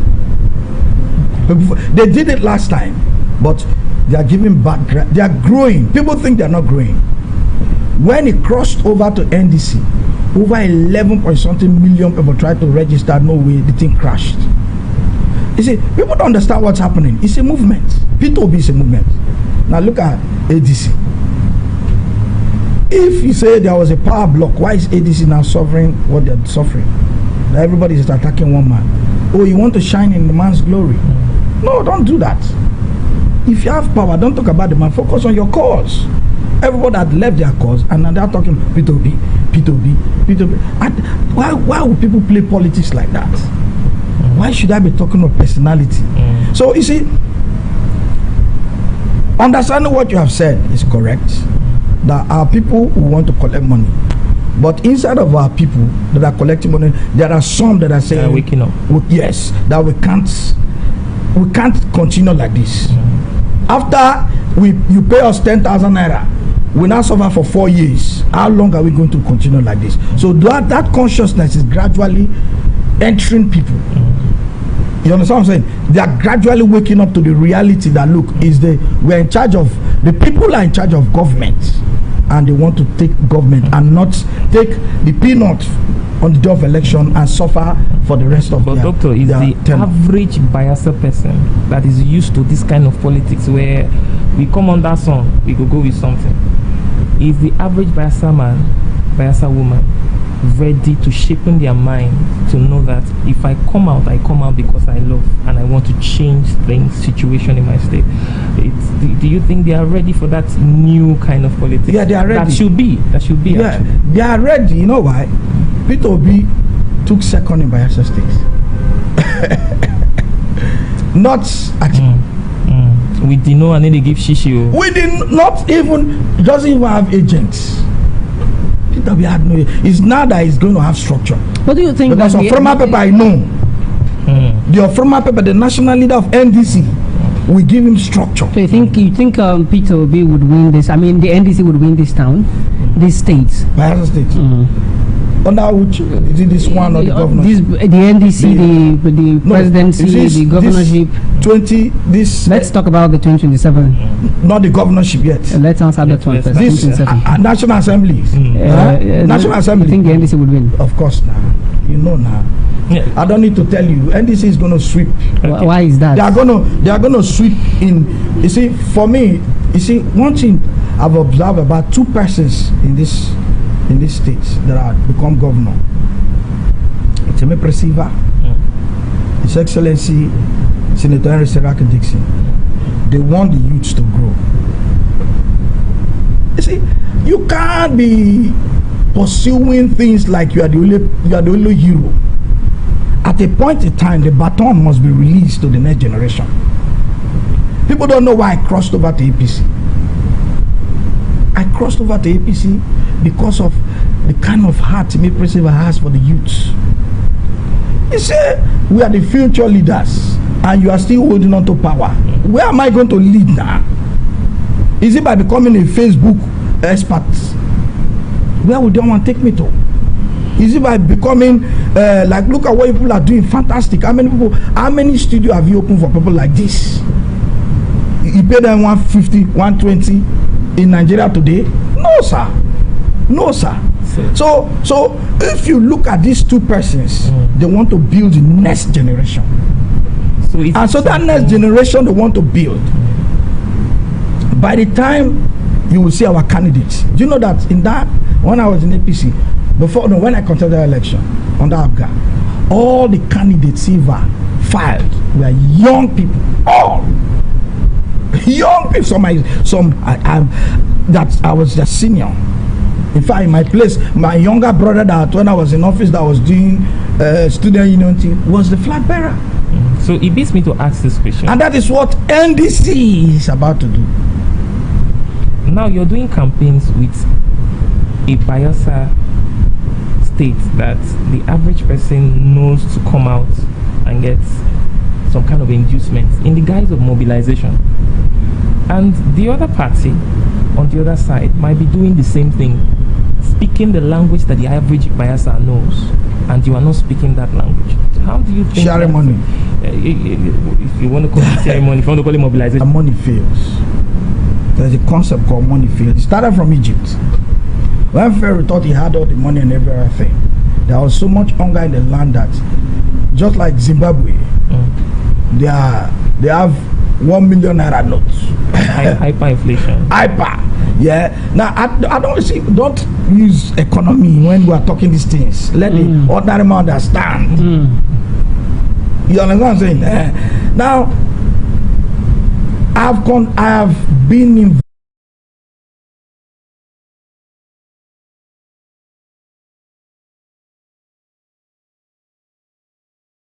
But we need ideology is very difficult to kill. We need that ideology in 2027, according to yes. The NDC would want to. Yes. So let's now see how it will operate.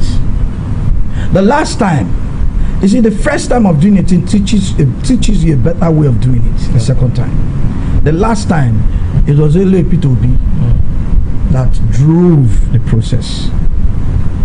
But now, people don't understand. Everybody has said happy to be.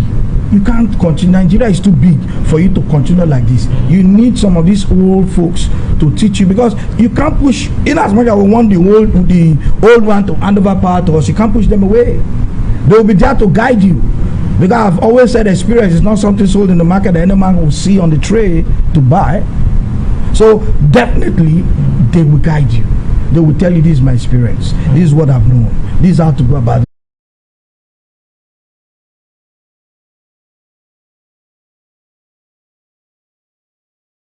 PDP is where it is today because they refused to sell form for the man. Even though it came late, the court said no, we would allow him to participate. Now you have disenfranchised someone and the person has taken it to court in Abuja. They're in court. So if that court case comes, it could be Zamfara River State case by APC. Okay, well, that is ongoing in Bayelsa. It's ongoing in Abuja. It's ongoing. They know now. They know. That's what happened in Zamfara. That's what happened in River State. So his boy still do not give you his support. Do you think that you can best his team? His prayer is better.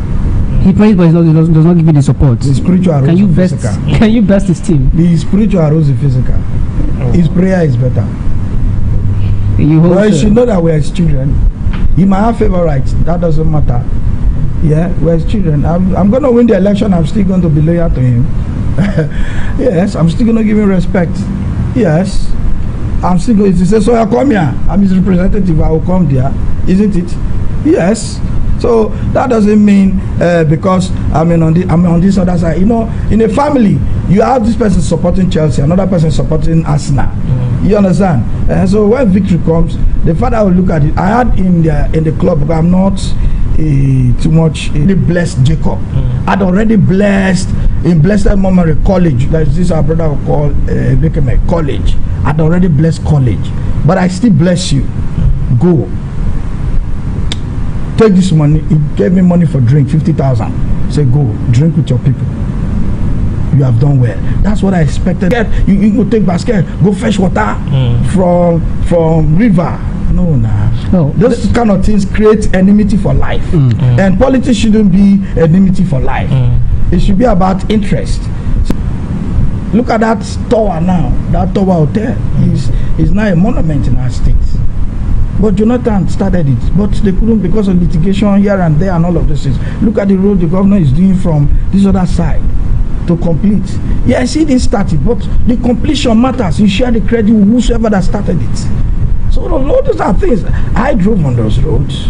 So why should I say the governor has not done well when it comes to those things? He has done well. Well, there are stories we heard about the Tower Hotel that it was when it comes to those road prayers, sorry? Yeah, that the Tower Hotel you mentioned. Times cannot be fixed is human body. But structure like that, they will amend it. It just payment. I heard they're still under payment issues and all of this litigation, all of those things. You know, I just use that as an example. What I'm saying is, where the governor has done well, I give him credit for that. But where he has not done well, I point it out. That doesn't mean I am condemning the governor. I'm not saying it's just like someone, draft. If you are playing draft or you're a footballer, you're in the pitch or the football pitch, you might not know how to tackle. But the person outside is moving his leg. If I play like this, if I play like they are seeing better how you can. So I am now outside your government. Okay. I'm seeing clearer. By His Excellency, why don't you give scholarship to organs? Why don't you give scholarship to member brass? Why don't you give scholarship? Why don't you build the next generation? Why don't you send them? Like some of us, we have links abroad that all you need is just your scholarship letterhead, and people will just move out of this country and start studying. Well, there are many persons that would also say, you want to say something before I get to some other part? They've been rumored that the rumor is sitting on the backdrop of the people that leave the APC. There's been rumored to be attacked by the governor. Case in point is the youth governor, Joba Komoko. A lot of his followers online have claimed that there's a threat to arrest him and witch hunted by the administration for his leaving to NDC. Do you believe that the government of the government of the APC can go as far as doing that? And if you believe so, do you think that it poses a threat to people like you that have left, and as it stands as a deterrent for those who want to leave. As a protective measure. In my case, they told me to my face I will suffer. That I will suffer. I will know they make themselves demigod. They feel they are God that control the destiny of others. You understand what I'm saying? So in my case, they came to my face. So if they can do that, to me, not to talk of you, governor, that is in-house, close. So anything is expected. But I want to also believe something. Most times people act out of their own will and want to put the blame on the governor. Most times they want to act in eye service. Like, we don't do them. We don't do them. Okay, now we do them. Now we do them. Leave them for me. Leave them for me. I go handle them. You see, the governor, I know, is a peaceful governor, which everybody has always commended him for. Yeah? He should maintain that peace.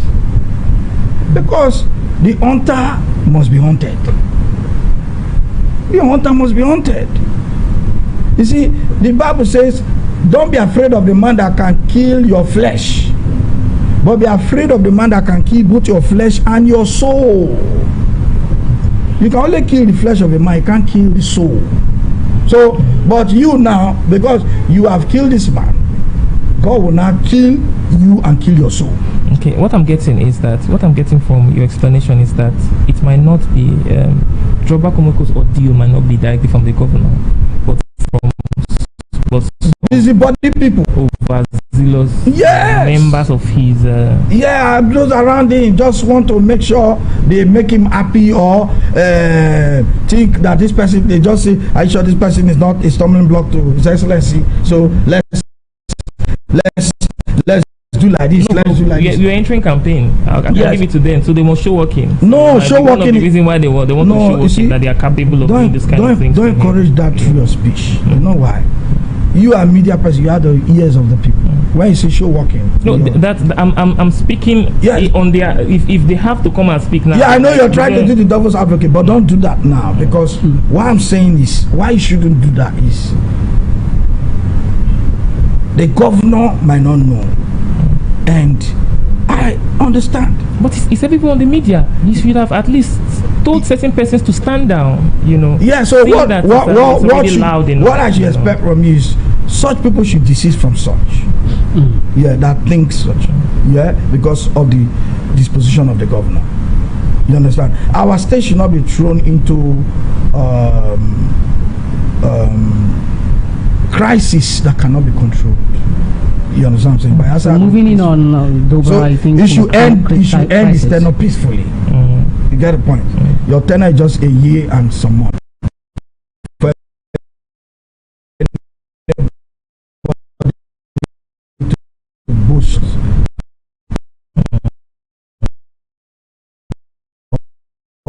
Pride about. You understand what I'm saying? That shouldn't be so. For me, anybody that is thinking of attacking youth governor is only being a busybody, because the man has not come to insult governor. Even if the man does, the governorship seat is for insult and for praise. That's like some people are singing your praises. Some people are saying no. For insult or for criticism. That's criticism most times comes with insult. You understand? An insult is not only when somebody says you are stupid, you're big head. So some insult of the advice could be indirect. Some of the advice you have left for the governor on the prosperity government, there are many persons that will say, yourself, how have you been doing? I mean, in your own little capacity, you mentioned scholarships and all of those. Have you done any of these things you're asking the governor to do? At least lead by example, since you're the one suggesting these things. Like, I mean, if you had a foundation, what have you been doing with such foundation? You see, I'm one person that don't like blowing my trumpet. I just believe that whatever you are doing, it should be done secretly. People should be the one to say it. My page, my foundation page, I just decided to post again because I thought, if you post there now, are you sure you're not telling the world what you are doing? So just leave it. You know, scholarship. If I tell you how many people I pay school fees for, you won't believe. There are some that are in NYC camp right now. Even today, I had to send them money. Those in camp, I had to send them money because camp. I've been to camp most times. You don't have something. I know it's struggle, but you still have to sustain them.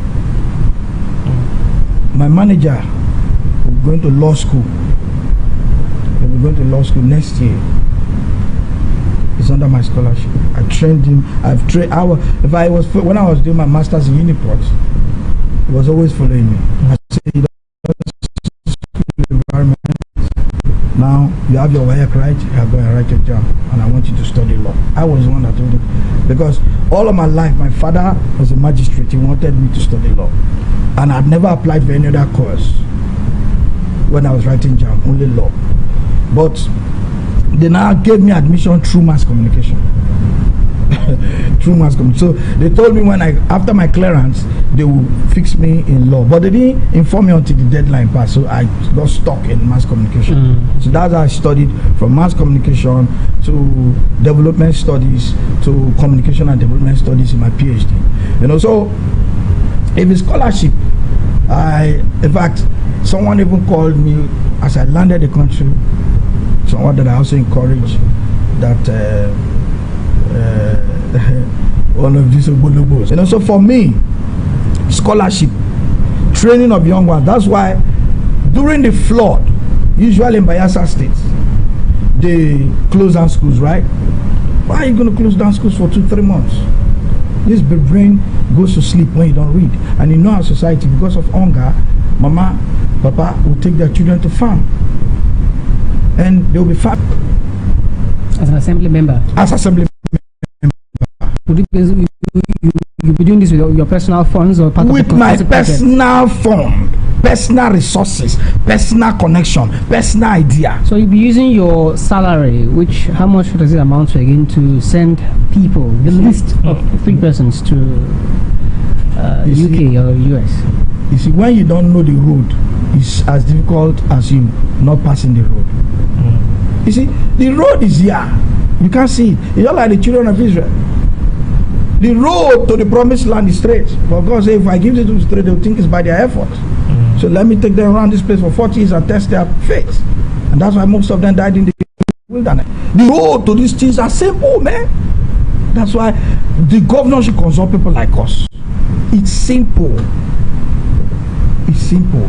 When you enter bus in the UK, you won't hear a Bayelsa man or a Rivers man. It's Yoruba, Igbo.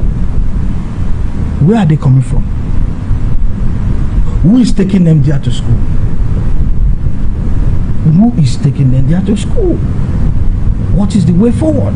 You see, so these things are simple. Until I landed that country, I never knew it was that simple. But in lieu of sending people to the Yankee or the UK to school, how about bringing those persons here and having them teach the students here? So I'll come to that. So for my foundation, that's what we do, and it's going to be for a lifetime. And we'll be doing it face by face. We'll be doing it as God blesses us. We'll do it. Then we'll also take care of the aged people in our society, our mothers, our aged fathers. If that is that's my passion. You see the difference? With that mega location coming to the state, Dixon was paying those parents. Those are things I would say.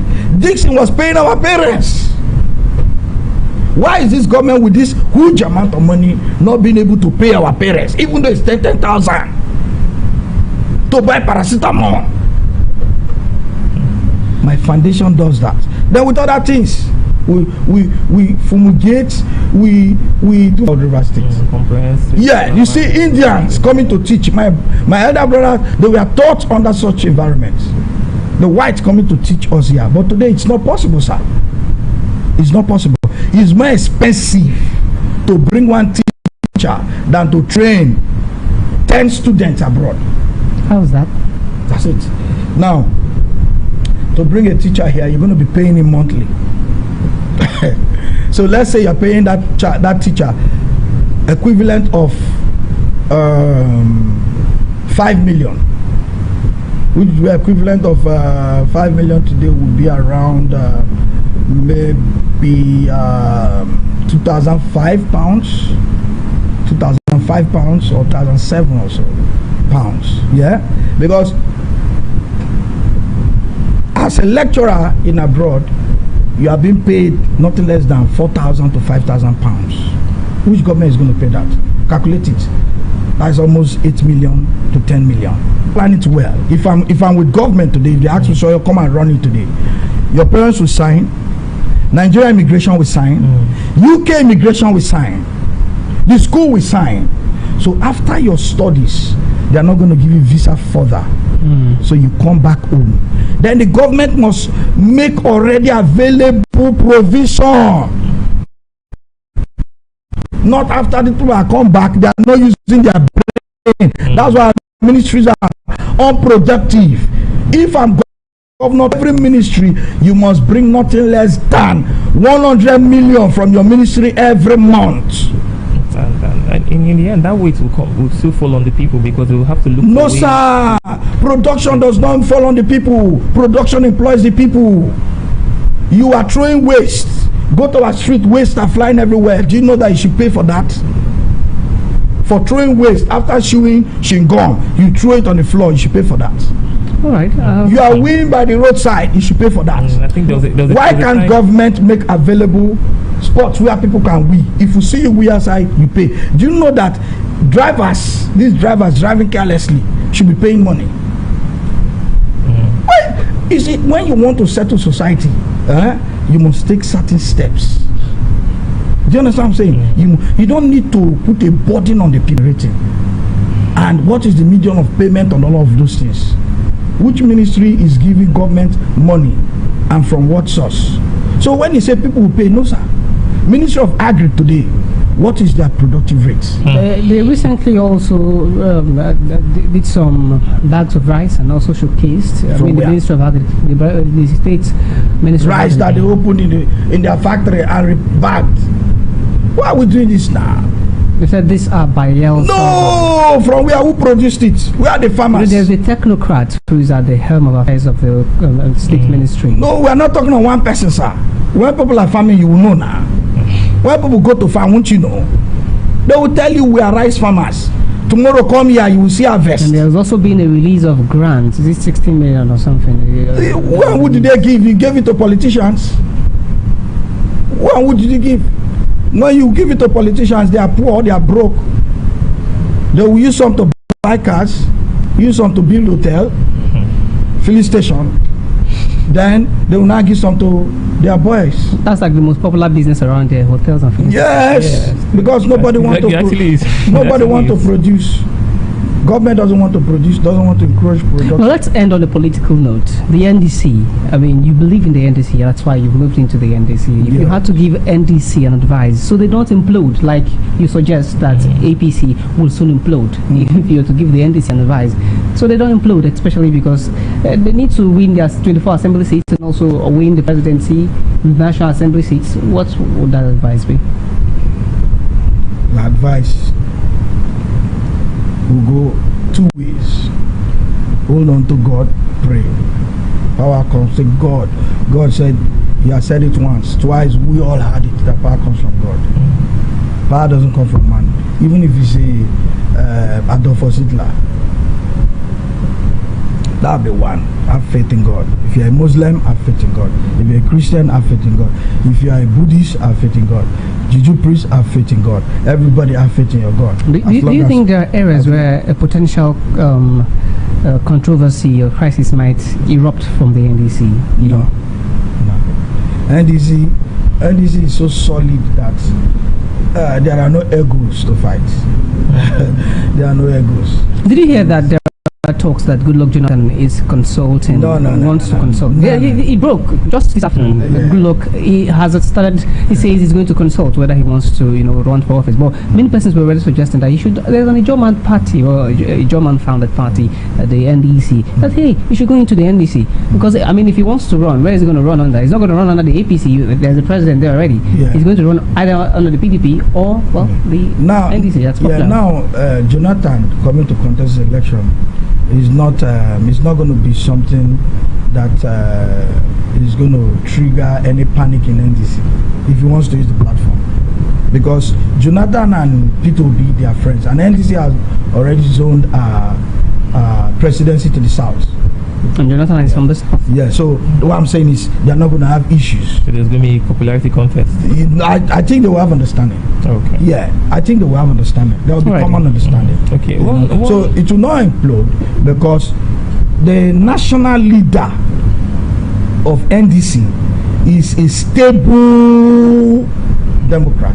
Is I call him the Nostradamus of politics in Nigeria. So he's gonna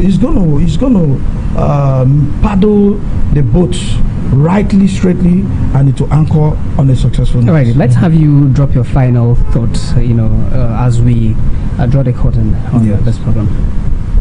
My final note on all areas, on all issues. My final note is Bayelsa should remain peaceful. Bayelsa should remain peaceful. And they should all come out to embrace NDC because it's our own.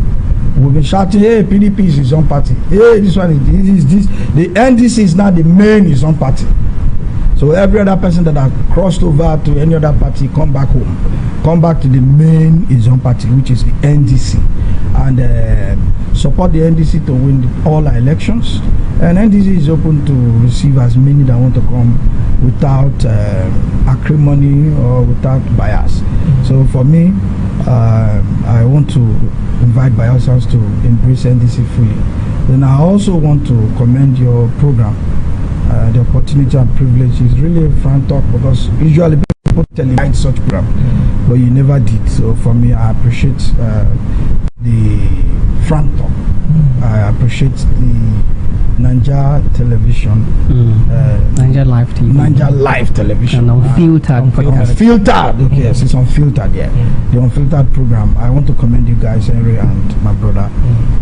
Commend you guys for what you are doing and all of your leadership and staff of this program. Thank you very much. Thank you plenty. Thank you. Dr. Sawyer. It's really been a delight doing this. And hopefully we would rub minds pretty soon again.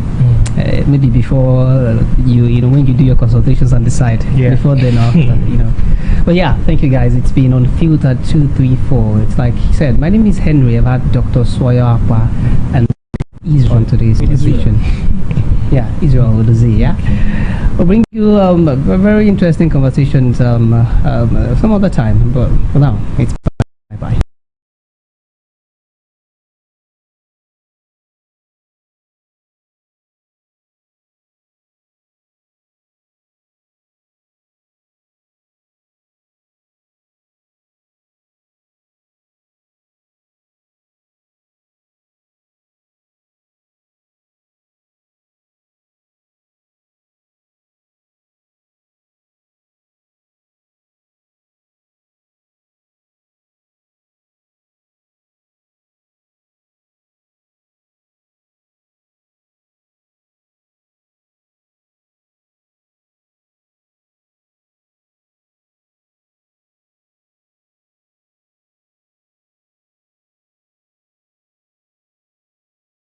From 1998 up until this present time, the Ijo Youth Council and the Ijo Youths have, it's been a very, very long history, and the formation of the Ijo Youth Council in 1998 through the Kayama Declaration, it's something that really has aided the area that's now known, of course, as Ijo territory, and there's been a lot of changes, in the struggle for, many would say emancipation, but a struggle for resource control, basically, struggle to ensure that the Ijo people have something from these resources that is abundant in their area. And so today let's talk about this changing phase of Ijo struggle and also the politics inside of this Ijo youth struggle. And so I'm joined today by someone who has been in the forefront of Ijo youth agitation. He is a one-time chairman of the Ijo Youth Council, St. Ozone.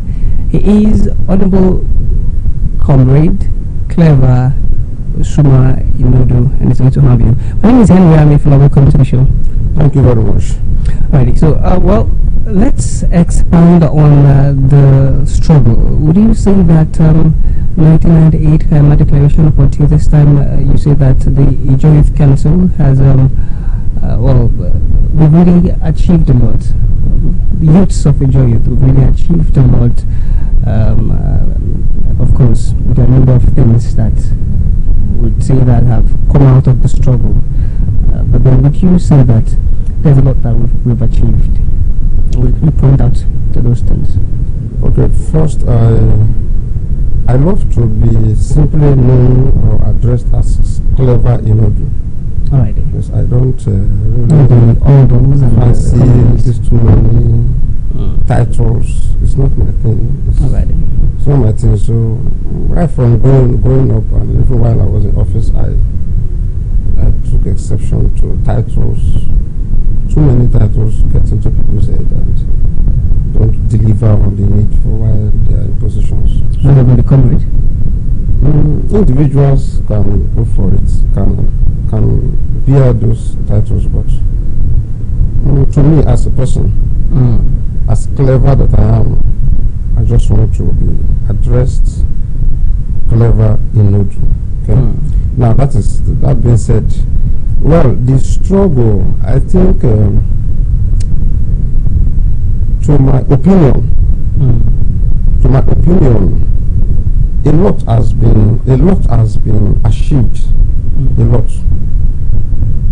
Like the common saying, we are not there yet. We are being envisioned to be. The things we intend to achieve, we are not there yet. But if we want to begin to enumerate things that the job people or the Naija Delta have achieved, I think sometimes we'll go back home and even blame ourselves. Yeah. Resource control, agitations, a lot has been said, and we are still talking. It is on the basis of the resource control we have amnesty program. It is on the basis of the resource control we have Naija Delta Development Commission. It's on the basis of the resource control we have Naija Delta Basin Authority. It's on the basis of the resource control we have even the Bayelsa State government. It's due to agitations of the job people, of the leaders. The leaders now sat, proposed, engaged the federation that Bayelsa State need to be created, and the magnanimity of the then president, Bayelsa State was created. Recognition for a job people. That is why Bayelsa State is the Jerusalem of a job people. You know? A lot. Our sons and daughters have been appointed into various Nigerian parastatals, you know, graciously by the providence of God. Nigeria recognizing that this place, this God-owned Ijo nation fits the Nigerian states. And even some part of West Africa, you know, even Africa in its entirety, deem it fit that Ijo land should produce a president. And graciously we were given the opportunity to produce a president. That is resource control, isn't it? That is the agitation for resource control. Yeah. So when we had the president, there was the Honorable Minister for Petroleum that manages the affairs of resource control, that manages the affairs of oil production. So the resources were in our hands. So far and near, to take it further to the near future, we have not been to where we intend to be, where we envisioned ourselves to be. But coming from where we were years back, I think the agitations have yielded some level of results. Okay, well, what do you say? There's rather a dwindling zeal, you know, to this struggle, because it seems that too many persons are relaxed now. The presidency that the Ijos got was really as a result of that keen interest and the keen fight for resource control, and immediately we had the amnesty, and afterwards the presidency of well, Nigeria also majors had that one, but well, since then it seems as though we're resting on our laurels. Okay, as a person, as an individual, to take into account the recent, not even recent, the happenings in the Nigerian states, I have traveled and I pay attention to details. So as an Ijaw man, we have not achieved anything. Now, I will not say that we are resting on our oars. I would rather still call on Ijaw people, Nigeria Delta at large, to continue to agitate, continue to speak on our voice. First, as somebody that has played critical role in the activities of a special agitation council. One basic thing we have to do as Ijaw people is to hold leaders responsible. One basic thing Ijaw people need as it stands, as it is now, take it from Clever Inodu, is to hold Ijaw leaders across board responsible. Why do I say so? We are holding various positions as far as Nigeria state is concerned. Take for example, today we are hearing Kirsten Pondes, we are hearing the Tantita doing a lot to secure our pipelines, oil and gas pipelines infrastructure, thereby making the Nigeria economy boom. That is as a result of the wisdom of God in his life on the management of that team. That is to tell you that the Ijaw people are blessed with human resource. So it is now been leveled on us to explore those capacities we have. Okay? Now, there are individuals, there are people that we are handling this pipeline security surveillance, whatever they call it, some years back. And the result was never commensurate to what is happening today. Okay? Now, people do not even know that there was such contract some years back. Do you understand? But you will agree with me that for the level of, because of the level of open-mindedness, the kind of heart the man that is running that job has, who he is, that is the true Ijaw man we are talking about. When we have one, it is for Ijaw people. It is not for me and me alone. So if every Ijaw man will have a large heart like what they are doing, reaching across, it's a general resource. Okay? Like I used to tell people, some of these positions we are holding as young people is not the position to change your life overnight. It's not. Some of these positions are a litmus test for stepping forward. Okay? So when you have some little positions today, you want to begin to use it to build all the houses immediately. You want to amass all the houses immediately. There is tomorrow. You will not be able to deliver on this responsibilities that are on you. You will forget why you are there because you want to quickly develop your life. But you forget that tomorrow you come back again for something. Now, if we have had in time past these persons that we are managing this job, living this kind of life with the job, they opened up. We went there, myself and some leaders, we even went there for meetings to engage, even offered advice how this processes, this thing should be. There was open door consultations across board to all communities that are affected with oil and gas activities, you know. So what they are doing has deliberately reduced crime activities.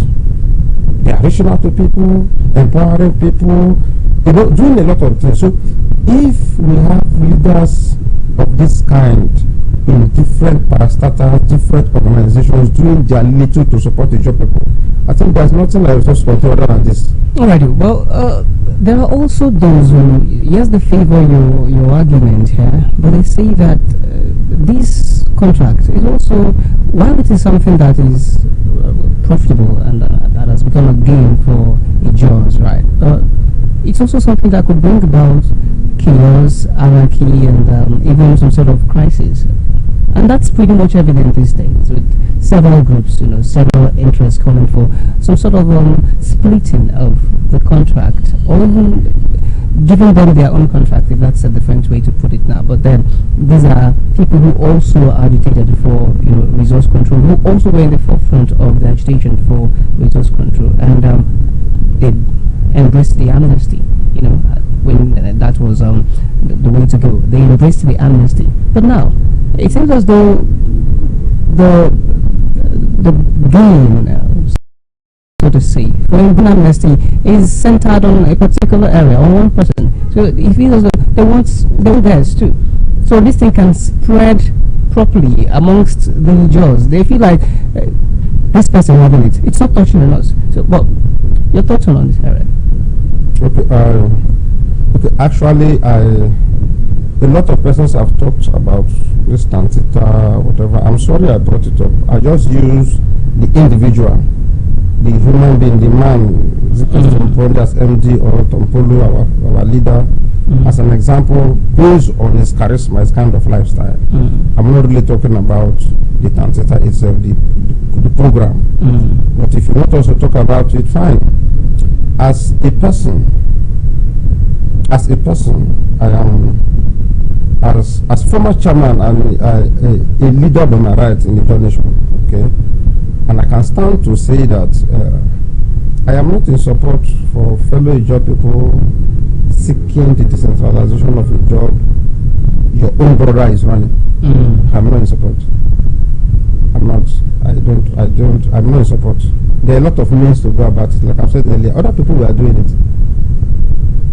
Other persons we are doing the same job, brother. Some of them are even from Bayelsa State. So now nobody knew this job was running, but because of the magna, they felt like it is a job people.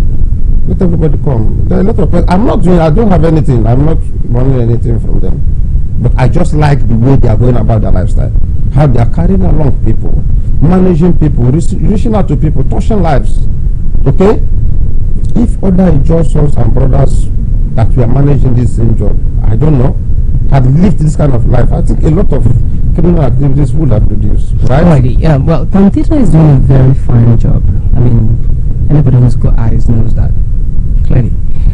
We have moved from, lower than 1 million barrel per day to over 1.5 billion. Well, around 1.5 billion. Well, that's some great progress there. Howbeit, there are still pockets of oil theft. And there are many who think that these areas where we still have oil theft prevalent, why don't the federal government give contracts? If you're not going to split that of Tantita, to basically, it's not because of the money. That's why Tantita is doing it. They're doing it because they have to protect the interest of Nigeria, right?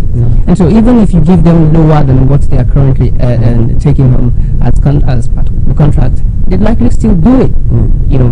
So either you're taking from them or you're just taking from elsewhere out inside of Nigeria coast to give to another, maybe just to help with the protection of the pipeline facilities and oil infrastructure, knowing that, well, all of these crises could become a thing and even dovetail worse than it is now. Okay, to add to what you are saying, let me just say this. There are a lot of benefits in oil and gas business. Like I've said now, like what you just pointed out. Rather than seeking the removal of decentralization, already the job is decentralized. Okay? Yes, already. Because there are people in Okereka, Calabare, Asari is handling some parts, Joshua McEver is here managing some parts, Some leaders in that's the contract.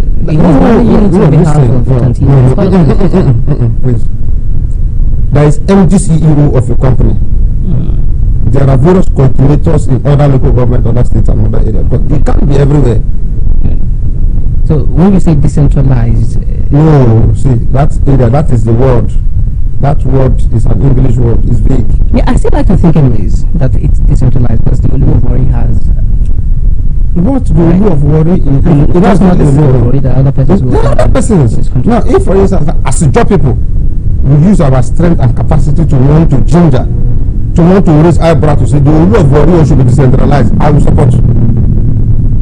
I just have a view. Yes, I have just one view. Okay, because many persons have said that of the Oluwari isn't even bigger than that. Are you understanding me? So you're saying that let's harness our strength to call on the Nigerian state, because our responsibility is to protect the facilities within our region. That is not what we want as job people. We need resource control. Now, the federal government feel that the job people can do the job. Let us give them this responsibility. Okay, it is our facility. The oil and gas, it is in our communities. It's in my bag. It's in front of my doorstep. Let me secure the resources, the federal resources within my doorstep. Fine. Now, Oluwari is handling something. If as a job people, we are shouting on our voice that we should decentralize Oluwari, I will come and join. We will come. Those are anything that will favor a German, but not removing something from a German to another German. What if the argument becomes decentralizing it generally, not necessarily decentralizing that of Oluwari? No. Decentralize Oluwari own. We are talking about the instruments of the job people. Why is that? The worry man also has oil behind his back and. No, you are not understanding me. As I live, my essence of living and breathing is because of a job. You understand me? So you're first and German. Of course. So my agitation should be in favor of a German, not of disadvantage against a German. So my strength should be to protect. If a German is doing this particular job, why would I want to go and fight against it? Right. Before we progress in this interview, you're making a message to those persons, likely your brothers also. My brothers are my leaders, of course. Your brothers and leaders who are asking for decentralization, I beg your pardon, of the TITA contract. You're telling them that you'd rather want for them to start agitating for the decentralization of that of the law. Please, I'd like you to say this so we know. See, my brother, I must not have said it severally. First, we are job people. Okay? If we are agitating for whatever that should be decentralized, it shouldn't be our own brothers' own. Okay? The Olu of Wari's job is even bigger. Are you understanding me? Other people have been doing the job. It's not because the people managing the job, they are open-handed, they are magnanimous enough to carry along people, they will open their room for us to come and discuss, have meetings. How do we go through your community? We shouldn't take advantage of it. Okay? So please, our strength should be harnessed for the progress of the job people and the job brothers. Alrighty, we are back to the Joy Council proper now. There are many persons who they don't even want to identify as a member of IYC. They are rather tired of the several leadership crises that they likely they have, and the self-serving nature of many IYC persons, IYC youths, and so they're not very comfortable doing the whole "I'm an IYC person," or not. Well, I don't know what what you favor in this, but do you think that it is possible that, or ways where we could make Nigerian youths believe better or believe more in this struggle, that they identify more with the IYC and also discourage the self-serving nature of IYC, of many persons in IYC? Okay, first I want to say that there's nobody that will build a joint council for us. We have to own it. We have to take responsibility of it. Yes. If the council is failing in its responsibility, the citizens should first own it. First, I want to take time to use this media. It's been long I engage on media. If I believe, of course, elections are coming and I'm contesting, I will be moving forward very soon, begin to engage. Now, some of the things we did while we were in office, it was deliberate attempt to rebrand council. Okay, the Joint Council is an ethnic organization for all the Johnsons and daughters. Therefore, as citizens, first own the organization. In your house, own it. Don't, because of any little thing, you go to Facebook and begin to drag the organization, roll it on your own. Have you gone to your house to see the chairman or approach your leader to know your complaints and your issues were not addressed? No. Today, if we say we want to go and protest to shut down NEPA, how many of those job people in their houses will come out to protest? People don't do that. You understand me? Of course, coming back to you, it is because the process, I think, has been some level of gap between the job people, the followers, perhaps maybe leadership style, perhaps maybe follower lacuna from followers to leadership, or maybe the leadership possession. So now what we did was, it was deliberate. We tried to rebrand council. So that when you hear a joint council, you will not run to them. So we took time to renovate the office. There was no office for joint council. Okay, nobody was there, especially central zone. We next time put the office and the place, and I resumed work by 7:30 at the Joy House. Every community complaints, I stayed there to receive them and address them. We have to make sure that the joint council is here for you. That builds on the leaders. That's what I'm saying. Leadership. Then leadership has to be responsible for some of these things. Then followers matter. Followers is wanting to know that this organization is for me. Own it. Have it. When you see people talking down on the joint council, take responsibility, because it's the organization. Would you still describe the IYC of today as a pressure group, or you think they've lost us? No, it's still a pressure group. No, a joint council is still a pressure group. A joint council still serves the purpose of why it was built. How? Now, times are evolving. Okay? Times are evolving. Wherein you see today, as at those days, there was no phone communication. When they are going for programs, all of you will see everybody pack to a KK park or go somewhere, pack people's vehicle, and all of go to filling station and just cut away fuel, and that is why people are running away from council. You know? So that as the world is revolving, we have to make sure that we revolve with the world and we come to serve. How do we do that? Let me take an example. When we came on board, it was a deliberate ploy. Community president, so if you want to see this chairman, if you want to go to protest in oil facilities or companies around the world, please come to a joint council. Write us formally. Are you understanding me? We work with documentation. Write me. DSS will call me, Commissioner of Police will call me, Chairman, are you aware? I will call the youth presidents. Know their issues. If it is local content, I put a call to local content. Are you understanding me? If they don't respond, I will go to DSS, the Commissioner and the LCDMB will send representative. This is the youth president, this is the Swahili community. We will do that meeting and we leave. They will their meetings. Okay, well, let's I'm coming. So it's a pressure group. It's still a pressure group, but you cannot stay in your house to think that the people come and pressure when they don't know what you're going through. All right. So when you are faced with challenges, when there are issues, genuine issues, you are oppressed at your place of work. I heard in the office there was a lady. She came from Lagos. Company, she was a cook in one company, and she was not paid. I have to write the letter from here to Lagos. Copy my chairman, my co-chairman in Lagos. He took up the matter from there, and I think a meeting was held, and the result was, I think something happened at that time, because she's in Lagos, and there's a Lagos chairman there. So there's nowhere you go that there is no president of a joint council. If you're in Ibadan, you are under the office of the joint council Lagos chapter. They cover the entire Southwest. Okay, so a joint council is still a pressure group. It's just that times are evolving. So you will not see people come outside to begin to trek from here to that side again. That's why I said that. That's why I keep saying that people should not stay at home and expect a joint council to function optimally. No, you want the council to. People don't pay them salary. Leaders don't give you support. It's difficult to see genuine leaders that will come to say, Chairman, I see your letter, I won't go as a go protest. Yes, okay, no problem, I will support you people. It's very difficult. But they want to see you function optimally. How do you function when there is no level of support? Now, people will tell me that they are not supporting because RIC is a brigade, and that is what people enjoy.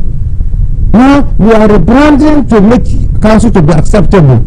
Yet you stay in your house to say, RIC is not a pressure group. But people are saying it is because we vacate, that's why they refuse to support. But when we wear suits to come and ask you for support because we want to do the exam to protest, you refuse to support because you said we are not doing hard work again. We are not pressuring again. But now we are doing it genuinely. You are complaining. So I don't understand. So now, council is still a pressure group. It's just that times are evolving. Therefore, we are trying to rebrand and evolve. Intellectual approach. Intellectual approach. How do we do it? For the first time in the Joint Council, as chairman, I appointed special advisor to the chairman on legal affairs. Because times are evolving.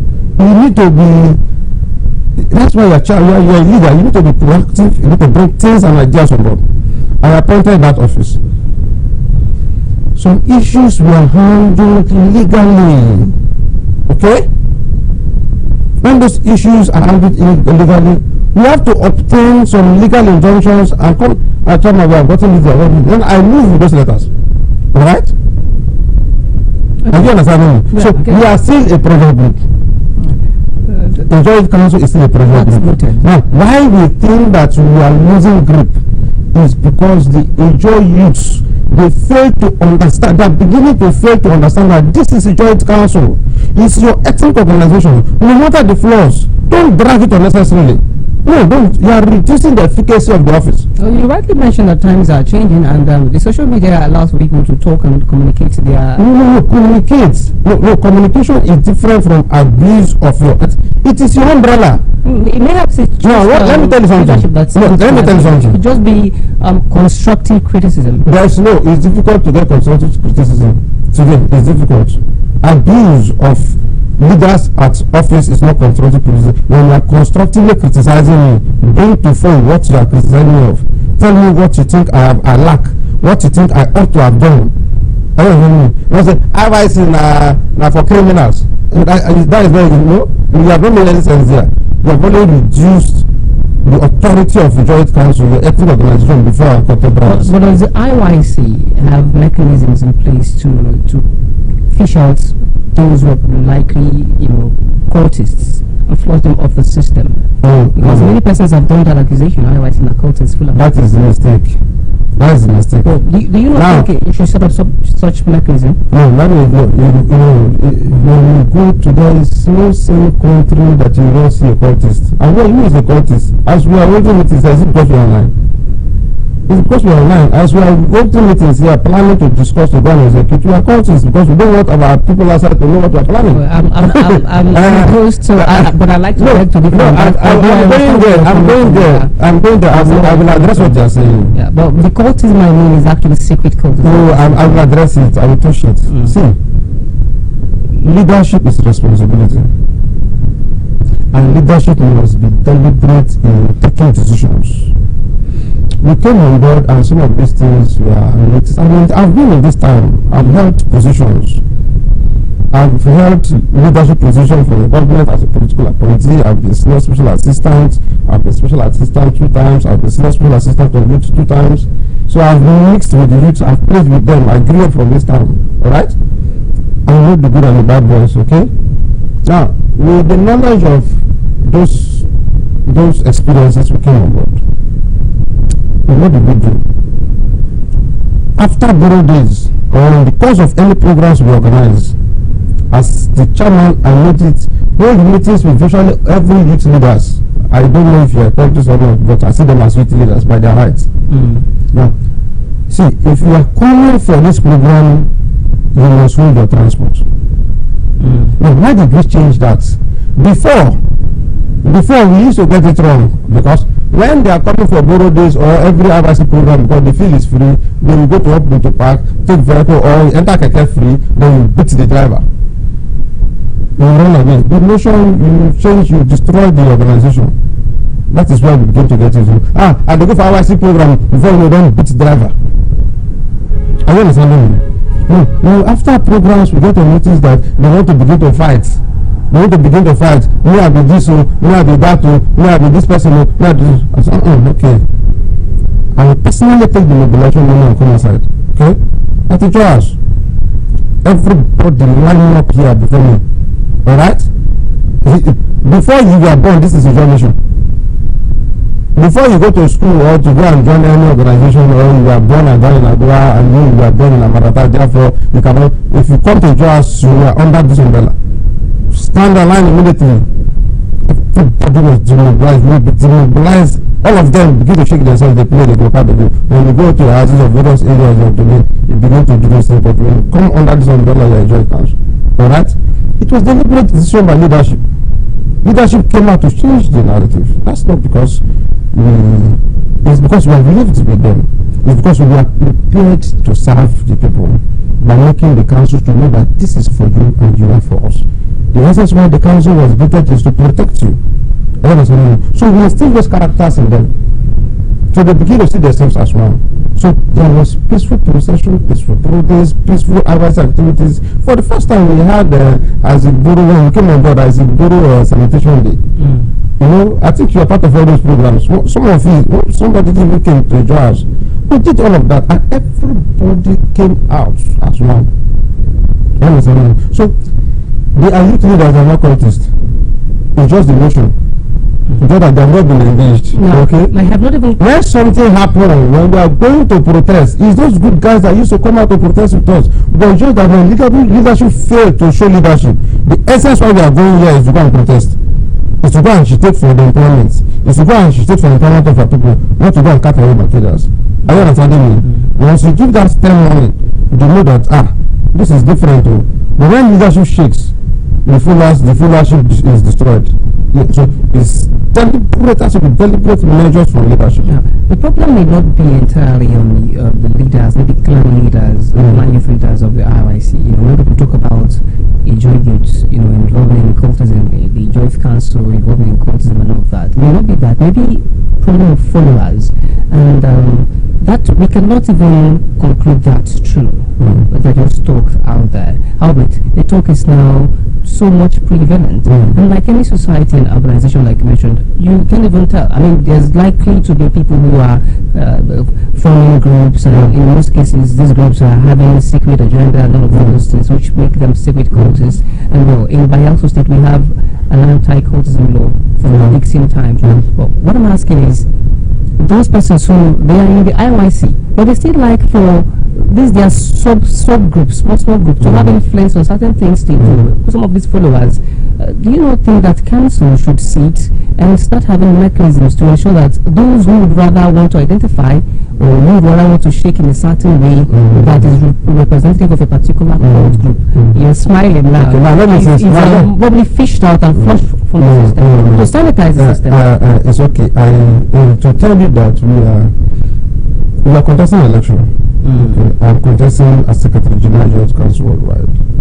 We are bringing experience to bear. Now, before you say this, let me tell you that we have done it before. We can do it again. When I was in office, you don't come to my office to come and call. They know it was in the public space. You mentioned shake differently. Because I know that. So now I'm telling you that we did it. So leadership has to just be deliberate. Even as my friends, when they come to the office, in front of me, don't do that. I stop them.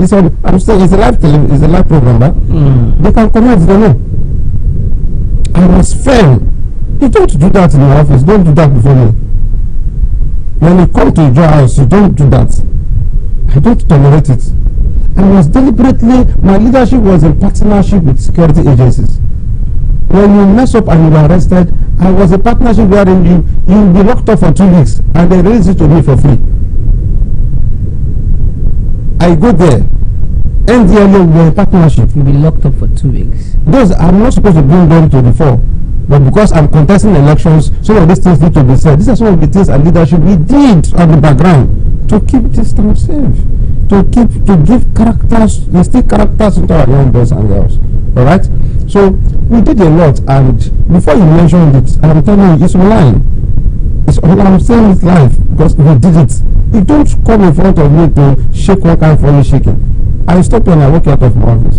If you dress haggardly, you go out and you dress properly to come back. Are you understanding? We did it. And this is one of the things you, as Secretary General, we did it.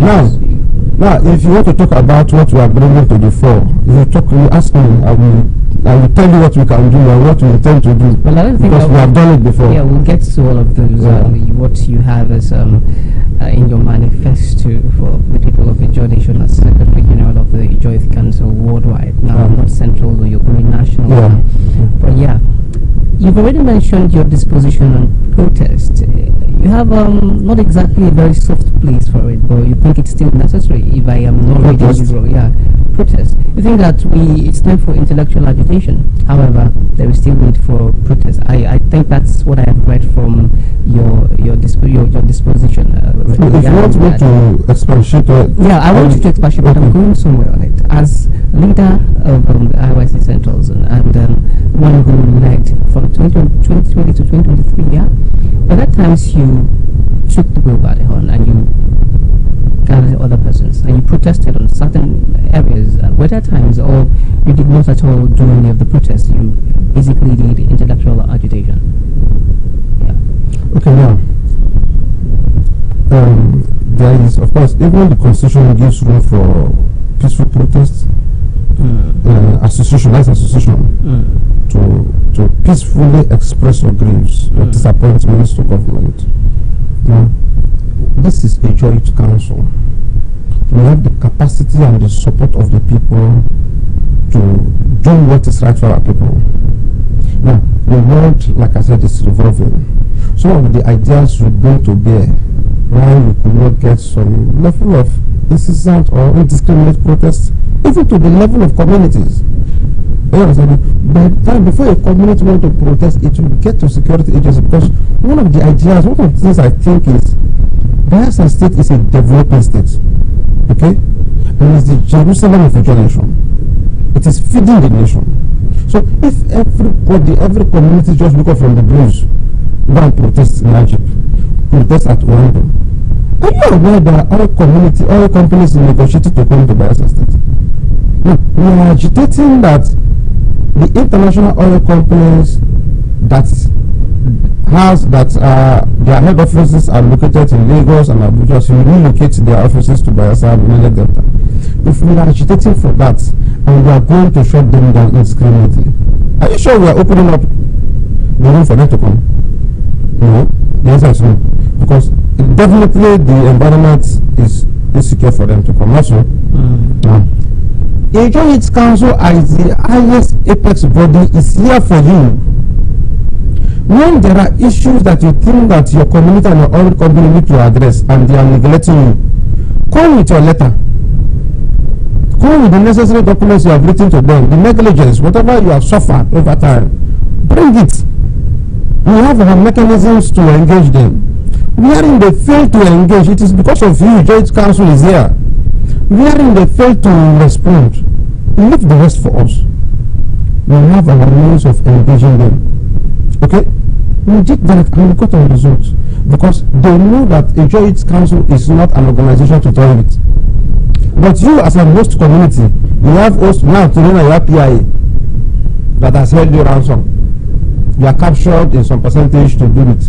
Okay? There are some Latin things you cannot even do again. But we that are the preachers of the gospel, we can manage your emotions. Then we can negotiate with them. Negotiation does not mean they are giving us anything. No.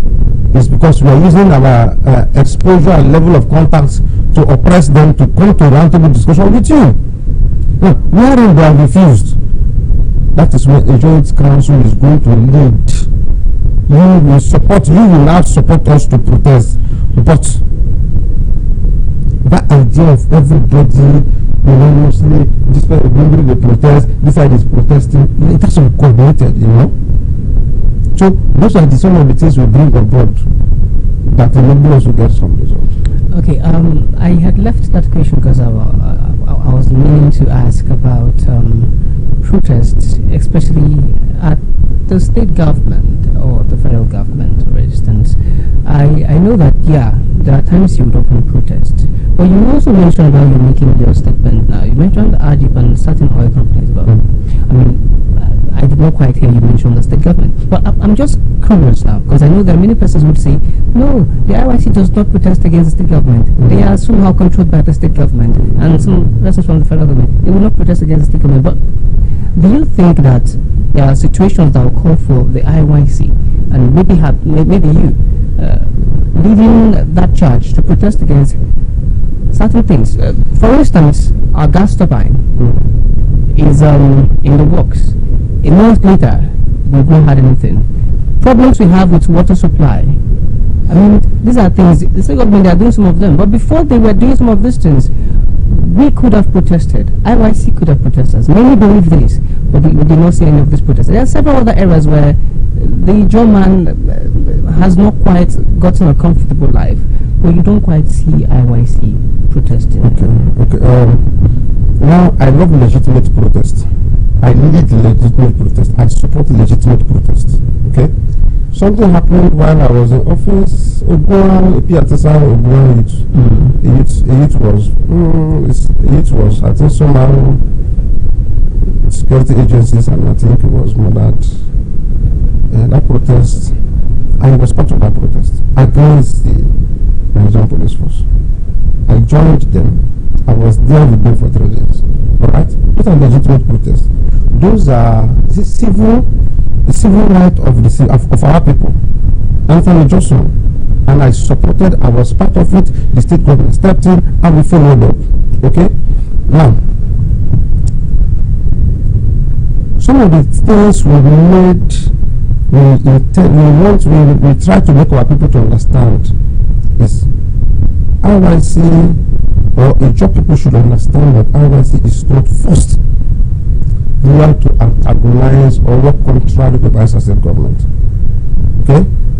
Bayelsa State government was created as a result of agitations of our forefathers. Alright? So any Bayelsa State governor or Bayelsa State government first, the Joint Council needs to partner with the Bayelsa State government, not to protest or not to fight against. People want to see that the Joint Council fight against Bayelsa State government. No. We have to work pari passu with them. While I was in office, I set up a Joint Council Project Monitoring Committee. I did that. My leadership did that. Where contracts or contractors are failing, we go for project monitoring supervisors. I will write to the state government, call their attentions, and those contractors are called. Do you understand where I'm coming from? The world is revolving. It's our state government. We must not protest for the world to see that. Because whatever IYC does, it goes very far. We must not protest, go to the people to satisfy the citizens. Once you do that, people will clap for you. No. As leaders, it's that you are selling out the generation of the generation, or you are marrying it. You must be on the path of promoting the state for developers to come in. Alright? So we wrote letters. A road by the federal government, right? It was the bridge was dilapidated. Yeah, I think that bridge links in Meningi to. We wrote a letter to the federal government. The Minister of Federal Government responded to my office. And in that letter they said it urged that because it was, I think it was the past that bridge. In that letter they copied Ajib and Shell. For that, Minister of Federal Public of Nigeria. We copied the letter. I did a paper note to the state government. So, see when we bringing intellectual struggle, right? Because it's our state. This is the Jerusalem of Ijaw nation. We are not here to. Ijaw Council is to partner with the state government. The areas we are going to protest against federal government, it is the state government that, unknown to people, sorry to say this, that's one of the things, we give it the internal backing.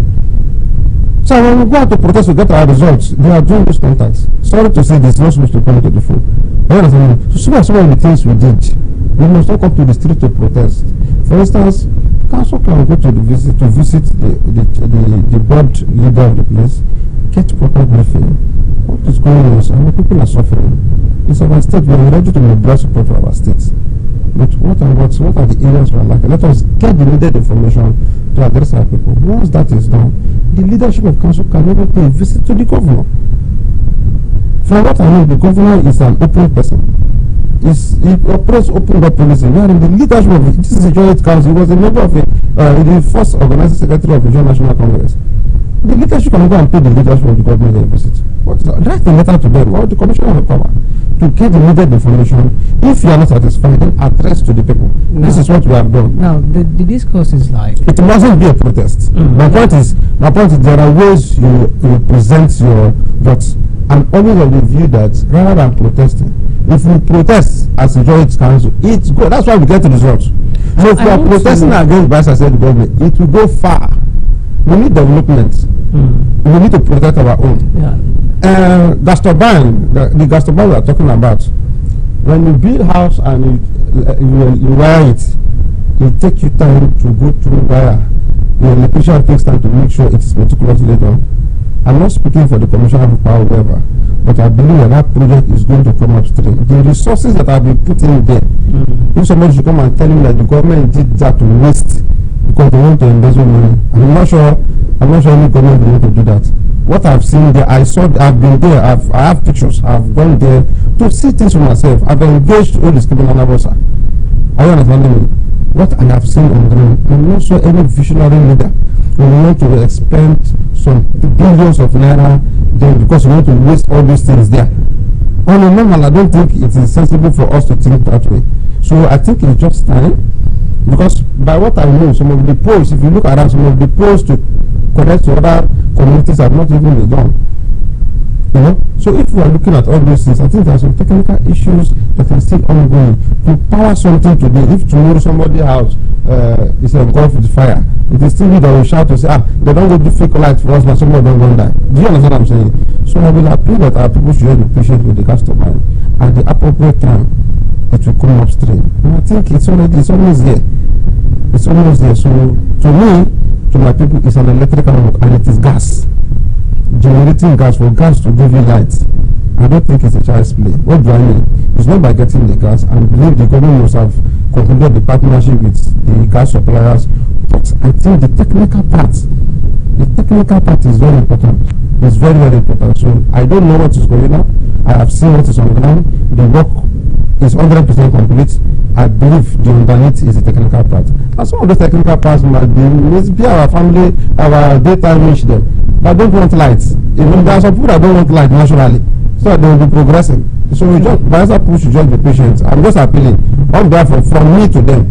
Let us unanimously appeal and pray that it's going to limelight. It's already done. I have seen it. Okay. What is there is I don't think they want to do it to waste resources. The Commission had asked you around agitation and well, the state government intellectual agitation or protest or whatever.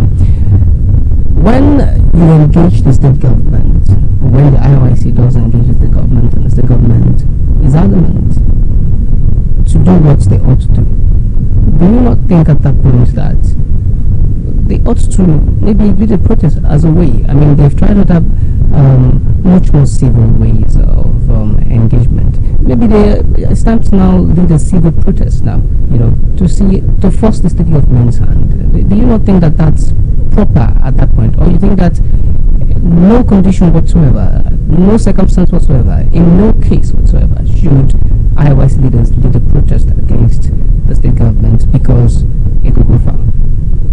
Now, it depends on the area. What area do you want the council to lead protest against the state government for? As a people, have we achieved all we want to achieve from the state government? That's the state government cannot give us all we want to achieve. No, so in what area in specifics do you want to protest against the Bayelsa state government? Cholera is a thing in Bayelsa, largely because we do not have portable drinking water. Alright. Several persons die from cholera because of that. Okay. There are roads without, he's trying, yeah, but there are roads that also cause... No, let's not even talk about roads. From what I have seen, okay, you know what I can say? 5 years ago while I was in office, I can beat my chest. I granted the press briefing. For the purpose of that, I called on the Bayelsa state government. I said, Your Excellency, sir, I repeat, please, I am aware that you have been advised to construct stadium 5 years ago. Please, 5 years ago, I think 5. Please, as we speak now, the state does not need stadium. Invest that resources into construction. 5 years ago, the state governor was advised to construct stadium. Yes, 5 years ago. That memo. You knew then? Yes, 5-6 years ago. The stadium that they are currently. Yes, 5-6 years ago. So I said, please, sir, what Bayelsa need now is roads, and more roads. I made that press briefing. I called on the state government today. I think the stadium was just constructed. The foundation was not done last year. Today, look at the number of roads we have had. Because that's because the government listens. Yeah, if it listens, really. If the government listens to especially the need of the people. That's what we are saying. Also now discuss. I'm bringing other areas that the person will think is priority. In Yanagua, there is a housing deficit. And many persons have already called on the government to bring about low-cost housing and all of those things. Well, I mean, we see a government who's rather interested in stadium.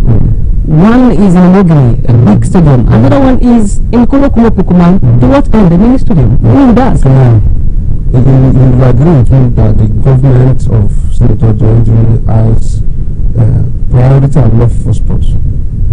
Okay?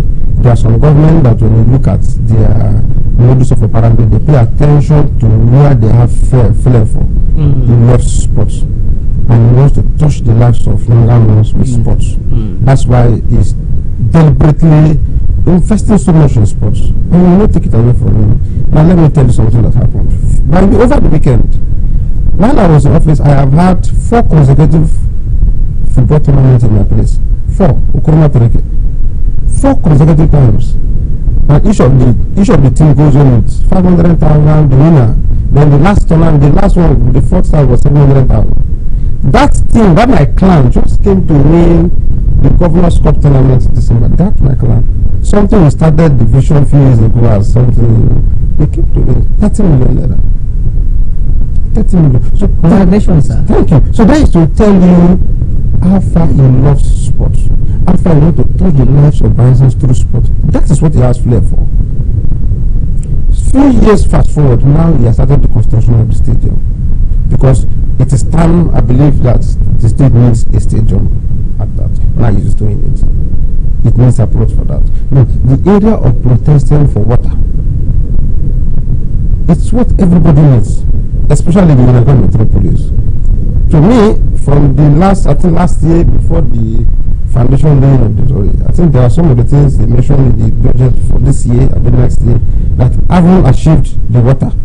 Haven't achieved the gas turbine. It's the gas turbine that is going to fuel the water reticulation. So it's a process. I heard them saying that in one of these broadcasts. So that is coming, that is already on the pipeline. It's just patient. Power comes with a lot of things. Power services a lot of things. Just as the name power, it powers our lives, our immune system. Our immune system is powered by light. So once the power comes upstream, I think the state government will go back to the drawing board. We now have power, the engine to facilitate the water to run within the Yanagua metropolis. I am pretty sure they are on the drawing board for that, because I heard them made mention of it after gas turbine. We are going to look at the water for the Yanagua metropolis. So I'm not the spokesman to His Excellency, but as somebody that loves a job mission and somebody that wants to mobilize to protect and speak for a job people, I'm only of the view that fine, nothing is wrong. Wherein the government is not doing well, nothing is wrong to call the attention of the government to it, either by protest, either by writing, either by what. It has to be done coordinatively. You know, like I said, I led the protest for when an injunction was killed. I led the protest. That is legitimate. That is genuine. And the state government came, called us for a roundtable meeting. You know, and nothing from that. The family and the government, I don't know what must have happened, but the result was gotten. The attention of the government was drawn. Are you understanding me? So legitimately, it is done. It is doable. It is doable. It has to be very, very coordinated. So we don't hijack the process. But it's a means of expressing your views to the state government. But as leaders, there is a lot we have seen. The people want to see that the Joint Youth Council is not here to antagonize. It's here to in partnership with government. Call the attention of the government. As chairman, you can do it. Especially when you have a listening government, when all the parastatals are there. Okay, do you know, sometimes we engage oil companies and we find loopholes for employment. Because we're in partnership with government, we go to the commissioner for employment. Display. We give them the information. Are you understanding me? Sometimes we do directly. Are you understanding me? We seek recommendations from them, use that recommendation attached to our own, and we move and we get the needed results we want. So it's partnership. We can only agitate openly to the federal government because our resources are there. It is by our agitation by as the government was created. So we have to protect our own. But because we need more, we have to agitate to the federal government and the IOCs. Okay. You're going to the national IYC and you're seeking the position of National Secretary General of the IYC. What's the, I mean, you've talked a lot about some of the things you want to do. Let's have you expand on the areas you'd like to touch on that you think, well, we're lagging and you probably would like to fill this gap. Okay, I think that now why IYC Secretary General worldwide? I think that we have not done enough for Ijaw people.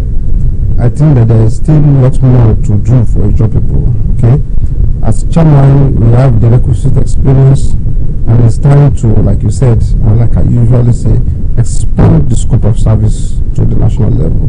You know, it is time to have a council that is cohesive. We have been here, we have managed elections, we midwife transitions, and there was no bloodshed, no money and killing, no fighting, everything was peaceful, no bloodshed.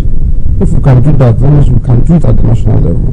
The Joint Council today is the umbrella and the mouthpiece of the Ijaw people. Once the Joint Council fails, we have failed the Ijaw people. Therefore, there is no Joint Council without the Ijaw nation. There are issues of a pipeline, this surveillance, that it is the Joint Council to bridge that gap. Engage those leaders. If the Joint Council is working together, we have to do away with the leadership or parallel leadership. We have done it here. So it is time to form a council that is cohesive, council that is united to serve each people. Okay? So these things happen because from what I have seen over time, there is no proper documentation. So we are trying to bring a council that documents are kept. We go for conventions and congresses. Those decisions taken there should be properly documented. So as chairman, we are bringing that experience to bear. So if we come on board, we are trying to see that first, we unite the Joint Council, because it is the bridge between you people and us. So if we fail, if we have we have to deal away with parallel leadership. So we are trying to bring a united council. We have done it here and we want to do it again. We want to reposition council. How do we reposition council? We want to have a secretariat that is documented. We want to have a digital secretariat where every document of injunctions and daughters will be there. While I was office, we tried to get a bank of unemployed youths in Bayelsa State, etc. So we are, at that national level, we want to implement it. And we can do it. Okay? We want to implement it. Of all unemployed youths in Joland. It's open website. If you are unemployed, just log in, put in your daughters there. That's the reason why we are here. That is the revolving of that agitation we are talking about. With the pressure you have as the Joint Council, when all those data are collected, they are there. Don't go and look for people to employ on the streets. Don't tell us to say our people don't go to school, they don't have the skill. We want to have unemployed and entrepreneurial bank.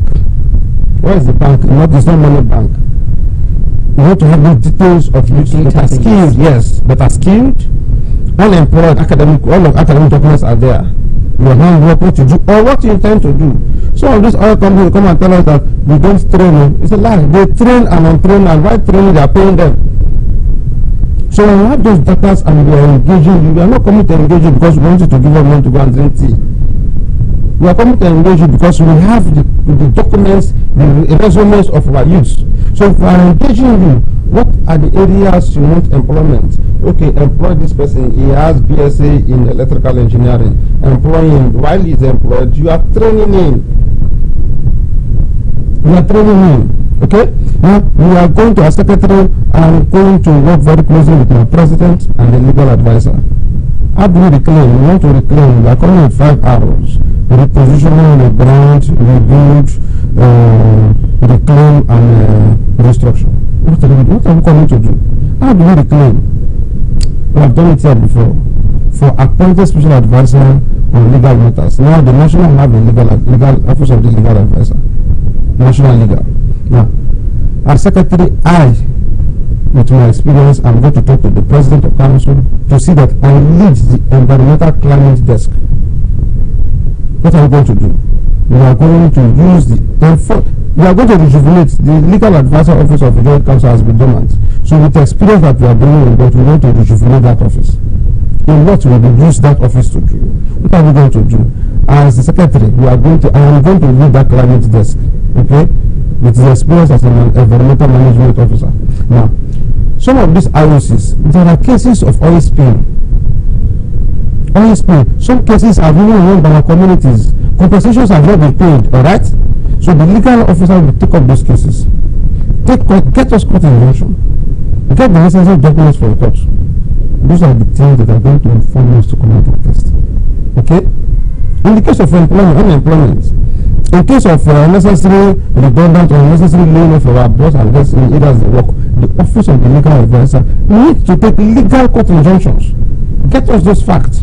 Take those places to court. Those are the things that are going to inform us now to protest. Do you understand what I'm saying? Since the world is evolving, the pressure we have to follow them with intellect. So we are going to get those court injunctions that will inform us to come and protest. Why did you suck our boys? Why did you relieve them of their duties? What is going on here? Before we even talk, return them back. If you are laying them off, your brother and sister that are working that are from this so and so place that are not from the journal should be removed. Our boys should be retained before we come to the table of discussion. Why are we here? We have to protest. Who gave you the court injunction? We have this, we have that. Those are the documents that we inform us to protest legitimately. The world is already we have the capacity and the force to do it. Not so. So we now need the legal backing to do what we want to do. So we are bringing experience. How do we rebrand? How do we rebuild? We have to build trust. As chairman of the Joint Council, there has been incessant herdsmen attack to our farmlands here and there. We did it here. Are you understanding me? We set up enforcement thing. When this issue started, my leadership moved around, engaged the Hausa and the herdsmen in Bayelsa State in the Nigeria and Adamawa zone. We took them to the commissioner of police, signed an undertaking with them. If any farmer is named under this leadership, we are coming out for you. The documents are there. You understand me? That haven't briefed the state government. That informed now the state government to set up Bayelsa State Livestock Management Committee. So when we are talking, it's results. We bring results. We don't talk. We deliver on the assignment.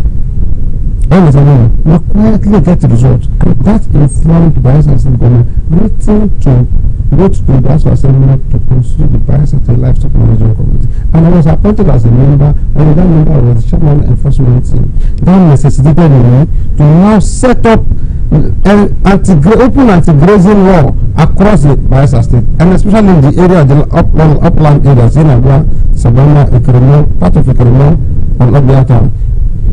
We use the entire youth present of these communities, brought them to trial. No, is that committee now defunct? Is it no longer functional? Go to the Ministry of Agriculture and find out. Why I ask that? Because, I mean, as a former chairman of IYC Central, you probably would know better than myself. There are several, like I mentioned, incessant attacks on farmers who are Jaws. If that committee were in place, do you think that we'll be having these attacks? Now, see what we used to get it wrong. While waiting for government, the responsibility of each president, they are leaders, citizen chairman, they are leaders. Their responsibility is not to sit at home, sell land, collect development fee, and do what stuff is. No. While in office, we woke them off from sleep. Bought gadgets, bought walkie-talkie, bought phones, bought materials for them. Brought them to your house, inaugurated them. Take responsibility of your farmlands. You are a German. First is to protect your territory. You can't wait for a joint council. A joint council is the name. It covers you. We are not voted to be in office for 3 years to serve you. And how do we serve you? The information you give to us. You are part and parcel of a joint youth council. That's why the youth is there. As leadership, we are just here for 3 years to serve you. Right. So now, every youth present as citizen chairman should take responsibility of their farmlands. Sorry, let me get you clear. Once it happens, once you see them, apprehend them, hold them, and call us. Youth presidents and citizen chairman should engage. Headers, yes. Headers who have, in most cases, guns. You understand? As a job boys, they know what to do. You want to scale that? No. How do they know how to as do a job boys, they know what to do. Spiritual thing you are there? No. They are hearing me. It's life. This is life, right? We recorded it. As a job boys, they know what to do. They should wake up from last number. They know what to do. The leadership of the Joint Council will only give you the needed support. What is the support? They are there. As leaders, when we hear, when we get the information, we move. Because we know their route. While in office, we know their route, we know how they move. We took time meticulously to move at night, trace them, know where they come in, know where they go out, you know. So we use that information to feed the late presidents so as to equip them with the information. Once you see them come us, we know how to move. So they should wake up. If they apprehend them, call state government, call the ACBO. The ACBO is attached to that committee. Not today we have community safety corps. Do you know there seems to be some sort of concern? Many persons say these headers are most times apprehended, but the prosecution does not quite get to the conclusion of it where they are put behind bars. It be like say with the fear to put them behind bars. We have people in places of authority and we fear to put them behind bars, so we don't cause some sort of tribal war with exactly the. Yeah, that is why that is the essence of the Bayelsa State Livestock Management Committee. There are truckers. The truckers are the people that come into Bayelsa State with their cows and truck. They come to do business. Okay. There are trekkers. Those are the Fulani herdsmen. They move through the forest. They swim across the river. They access our lands. So those are the trekkers, those are the herdsmen, those are the Fulani herdsmen that should be looked out for. All right. So once that is done, there are appropriate steps to take. Our brothers should wake up. The job boys, they know what to do. They know what to do. Alrighty. It's been a very, very lengthy discourse already. But I think we'll just anchor at this point, so to overstretch it. Hopefully, we have you come again to talk to us about these issues and more even. Way before the elections or after the elections when you are there as Secretary General. But let's just have you talk to your people, the Ijaws, the Ijoyut. Talk to them the reason why they should support you or vote you, bring you in as Secretary General of the IYC Worldwide. Okay, of course, like you know, I am Clever Imodu, former chairman of Joint Council, Central Zone, and the chairman of all chairman of 2020-2023. I am contesting to serve you as Secretary General of Joint Council Worldwide. And my team is Ijo Unite. Our Ijo is our future. Our Ijo is our future. There is no Joint Council without Ijo. Okay? On that note, I am appealing to your conscience, dear incoming delegates and stakeholders. If you want a joint council that will serve you to your satisfaction, please give me the secretariat. If you want a joint council that is cohesive and united to serve you, please give me the secretariat. If you want a joint council that is fierce, that is ready to address the issues head-on, please give me the secretariat. Don't forget, it is a national election. The national leadership is not where we go and learn service. The national leadership of council is where we go and walk the talk. It's where we deliver on the responsibility. Please vote for experience, vote for character and competence. When you vote for people to go and learn service, know that you have voted for donation. It is time to vote for capacity. Now, delegates. The election and the point we are in a very pivotal situation. What do I mean? The Nigerian government is going into another round of election. We have to vote for characters with people that will question the presidential aspirants, what they are bringing for Ijaw people. Are they bringing division? Are they bringing divide and rule to Ijaw people? No. So we need a joint council leaders that will look into the eyes of the federation to ask them what is the development they are bringing to the federation. Over 16 years down below, East-West Road has not still been completed. Is that what we want? Pipeline security and surveillance job, is that all we need?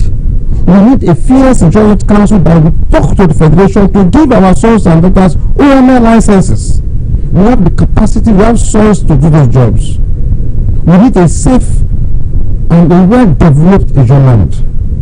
Therefore, dear incoming delegates, if you vote for the wrong candidates, please be patient enough to be patient in pain for the next 3 years. If you vote for the wrong candidate, please swallow your tears in pain as you are going to have another Dominance Council again. The President Jonathan Republic-led leadership has done well. It is time to raise the bar. The council, joint council flag must fly above God. Therefore, I offer myself to you for service. Vote me as your next Secretary General of Joint Council so we can build and reposition the Joint Council to serve you better. So we can rebrand the Joint Council to serve you better. So we can reclaim our rights to give back the Joint Council to the people. Thank you and God bless you. All right, thank you so much. I did not go into the crisis that we have in the IRIC, but I think we're just going to leave that. So maybe next time we'll do it. I'm always there. All righty, thank you so much. Clever Suma Inodo, former chairman of IRIC. And one time this, one time that. Thank you. All right, my name is Henry Ravi Flag, in Traffic Nigeria Live TV. We'll do this some other time. Thank you. No.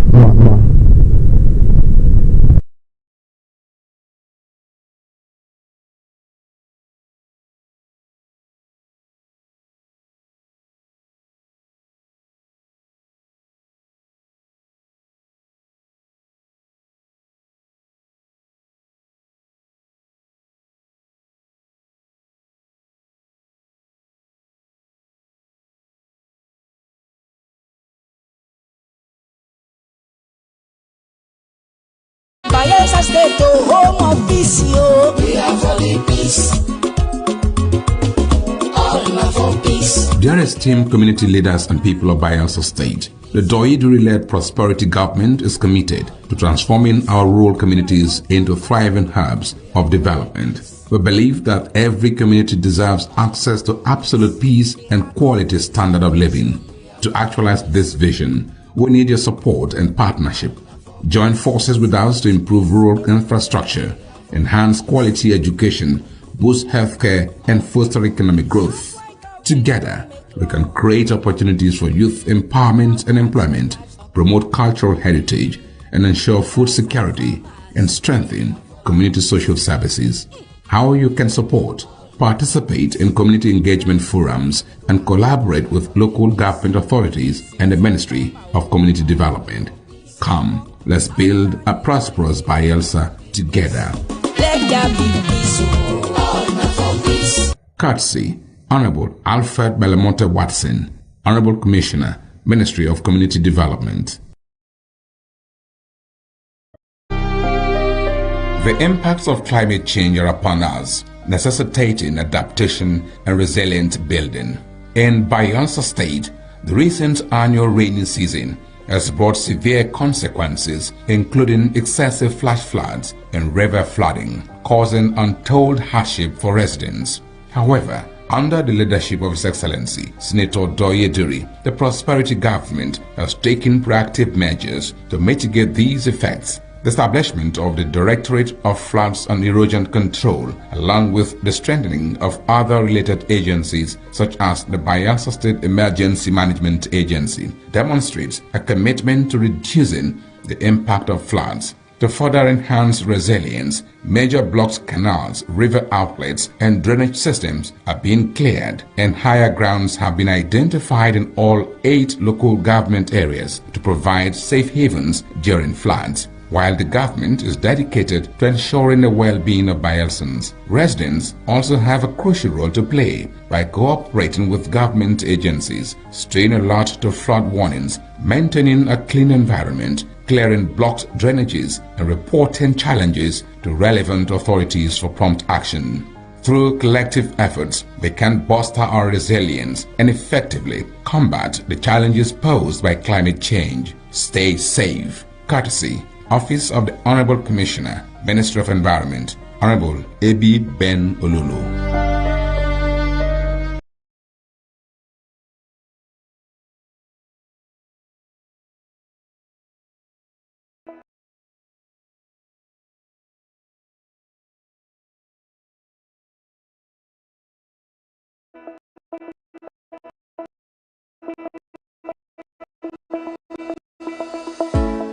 Every ripple starts with a single drop. In Bielsa, that drop is the Education Development Trust Fund Board EDTF. From the moment a child sits down to a nutritious meal to the day a scientist steps into a brand new laboratory, EDTF is there, turning challenges into opportunities. 5,000 meals served daily in our model boarding secondary schools. Biological sciences laboratory equipment delivered to Niger Delta University. 1,000 teachers and school leaders trained with the British Council. Special education teachers graduating from Ignatius Ajuru University under EDTF. Scholarship research grants fueling innovation in our state-owned tertiary institutions. TVET, science labs, water facilities, culinary kitchens, and clinical labs springing up across Bielsa. Vocational scaffolding trainings and a computer-based testing center at UAT Tororua. These are not just projects, they are ripples that spread across classrooms, communities, and the entire state. But a ripple grows stronger when more hands join the water. So whether you're an organization, or a corporate partner, or an individual who believes in education, you can be part of this ripple. Support EDTF and help us expand Ripple. Donate, partner, or volunteer today. Together, let's transform our educational landscape. EDTF, building futures and putting smiles on faces.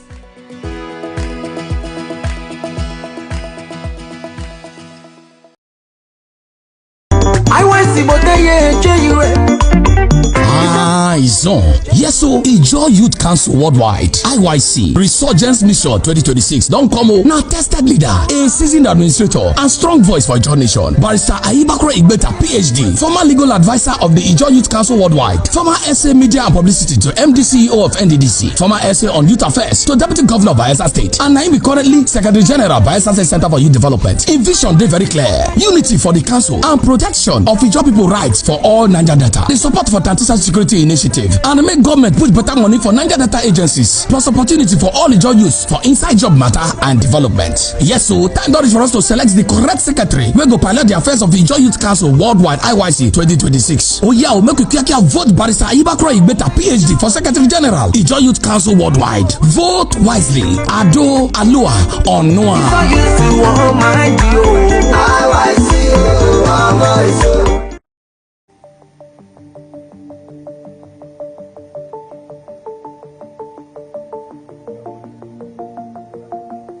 One of the problems we have in Nigeria is that it's difficult to have solid metals for creative engineering.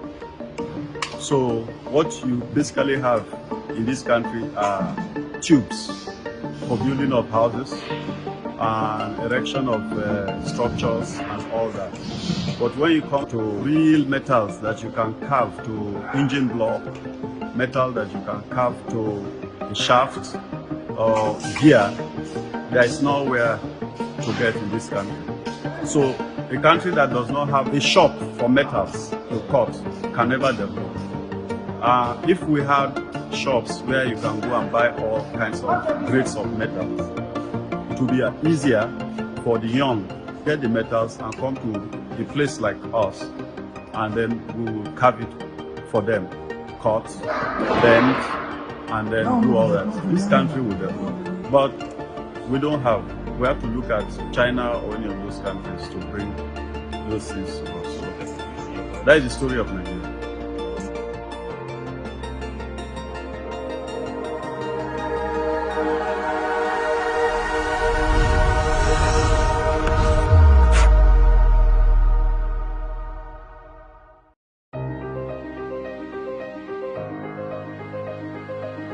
Z-Team for high-tech precision engineering.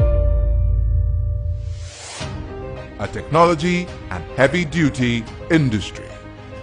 Original spares for automotive, locomotive, aviation, marine and agriculture. Research and development for automotive engines and electric cars. Heavy-duty off-road equipment. Reverse engineering. Technological development. Academy for innovators and impressionable minds.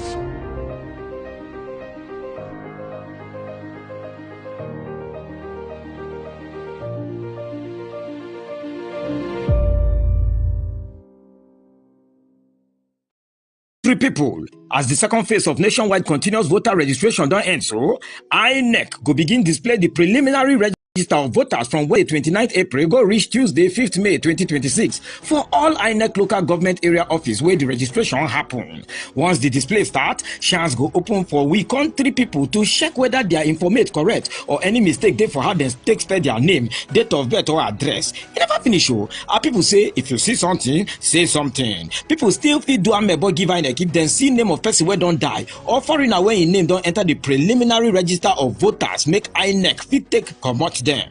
Make una join hand with us, make our national voter register for better well. Now INEC they bring una this message. Now we they make una vote count. Now we they make our democracy stand. Gidigba. Bayelsa State, home of peace, yo. We are for the peace. All for peace. Dear esteemed community leaders and people of Bayelsa State, the Doyiduri-led prosperity government is committed to transforming our rural communities into thriving hubs of development. We believe that every community deserves access to absolute peace and quality standard of living. To actualize this vision, we need your support and partnership. Join forces with us to improve rural infrastructure, enhance quality education, boost healthcare, and foster economic growth. Together, we can create opportunities for youth empowerment and employment, promote cultural heritage, and ensure food security and strengthen community social services. How you can support: participate in community engagement forums and collaborate with local government authorities and the Ministry of Community Development. Come, let's build a prosperous Bayelsa together. Let there be peace, all for peace. Courtesy Honorable Alfred Belamonte Watson, Honorable Commissioner, Ministry of Community Development. The impacts of climate change are upon us, necessitating adaptation and resilient building. In Bayelsa State, the recent annual rainy season has brought severe consequences, including excessive flash floods and river flooding, causing untold hardship for residents. However, under the leadership of His Excellency, Senator Doyiduri, the prosperity government has taken proactive measures to mitigate these effects. The establishment of the Directorate of Floods and Erosion Control, along with the strengthening of other related agencies such as the Bayelsa State Emergency Management Agency, demonstrates a commitment to reducing the impact of floods. To further enhance resilience, major blocks, canals, river outlets, and drainage systems are being cleared, and higher grounds have been identified in all 8 local government areas to provide safe havens during floods. While the government is dedicated to ensuring the well-being of Bayelsans, residents also have a crucial role to play by cooperating with government agencies, staying alert to flood warnings, maintaining a clean environment. Yes, so Ijo Youth Council Worldwide (IYC) Resurgence Mission 2026 don't come now. Tested leader, a seasoned administrator, and strong voice for Ijo Nation. Barrister Ayibakro Igbeta, PhD, former legal advisor of the Ijo Youth Council Worldwide, former SA Media and Publicity to MD CEO of NDDC, former SA on Youth Affairs to Deputy Governor of Bayelsa State, and Naimi currently Secretary General Bayelsa State Center for Youth Development. A vision they very clear: unity for the council and protection of Ijo people rights for all Naija data. The support for Tantisa Security Initiative and make government put better money for Naija data agencies, plus opportunity for all Ijo youth for inside job matter and development. Yes, so thank God for us to select the correct secretary. We go pilot the affairs of the Ijo Youth Council Worldwide (IYC) 2026. Oh yeah, we'll make you vote Barrister Ayibakro Igbeta, PhD, for Secretary General Ijo Youth Council Worldwide. Vote wisely. Ado Alua Onua.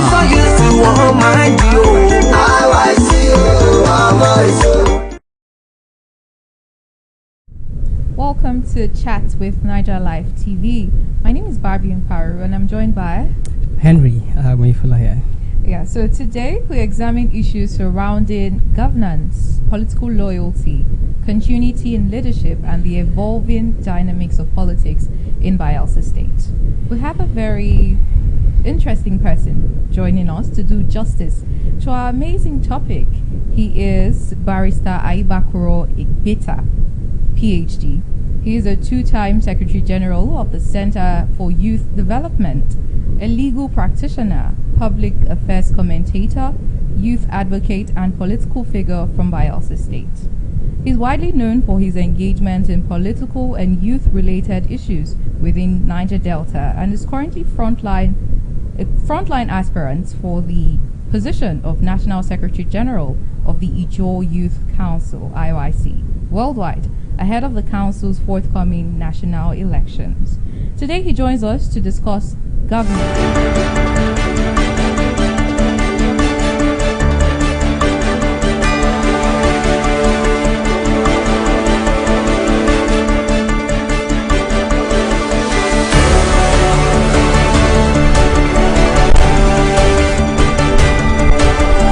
Welcome to World Desk on Naija Live TV, reaching you from Bayelsa's capital city, Yenagoa.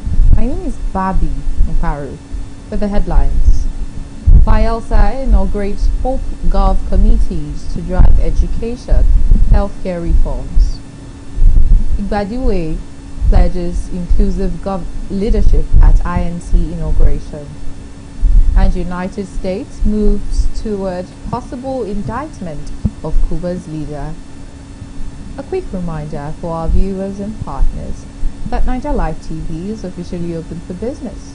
If you are looking to boost your brand through paid adverts or sponsorships, we are ready to partner with you.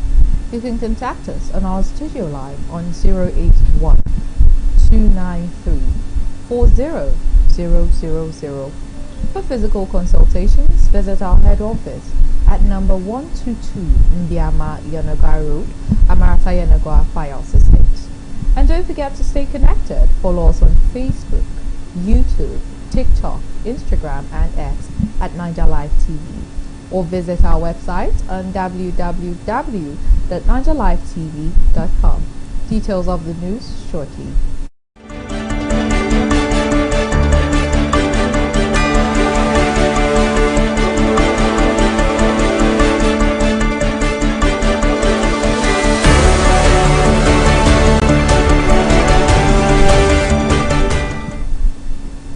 Glad you're still with us. Bayelsa State Deputy Governor Dr. Peter Akpe has inaugurated the State Steering and Technical Committees to drive the implementation of the Human Capital Opportunities for Prosperity and Equity Governance Program, Hope Gov, at the Governor's Conference Hall at Government House, Yenagoa. Hope Gov is a World Bank-assisted 4-year rolling program designed to improve financing, management and accountability in basic education and primary health care in the state. The initiative is a performance for results program involving the Bayelsa State Government, the federal government and the World Bank, and is expected to run until 2029. Charging members of the committees to justify the confidence reposed in them, Dr. Peter Akwe said the task before them was significant and underscored the need for greater effectiveness in financing across the 3 result areas of human capital, prosperity, and equity. The Deputy Governor attributed the state's participation in the program to the reform-driven leadership of Governor Doye Diri's led administration, particularly in the areas of transparency in public finance and commitment to the welfare of teachers, health workers, and children. According to him, Hope Gov goes beyond an administrative initiative and is aimed at strengthening financing for schools and primary healthcare facilities, improving transparency and accountability in resource management, as well as enhancing the recruitment, deployment, and performance of teachers and the frontline health workers. The newly inaugurated president of the Ijaw National Congress, High Chief Barrister MacDonald Igbadiwe, has pledged to provide inclusive leadership anchored on sacrifice, unity and commitment to the progress of Ijaw Nation. Speaking during the inauguration ceremony held on Thursday at the Tunde Smooth Playground in Delta State, Gbadiwe described the occasion as a historic moment for the Ijaw people, stressing that leadership of the Congress must be driven by service rather than personal ambition. The INC president expressed appreciation to Bayelsa State Governor Senator Doye Diri and Delta State Governor Sheriff Oborowori for their support and presence at the event. He also acknowledged the attendance of the member representing Burutu Federal Constituency, Julius Ponde, Speaker of the Delta State House of Assembly, Emomotimi Gowo, Administrator of the Presidential Amnesty Program, Dr. Dennis Brutu Otwaro, and Niger Delta leader, Government Ekpemukulu. Representatives from Rivers, Ondo, and Akwa Ibom states, alongside traditional rulers, women groups, youths, delegates, and members of the Ijaw diaspora also attended the ceremony. Addressing dignitaries and delegates from the Niger Delta and beyond, Gbadiwe said he accepted the responsibility of leadership with humility and gratitude, recalling that the First Congress under pioneer INC President Professor Kimse Okoko was held on November 23, 1991. He noted that it was significant for the Western Zone to host the inauguration and celebration of the new INT leadership, describing it as a defining moment in the history of the Ijaw nation. According to him, the new executive would not take the mandate given to them lightly, assuring them that they would work in collective interest of the Ijaw people. Gbadiwe said leadership was not about personal ambition, but sacrifice for the people, adding that they remained grateful for the trust reposed in them and members of the new executive team. The INC president further commended individuals and institutions that contributed resources, time, and prayers towards the success of the inauguration ceremony. In national news, Ekiti State Police Command has dismissed the police sergeant Osayin Bemi Temitope over his involvement in an incident linked to alleged illicit drug use. The command spokesperson, Superintendent of Police Sunday Abutu, said this in a statement, noting that the officer was captured in a viral video behaving erratically in Ikole, Ekiti on May 9th after alleging consuming illicit substances. Abutu said the officer was immediately subjected to medical and psychological evaluations alongside internal disciplinary procedures initiated by the command. The police spokesperson noted that the dismissal followed findings from the disciplinary process, reaffirming the command's commitment to professionalism and accountability within the force. Away from Nigeria to foreign news. United States is planning to indict former Cuban leader Raul Castro. U.S. Department of Justice officials disclosed that the potential indictment which would require approval by a grand jury could be imminent.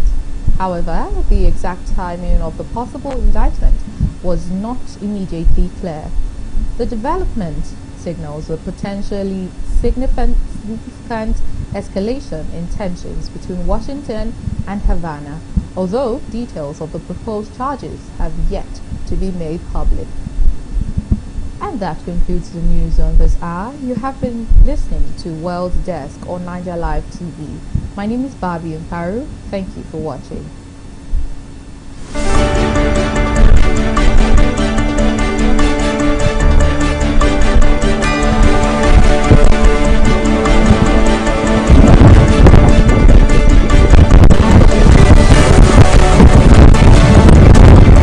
Loyalty and continuity.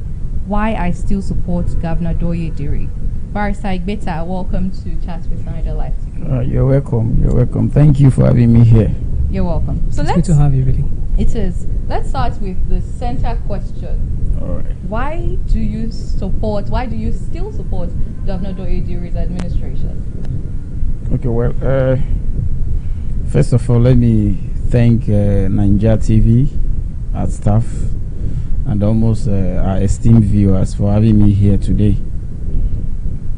A lot of people do not understand that the prosperity government is our brainchild when it comes to the youth wing. I remember in 2019 when I served out my tenure as special assistant to the then MD of NDDC, Professor Nelson Brambayefa. Before then, I have been linked to my late boss, the deputy governor, the late deputy governor, Senator Lawrence Orijakpo of blessed memory. He's my boss, somebody I served for almost 14 years before his demise. And I was his essay on youth. I was his #1 youth mobilizer. And I think in 2019, he called me and we sat, I remember, and discussed that, see, we are ushering in another leadership in Bayelsa. And he would want me to play a very key and pivotal role, as I've always done. I was the DG of the Orijakpo options when he was going for Senate. I was in charge of the youth. I'm not from Sagbama, I'm from Nimbi. I'm from Bayelsa East. He's from Sagbama. But my political affiliation has always been with the West, strongly. I was one time also DG. I formed the Keneba Youth Vanguard, the President House of Assembly member serving Sagbama constituency too. I'm just trying to narrate my political trajectory. And at the end of the day, I was called that a new leadership is coming in, as usual. Come up with a youth organization. So I formed the Diri Law Youth Project as at the time. I can boldly tell you that was almost the #1 youth organization as at the time, because a lot of people that can reminisce that era, it was engulfed with a lot of political tide shift from the PDP then to the APC. The whole state was like 60-40. A lot of persons were clamoring around in terms of the political cycle, not in terms of population, around the new bride then, the APC leadership. And we were the one that stood with the PDP. Another youth organization sprang up as at the time also the Diri Law Youth Network, headed by my brother and friend Ibilade Kerefe as at the time. And we were the only 2 youth organizations that were inaugurated by the governor of the day, Doidiri, and his late deputy. Were inaugurated, we had our secretariat. In fact, the whole youth organogram was resting on our shoulders. And we fought even when we lost election. We were like orphans because we were in the political quagmire, not knowing what channel to take in terms of our political journey. And by God's willing, as God may have it, on that fateful day of 20th of February, that landmark judgment of the Supreme Court was pronounced, and we came into office. You know, you can see where we are coming from. We are not people that came to join the prosperity administration of His Excellency Senator Doidiri halfway. We were part of the baking process. We were there when the odds were down. We were there when the whole odds were against us. And we fought and we stood. And today we are proud of what the governor is doing in all sectors. And this is what we saw, that we tried as much as possible to stand with the governor, because we know that Bayelsans will be the major beneficiaries. Today I can boldly go anywhere and say to people that the decisions I took 6 years plus ago wasn't the wrong decision as far as the political future of this state is concerned. So we are not people that are just coming to identify or recognize with the government. We have always contributed our quota. We have always stood with this government. We have always been very vocal and very visible in the policies and programs and the organogram of this administration. Okay. When you say that the decision you took several years back, you're very comfortable with them today and you're happy, I mean, what really is informing this Is it the projects that the Yes. leader has done? Is it the policies of the government? Is it the fact that you went Yes. to APC? You comfortable with that too? Well, like I will always tell people, we live in a dynamic society. What is the essence of politics? What is the essence of leadership? Delivering the needed dividends of democracy to the people. Trying to achieve and actualize the campaigning promises you made to the people. Trying to keep to your word by walking the talking. And that is what this governor has brought to bear. He's kept to his word. Yes. One of the most cardinal things that we have always enjoyed in this state that is underrated up till date is the peace that we are currently enjoying in Bayelsa. Security. It wasn't like this. The security, the peace, the free will and the expression. Everybody can go around, do their normal day-to-day businesses. Private sectors are booming, doing their own businesses. And when you also talk about why am I so comfortable, you can see what is happening with infrastructure. You can see the road network that is cutting across the whole senatorial district. I'm from the Bayelsa East, and I can tell you that the Nebe Brass Road is mind-boggling. If you don't have an elephant heart, you cannot embark on a gigantic project of that nature. Conceiving and conceptualizing the idea alone is very challenging. And this governor took that bold step because I remember those were part of our campaign promises when we were campaigning in that axis. And when he started the project, I can understand that he meant whatever he said as at the time. You can see what has happened to the Oproma people. Today, you can drive to Oproma, a 630-meter bridge that was almost looking impossible. I think the longest right now within this part of the world, especially within this South region. And is it about human capacity development? Is it about security? Is it about the health sector? You can see what is happening with the BHIS scheme. You can see what is happening with civil servants. You can see the new civil service secretariat that is ongoing, the 9-story secretariat that is ongoing. That project was it was the foundation laying ceremony was done just less than a year, and you can see where they have taken the project to. What about the sports sector? Look at what is happening with the new Bayelsa Stadium at Igbogene. You know, you can go on the road networks. You can go on and on and on. You know, and these are the things we want to see. These are the essence of development. These are the essence of governance. These are the essence why, or these are the reasons why we go into politics. Politics is not about wooing people to come to support you.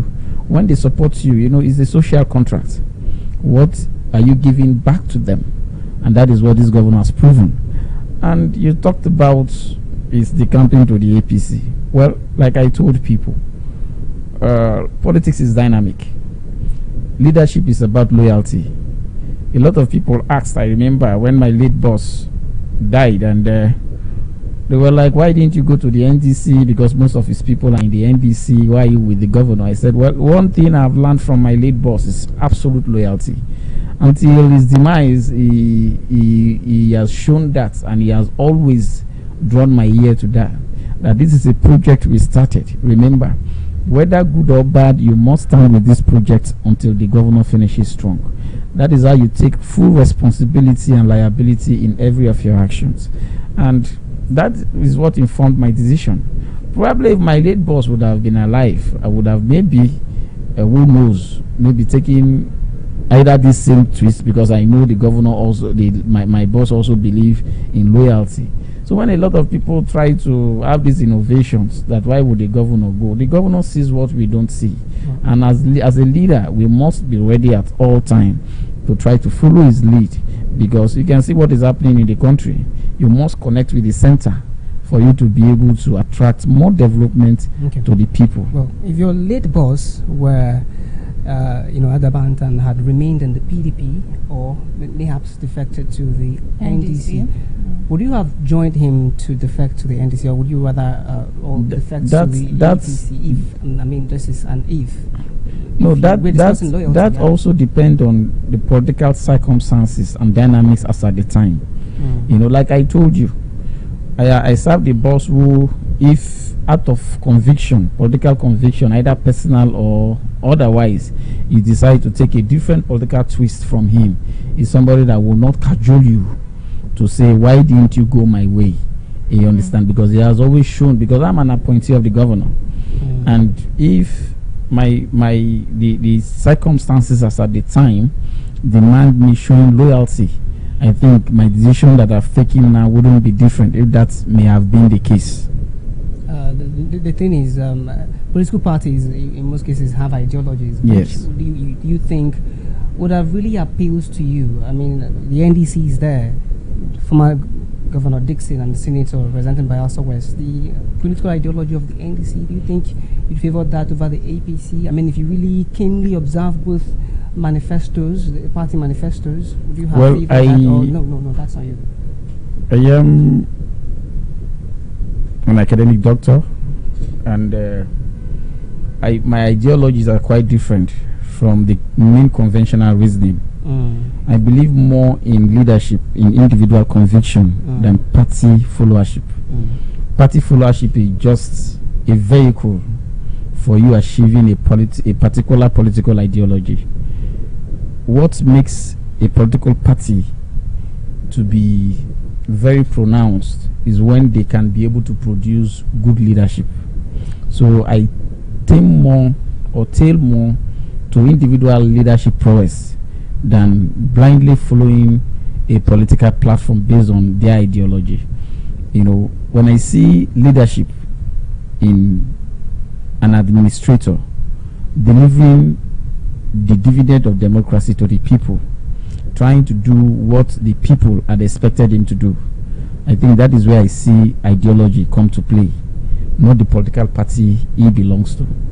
You know, we have gotten to a time where it is now very visible that we should pay less attention to our political party affiliations.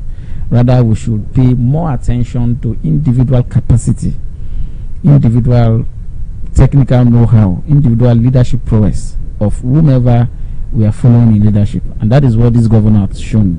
Okay. Yeah. Your response now shows that you favor Diri's leadership style over political affiliation. Maybe NDC leaders' leadership style.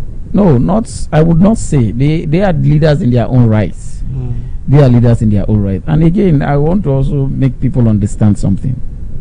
We all know ourselves in this state. You getting a new clothes doesn't make you a born again. Just because you've been wearing one particular shirt and you got a new clothes, that doesn't take away who you are. It only changes your identity. It doesn't change the capacity or the character that you possess of. So in all way, that's why I said the political platform does not matter in most cases. The question is what the leader at that particular time is doing. Is it what the people want? Is it leading you right? You know, there is what they call blind followership too. You must be very careful. Is it giving you the needed opportunity to also express yourself and to build yourself? And I always tell young people, there are different patterns of followership. Now, a lot of people follow for reward. If you follow for reward, you may not have the needed reward and you will never be contented. But if you follow for experience and for knowledge and for, how would I put it, to develop yourself, that's also rewarding, is it not? No, it is rewarding, but when I mean reward, the other reward is a material reward. People follow a particular system because they want this and they want pecuniary that. Gains. Yes, pecuniary gains. You will miss it. A lot of the times I discuss with my people, I said, the only way to make money is to pay less attention to looking for money. Oh, right. Yes. Well, that's a life lesson. Pay less attention to looking for money. That. Oh, really? If you pay attention in looking for money, you will not make money. You will make it. Money always run away from those who are desperate coming to them. But if you create relationships, if you create avenues, if you create baits here and there, and leave it, it will germinate and money will come. You know, that is one thing a lot of people are ignorant. You should make your book available so we'll come and purchase it, because we really have a lot of lessons to take from them. But yeah. Okay, so I want to ask, you are loyal to Governor Diri. Yeah, 100%. From your everything, all the points you've given. Yes. But you'd agree with me that critics still condemn Governor Diri's administration, when we talk about the fact that we're still suffering unemployment for fresh graduates, underdevelopment, and then there's been a whole thingy with the Bayelsa State International Airport. Why is it flying once in a week? And so many things have been coming. So, Barrister Aibakuro, let me hear from you. For Governor Diri, are you defending results or relationships? Let's look at it that way, because you mentioned something also about relationships. Yes. Relationships. Yes. So are you defending relationship or results? Well, it may shock you to know that I don't have any personal relationship with the governor. You've not gained anything from him? Not that I have not gained anything from him, but I don't have any personal relationship with the governor. You are an essay to him? Yes. My appointment came from him. But when I mean I don't have, I'm an aide to the governor, as per the status of my appointment as Secretary General, Center for Development. But I don't have that personal relationship with him. Now, coming to your question, in every system, or even in our personal lives, if you don't have critics, then there is something wrong. Something is wrong. Criticisms are beautiful way of reassessing and re-examining yourself, your policies and program, so that you can do more better for the people.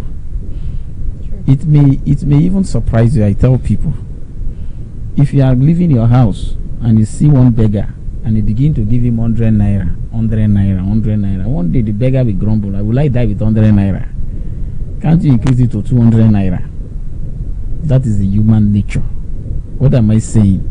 You cannot please and satisfy all your citizenry, everybody. You are leading. Now, you talked about a lot of factors. I don't follow people because of relationship.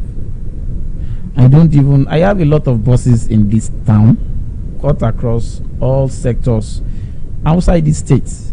But one thing you will not see me do, you will not see me in my leader's house unannounced or trying to go and find favor. I don't believe in that. I believe in visible projections. I believe in what I can see. Today I've mentioned a lot of areas. If you tell me to mention what the Governor Doidiri have done, I can mention them. I can go ahead and ahead. You're talking about unemployment. I know a lot of people who have benefited from this recent 1,000 civil service employment scheme. And I can tell you for free, a lot of them do not even know anybody in government house. This employment went seamlessly and a lot of them got the jobs. Let me also shock you. There is a particular situation. I think the teachers recruitment that was done of recent, before my lead boss died. That recruitment was done and some names were published. Then later, I think another list came on board, replacing those ones. They cancelled that list. Do you know what the governor did? Because that first list was on merits. We don't know how the second list came about. Some of us also complained. Some of us did the complaint to my lead boss too. But the governor, to the surprising of everybody, took the decision that that list that was cancelled should be retained. And rather the subsequent one that we don't know how it came about within the system was stepped down. And that is who this man is. Okay. You talked about the Bayelsa International Airport. The Bayelsa State government yesterday was just awarded with the license to operate, the NCAA license issued by the Minister of Aviation, Festus Kayamo. It was issued to the Managing Director of the Bayelsa State Airport. And it was handed over to the governor yesterday. Aviation sector is highly intense and is very demanding. For you to get those licenses, I think I have a little bit of... I have a colleague somewhere in NDDC where I have a retainership with. He dealt on aviation, and I know I went through some of his writings because we all did PhD together. And I saw that the licenses, some of them has a compulsory period of inspection. You can't just go there and they will just issue you. There are some period that you must. It's just like building a house. If you do the decking, you must leave it for I think 21 days or something. There are licenses that you can't just get. After your airport is there, they must come and reassess it. They will give them a time frame. They will come again and reassess it, give it a time frame. Sometimes it takes up to 12 months.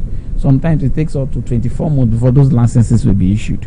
and they must also guarantee the viability, the commercial stability of that airport. And the aviation sector is highly capital intensive also. You must understand that. You know, with the rate of funds, paucity of funds, and number of projects going on at the same time in the state, you can only understand what the government of the day is going through in trying to see that they try to satisfy to an extent all sectors within their ambit. So criticisms are part of governance. These people criticizing, there are people we've seen that criticize the government. Then at the end of the day, you also see them commending the government. When the government, see, without criticism, you just be like a blind leader. You will not know. When everybody claps for you, then you know that there is something wrong in leadership. Oh, criticism you have mentioned. Yes. Loyalty you've also mentioned. Yes. Do you think that by virtue of your position as a Bayelsa that wants the development of Bayelsa State, there are areas you could point out in Doreduri's administration that, well, he's not getting it right at all. We all want development in Bayelsa State, even though you pointed areas where, I mean, it's commendable, yeah? Well, are there areas you think that the governor needs to rejig, do something, appoint someone else, or do something better to have a better result? Are there areas like that? Yes, of course there are. The governor is not doesn't fall from the sky. The governor is full-blooded like you and me. And the governor is not omniscient, neither is it omnipresent, that he will be able to fulfill the yearnings and aspirations of all Bayelsans. You know, there are some areas that we know that there may be some vacuum or some lacuna in terms of governance. Nobody can have it all. Governance is continuum. And again, what I use to assess the level of development in every administration is the equation, the ratio. When you know that the person is scoring 70, even in school, or 80, that is a pass mark, a very good pass mark. Somebody must not score 100 over 100 for you to know that the person have scored a very good grade. You understand? And again, one thing we should also be very careful. You know, there is what they call ideological change, psychological change in psychology that is going on. I give an analogy some time back. I said, when you are going through the tutelage of leadership, you must understand that the style of leadership you follow will also reflect in your own subsequent exhibition and relationship with other people in society. If you are following a leader who is peaceful, if you are following a leader who is stable, if you are following a leader who is very subtle in taking decisions, it only goes to show that you are learning a new phase in terms of leadership. You know, fine, there are a lot of maybe some areas where people may feel that the governor has not done well. I also know that the governor has also shifted grounds in terms of the political conventional political arrangement in the states. For instance, you can see what is happening with the party primaries. A lot of people want the governor to use the style of other of his predecessors, where when his primaries, the governor should just unpick A, B, C, D and just make them whomever he likes. You understand? I can also tell you for free that my own stakeholders, the NIMBY stakeholders, were called yesterday to Government House to make a decision and vote it in front of the governor, when the governor even have the sole right to choose whomever he wants to choose. But the governor deemed it fit to call stakeholders from areas where there are conflicts, where there are worrying conflict and where there are visible crises, to say, okay, you people are the stakeholders from this area. You don't expect me to impose a candidate on you. Come and decide for yourself. And they go into ballots indoor, and whoever maybe decide takes the day. And that is what the governor has been doing, carrying everybody along. If the governor is really carrying everybody along, why are there people who are defecting from the APC? He's such a loving governor, one who would bring all sides together. No, you don't. Let me also address that point. See, God in his infinite mercy knows a way of actualizing the dream or the political aspiration of every individual. A lot of people defecting and not defecting because they have an issue with the governor, because they don't like the style of the governor. Some people have the conviction that they are the ones that should be there in that seat. So if they don't stand a chance in actualizing that dream in that particular political platform, and they have other platform where they are favorites, they want to go there to explore the opportunity there, so that if they emerge, they will still support the governor. And also, the governor brought in an innovation in the political cycle of this state, which will stand the test of time and which will also be an indelible print in the annals of our history. When he came on board, I think he was one of the first persons that appointed people from the opposition. He appointed, then he was in the PDP, and his appointment on second term were people from the APC. I think the APC had over like 4, 5, or 6 commissioners in his cabinet. Wasn't that a response to the evolution, the kind of politics? One introduced by the present FCT minister, anti-party kind of politics. These persons were probably rewarded. They are different. They are different. The FCT minister has brought a very negative political. The anti-party kind of politics. Yes. What the governor did was an inclusion. Those persons, you're saying they did not play anti-party. No, if you don't have any I believe in fact, I'm a lawyer. If you don't have any verifiable facts or evidence, you don't stand a chance to accuse anybody. Now, I also subscribe to that ideology, where it's not because of the fact that you've been fighting with your brother. If you look at even my campaigns in my IYC election I'm going into, I've always told people that everybody contesting with me is qualified, and the governor plays that kind of politics too. And I learned that from the governor also. You know, you understand that we are all Bayelsans, and something is happening. This is the governor that brought it very open.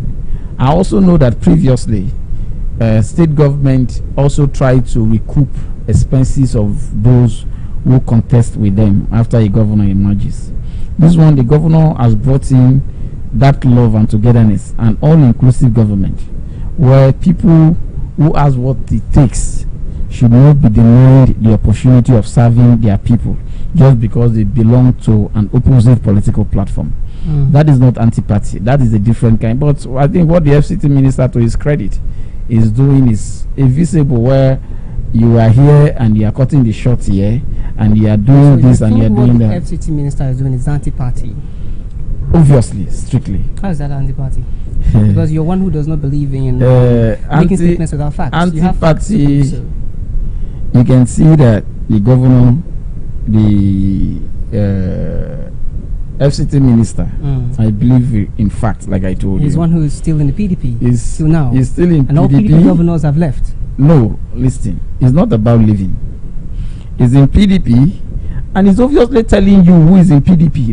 Commissioners in his government today, that's what you're saying. You want to tell they may have supported them out of camera, behind the scene, but you will never see them make proclamations affirming. So you're saying publicly. That support wasn't anti-party? No, for me, anti-party, everybody in life. Even if at the end of the day, the support jinxed the chances of Chief Silva for him to have emerged as that is a personal thing. That's what I'm saying. See, they said everybody may be a thief, but who then cash na him be thief. You understand? Right. Everybody may be a thief, but who then cash na him be thief. So that is where the wisdom comes in. Okay, as they no cash am now. Yes, if they no cash you for something, they said maybe in the scene of crime something happened, if not for the fact that there are accessories before, during, and after a crime. If maybe even if you are the one that was with the gun in armed robbery scene and they did not find the gun in your hand, and you just claim that, well, I'm just here, but one person was just with his gun, that person is the one that is a criminal, even if you are found within that perimeters. Alrighty. It is until when you are proven. Let's backtrack. Okay. We have a lot to cover, so let's backtrack a little. Okay. I had asked a question around areas you think that, well, the governor should probably do better. I mean, you mentioned that you gave a lot of talk around that, but you did not quite mention specific areas where you noticed that, well, the governor, there is a felt need here, and you've not quite addressed this felt need. Well, you know, it's dynamic.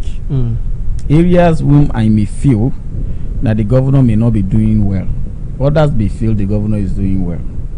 And also areas where I feel the governor is doing well, others may also feel the governor is not doing well. So it's dynamic. So for me, like I have said, it is an omnibus statement I made that in governance you cannot satisfy and please everybody. There are still areas where there are vacuum, where there is need for improvement, but we shouldn't forget governance is continuum. So where it didn't finish, where it didn't do well, other people will come and continue from there. All right, so let's look at IYC. All right. Yes, let's look at IYC. We hear that you once served as the legal advisor. Yes. In 2017. Yes. Thereabout. And again, you had ambitions to contest as the Central Zone chairman, but you stepped down. Why? Why did you step down first? You were asked to step down, right? Yes, you were asked to step down. You mentioned loyalty, but I don't know if we are supposed to be scared of loyalty. I mean, there should be a limit to loyalty. You had your ideology, you had your everything, all your plans to serve as the chairman of the IYC Central Zone. Why did you step down? What was that about? Well, that is, in fact, I don't know, you caught me on the web. That is one of the very few and foremost areas where my loyalty was truly tested. You know, it was one painful decision that I have to make for the interest of sacrifice and for the interest of our government. Okay. I served as legal advisor from 2017 to 2020. I was appointed special assistant to the MD of NDDC. I was the youngest special assistant then at the level of level 16 of the civil service hierarchy, and I left as SA and I was engulfed with this IYC Central Zone aspiration. And I think that time, do you know where the loyalty, where the temptation was so paramount? I was having my money to contest that election without resorting to government. Okay. And I was having money to pay my delegate. I think I was one of the predominant aspirants at the time. Because usually some people would see you're stepping down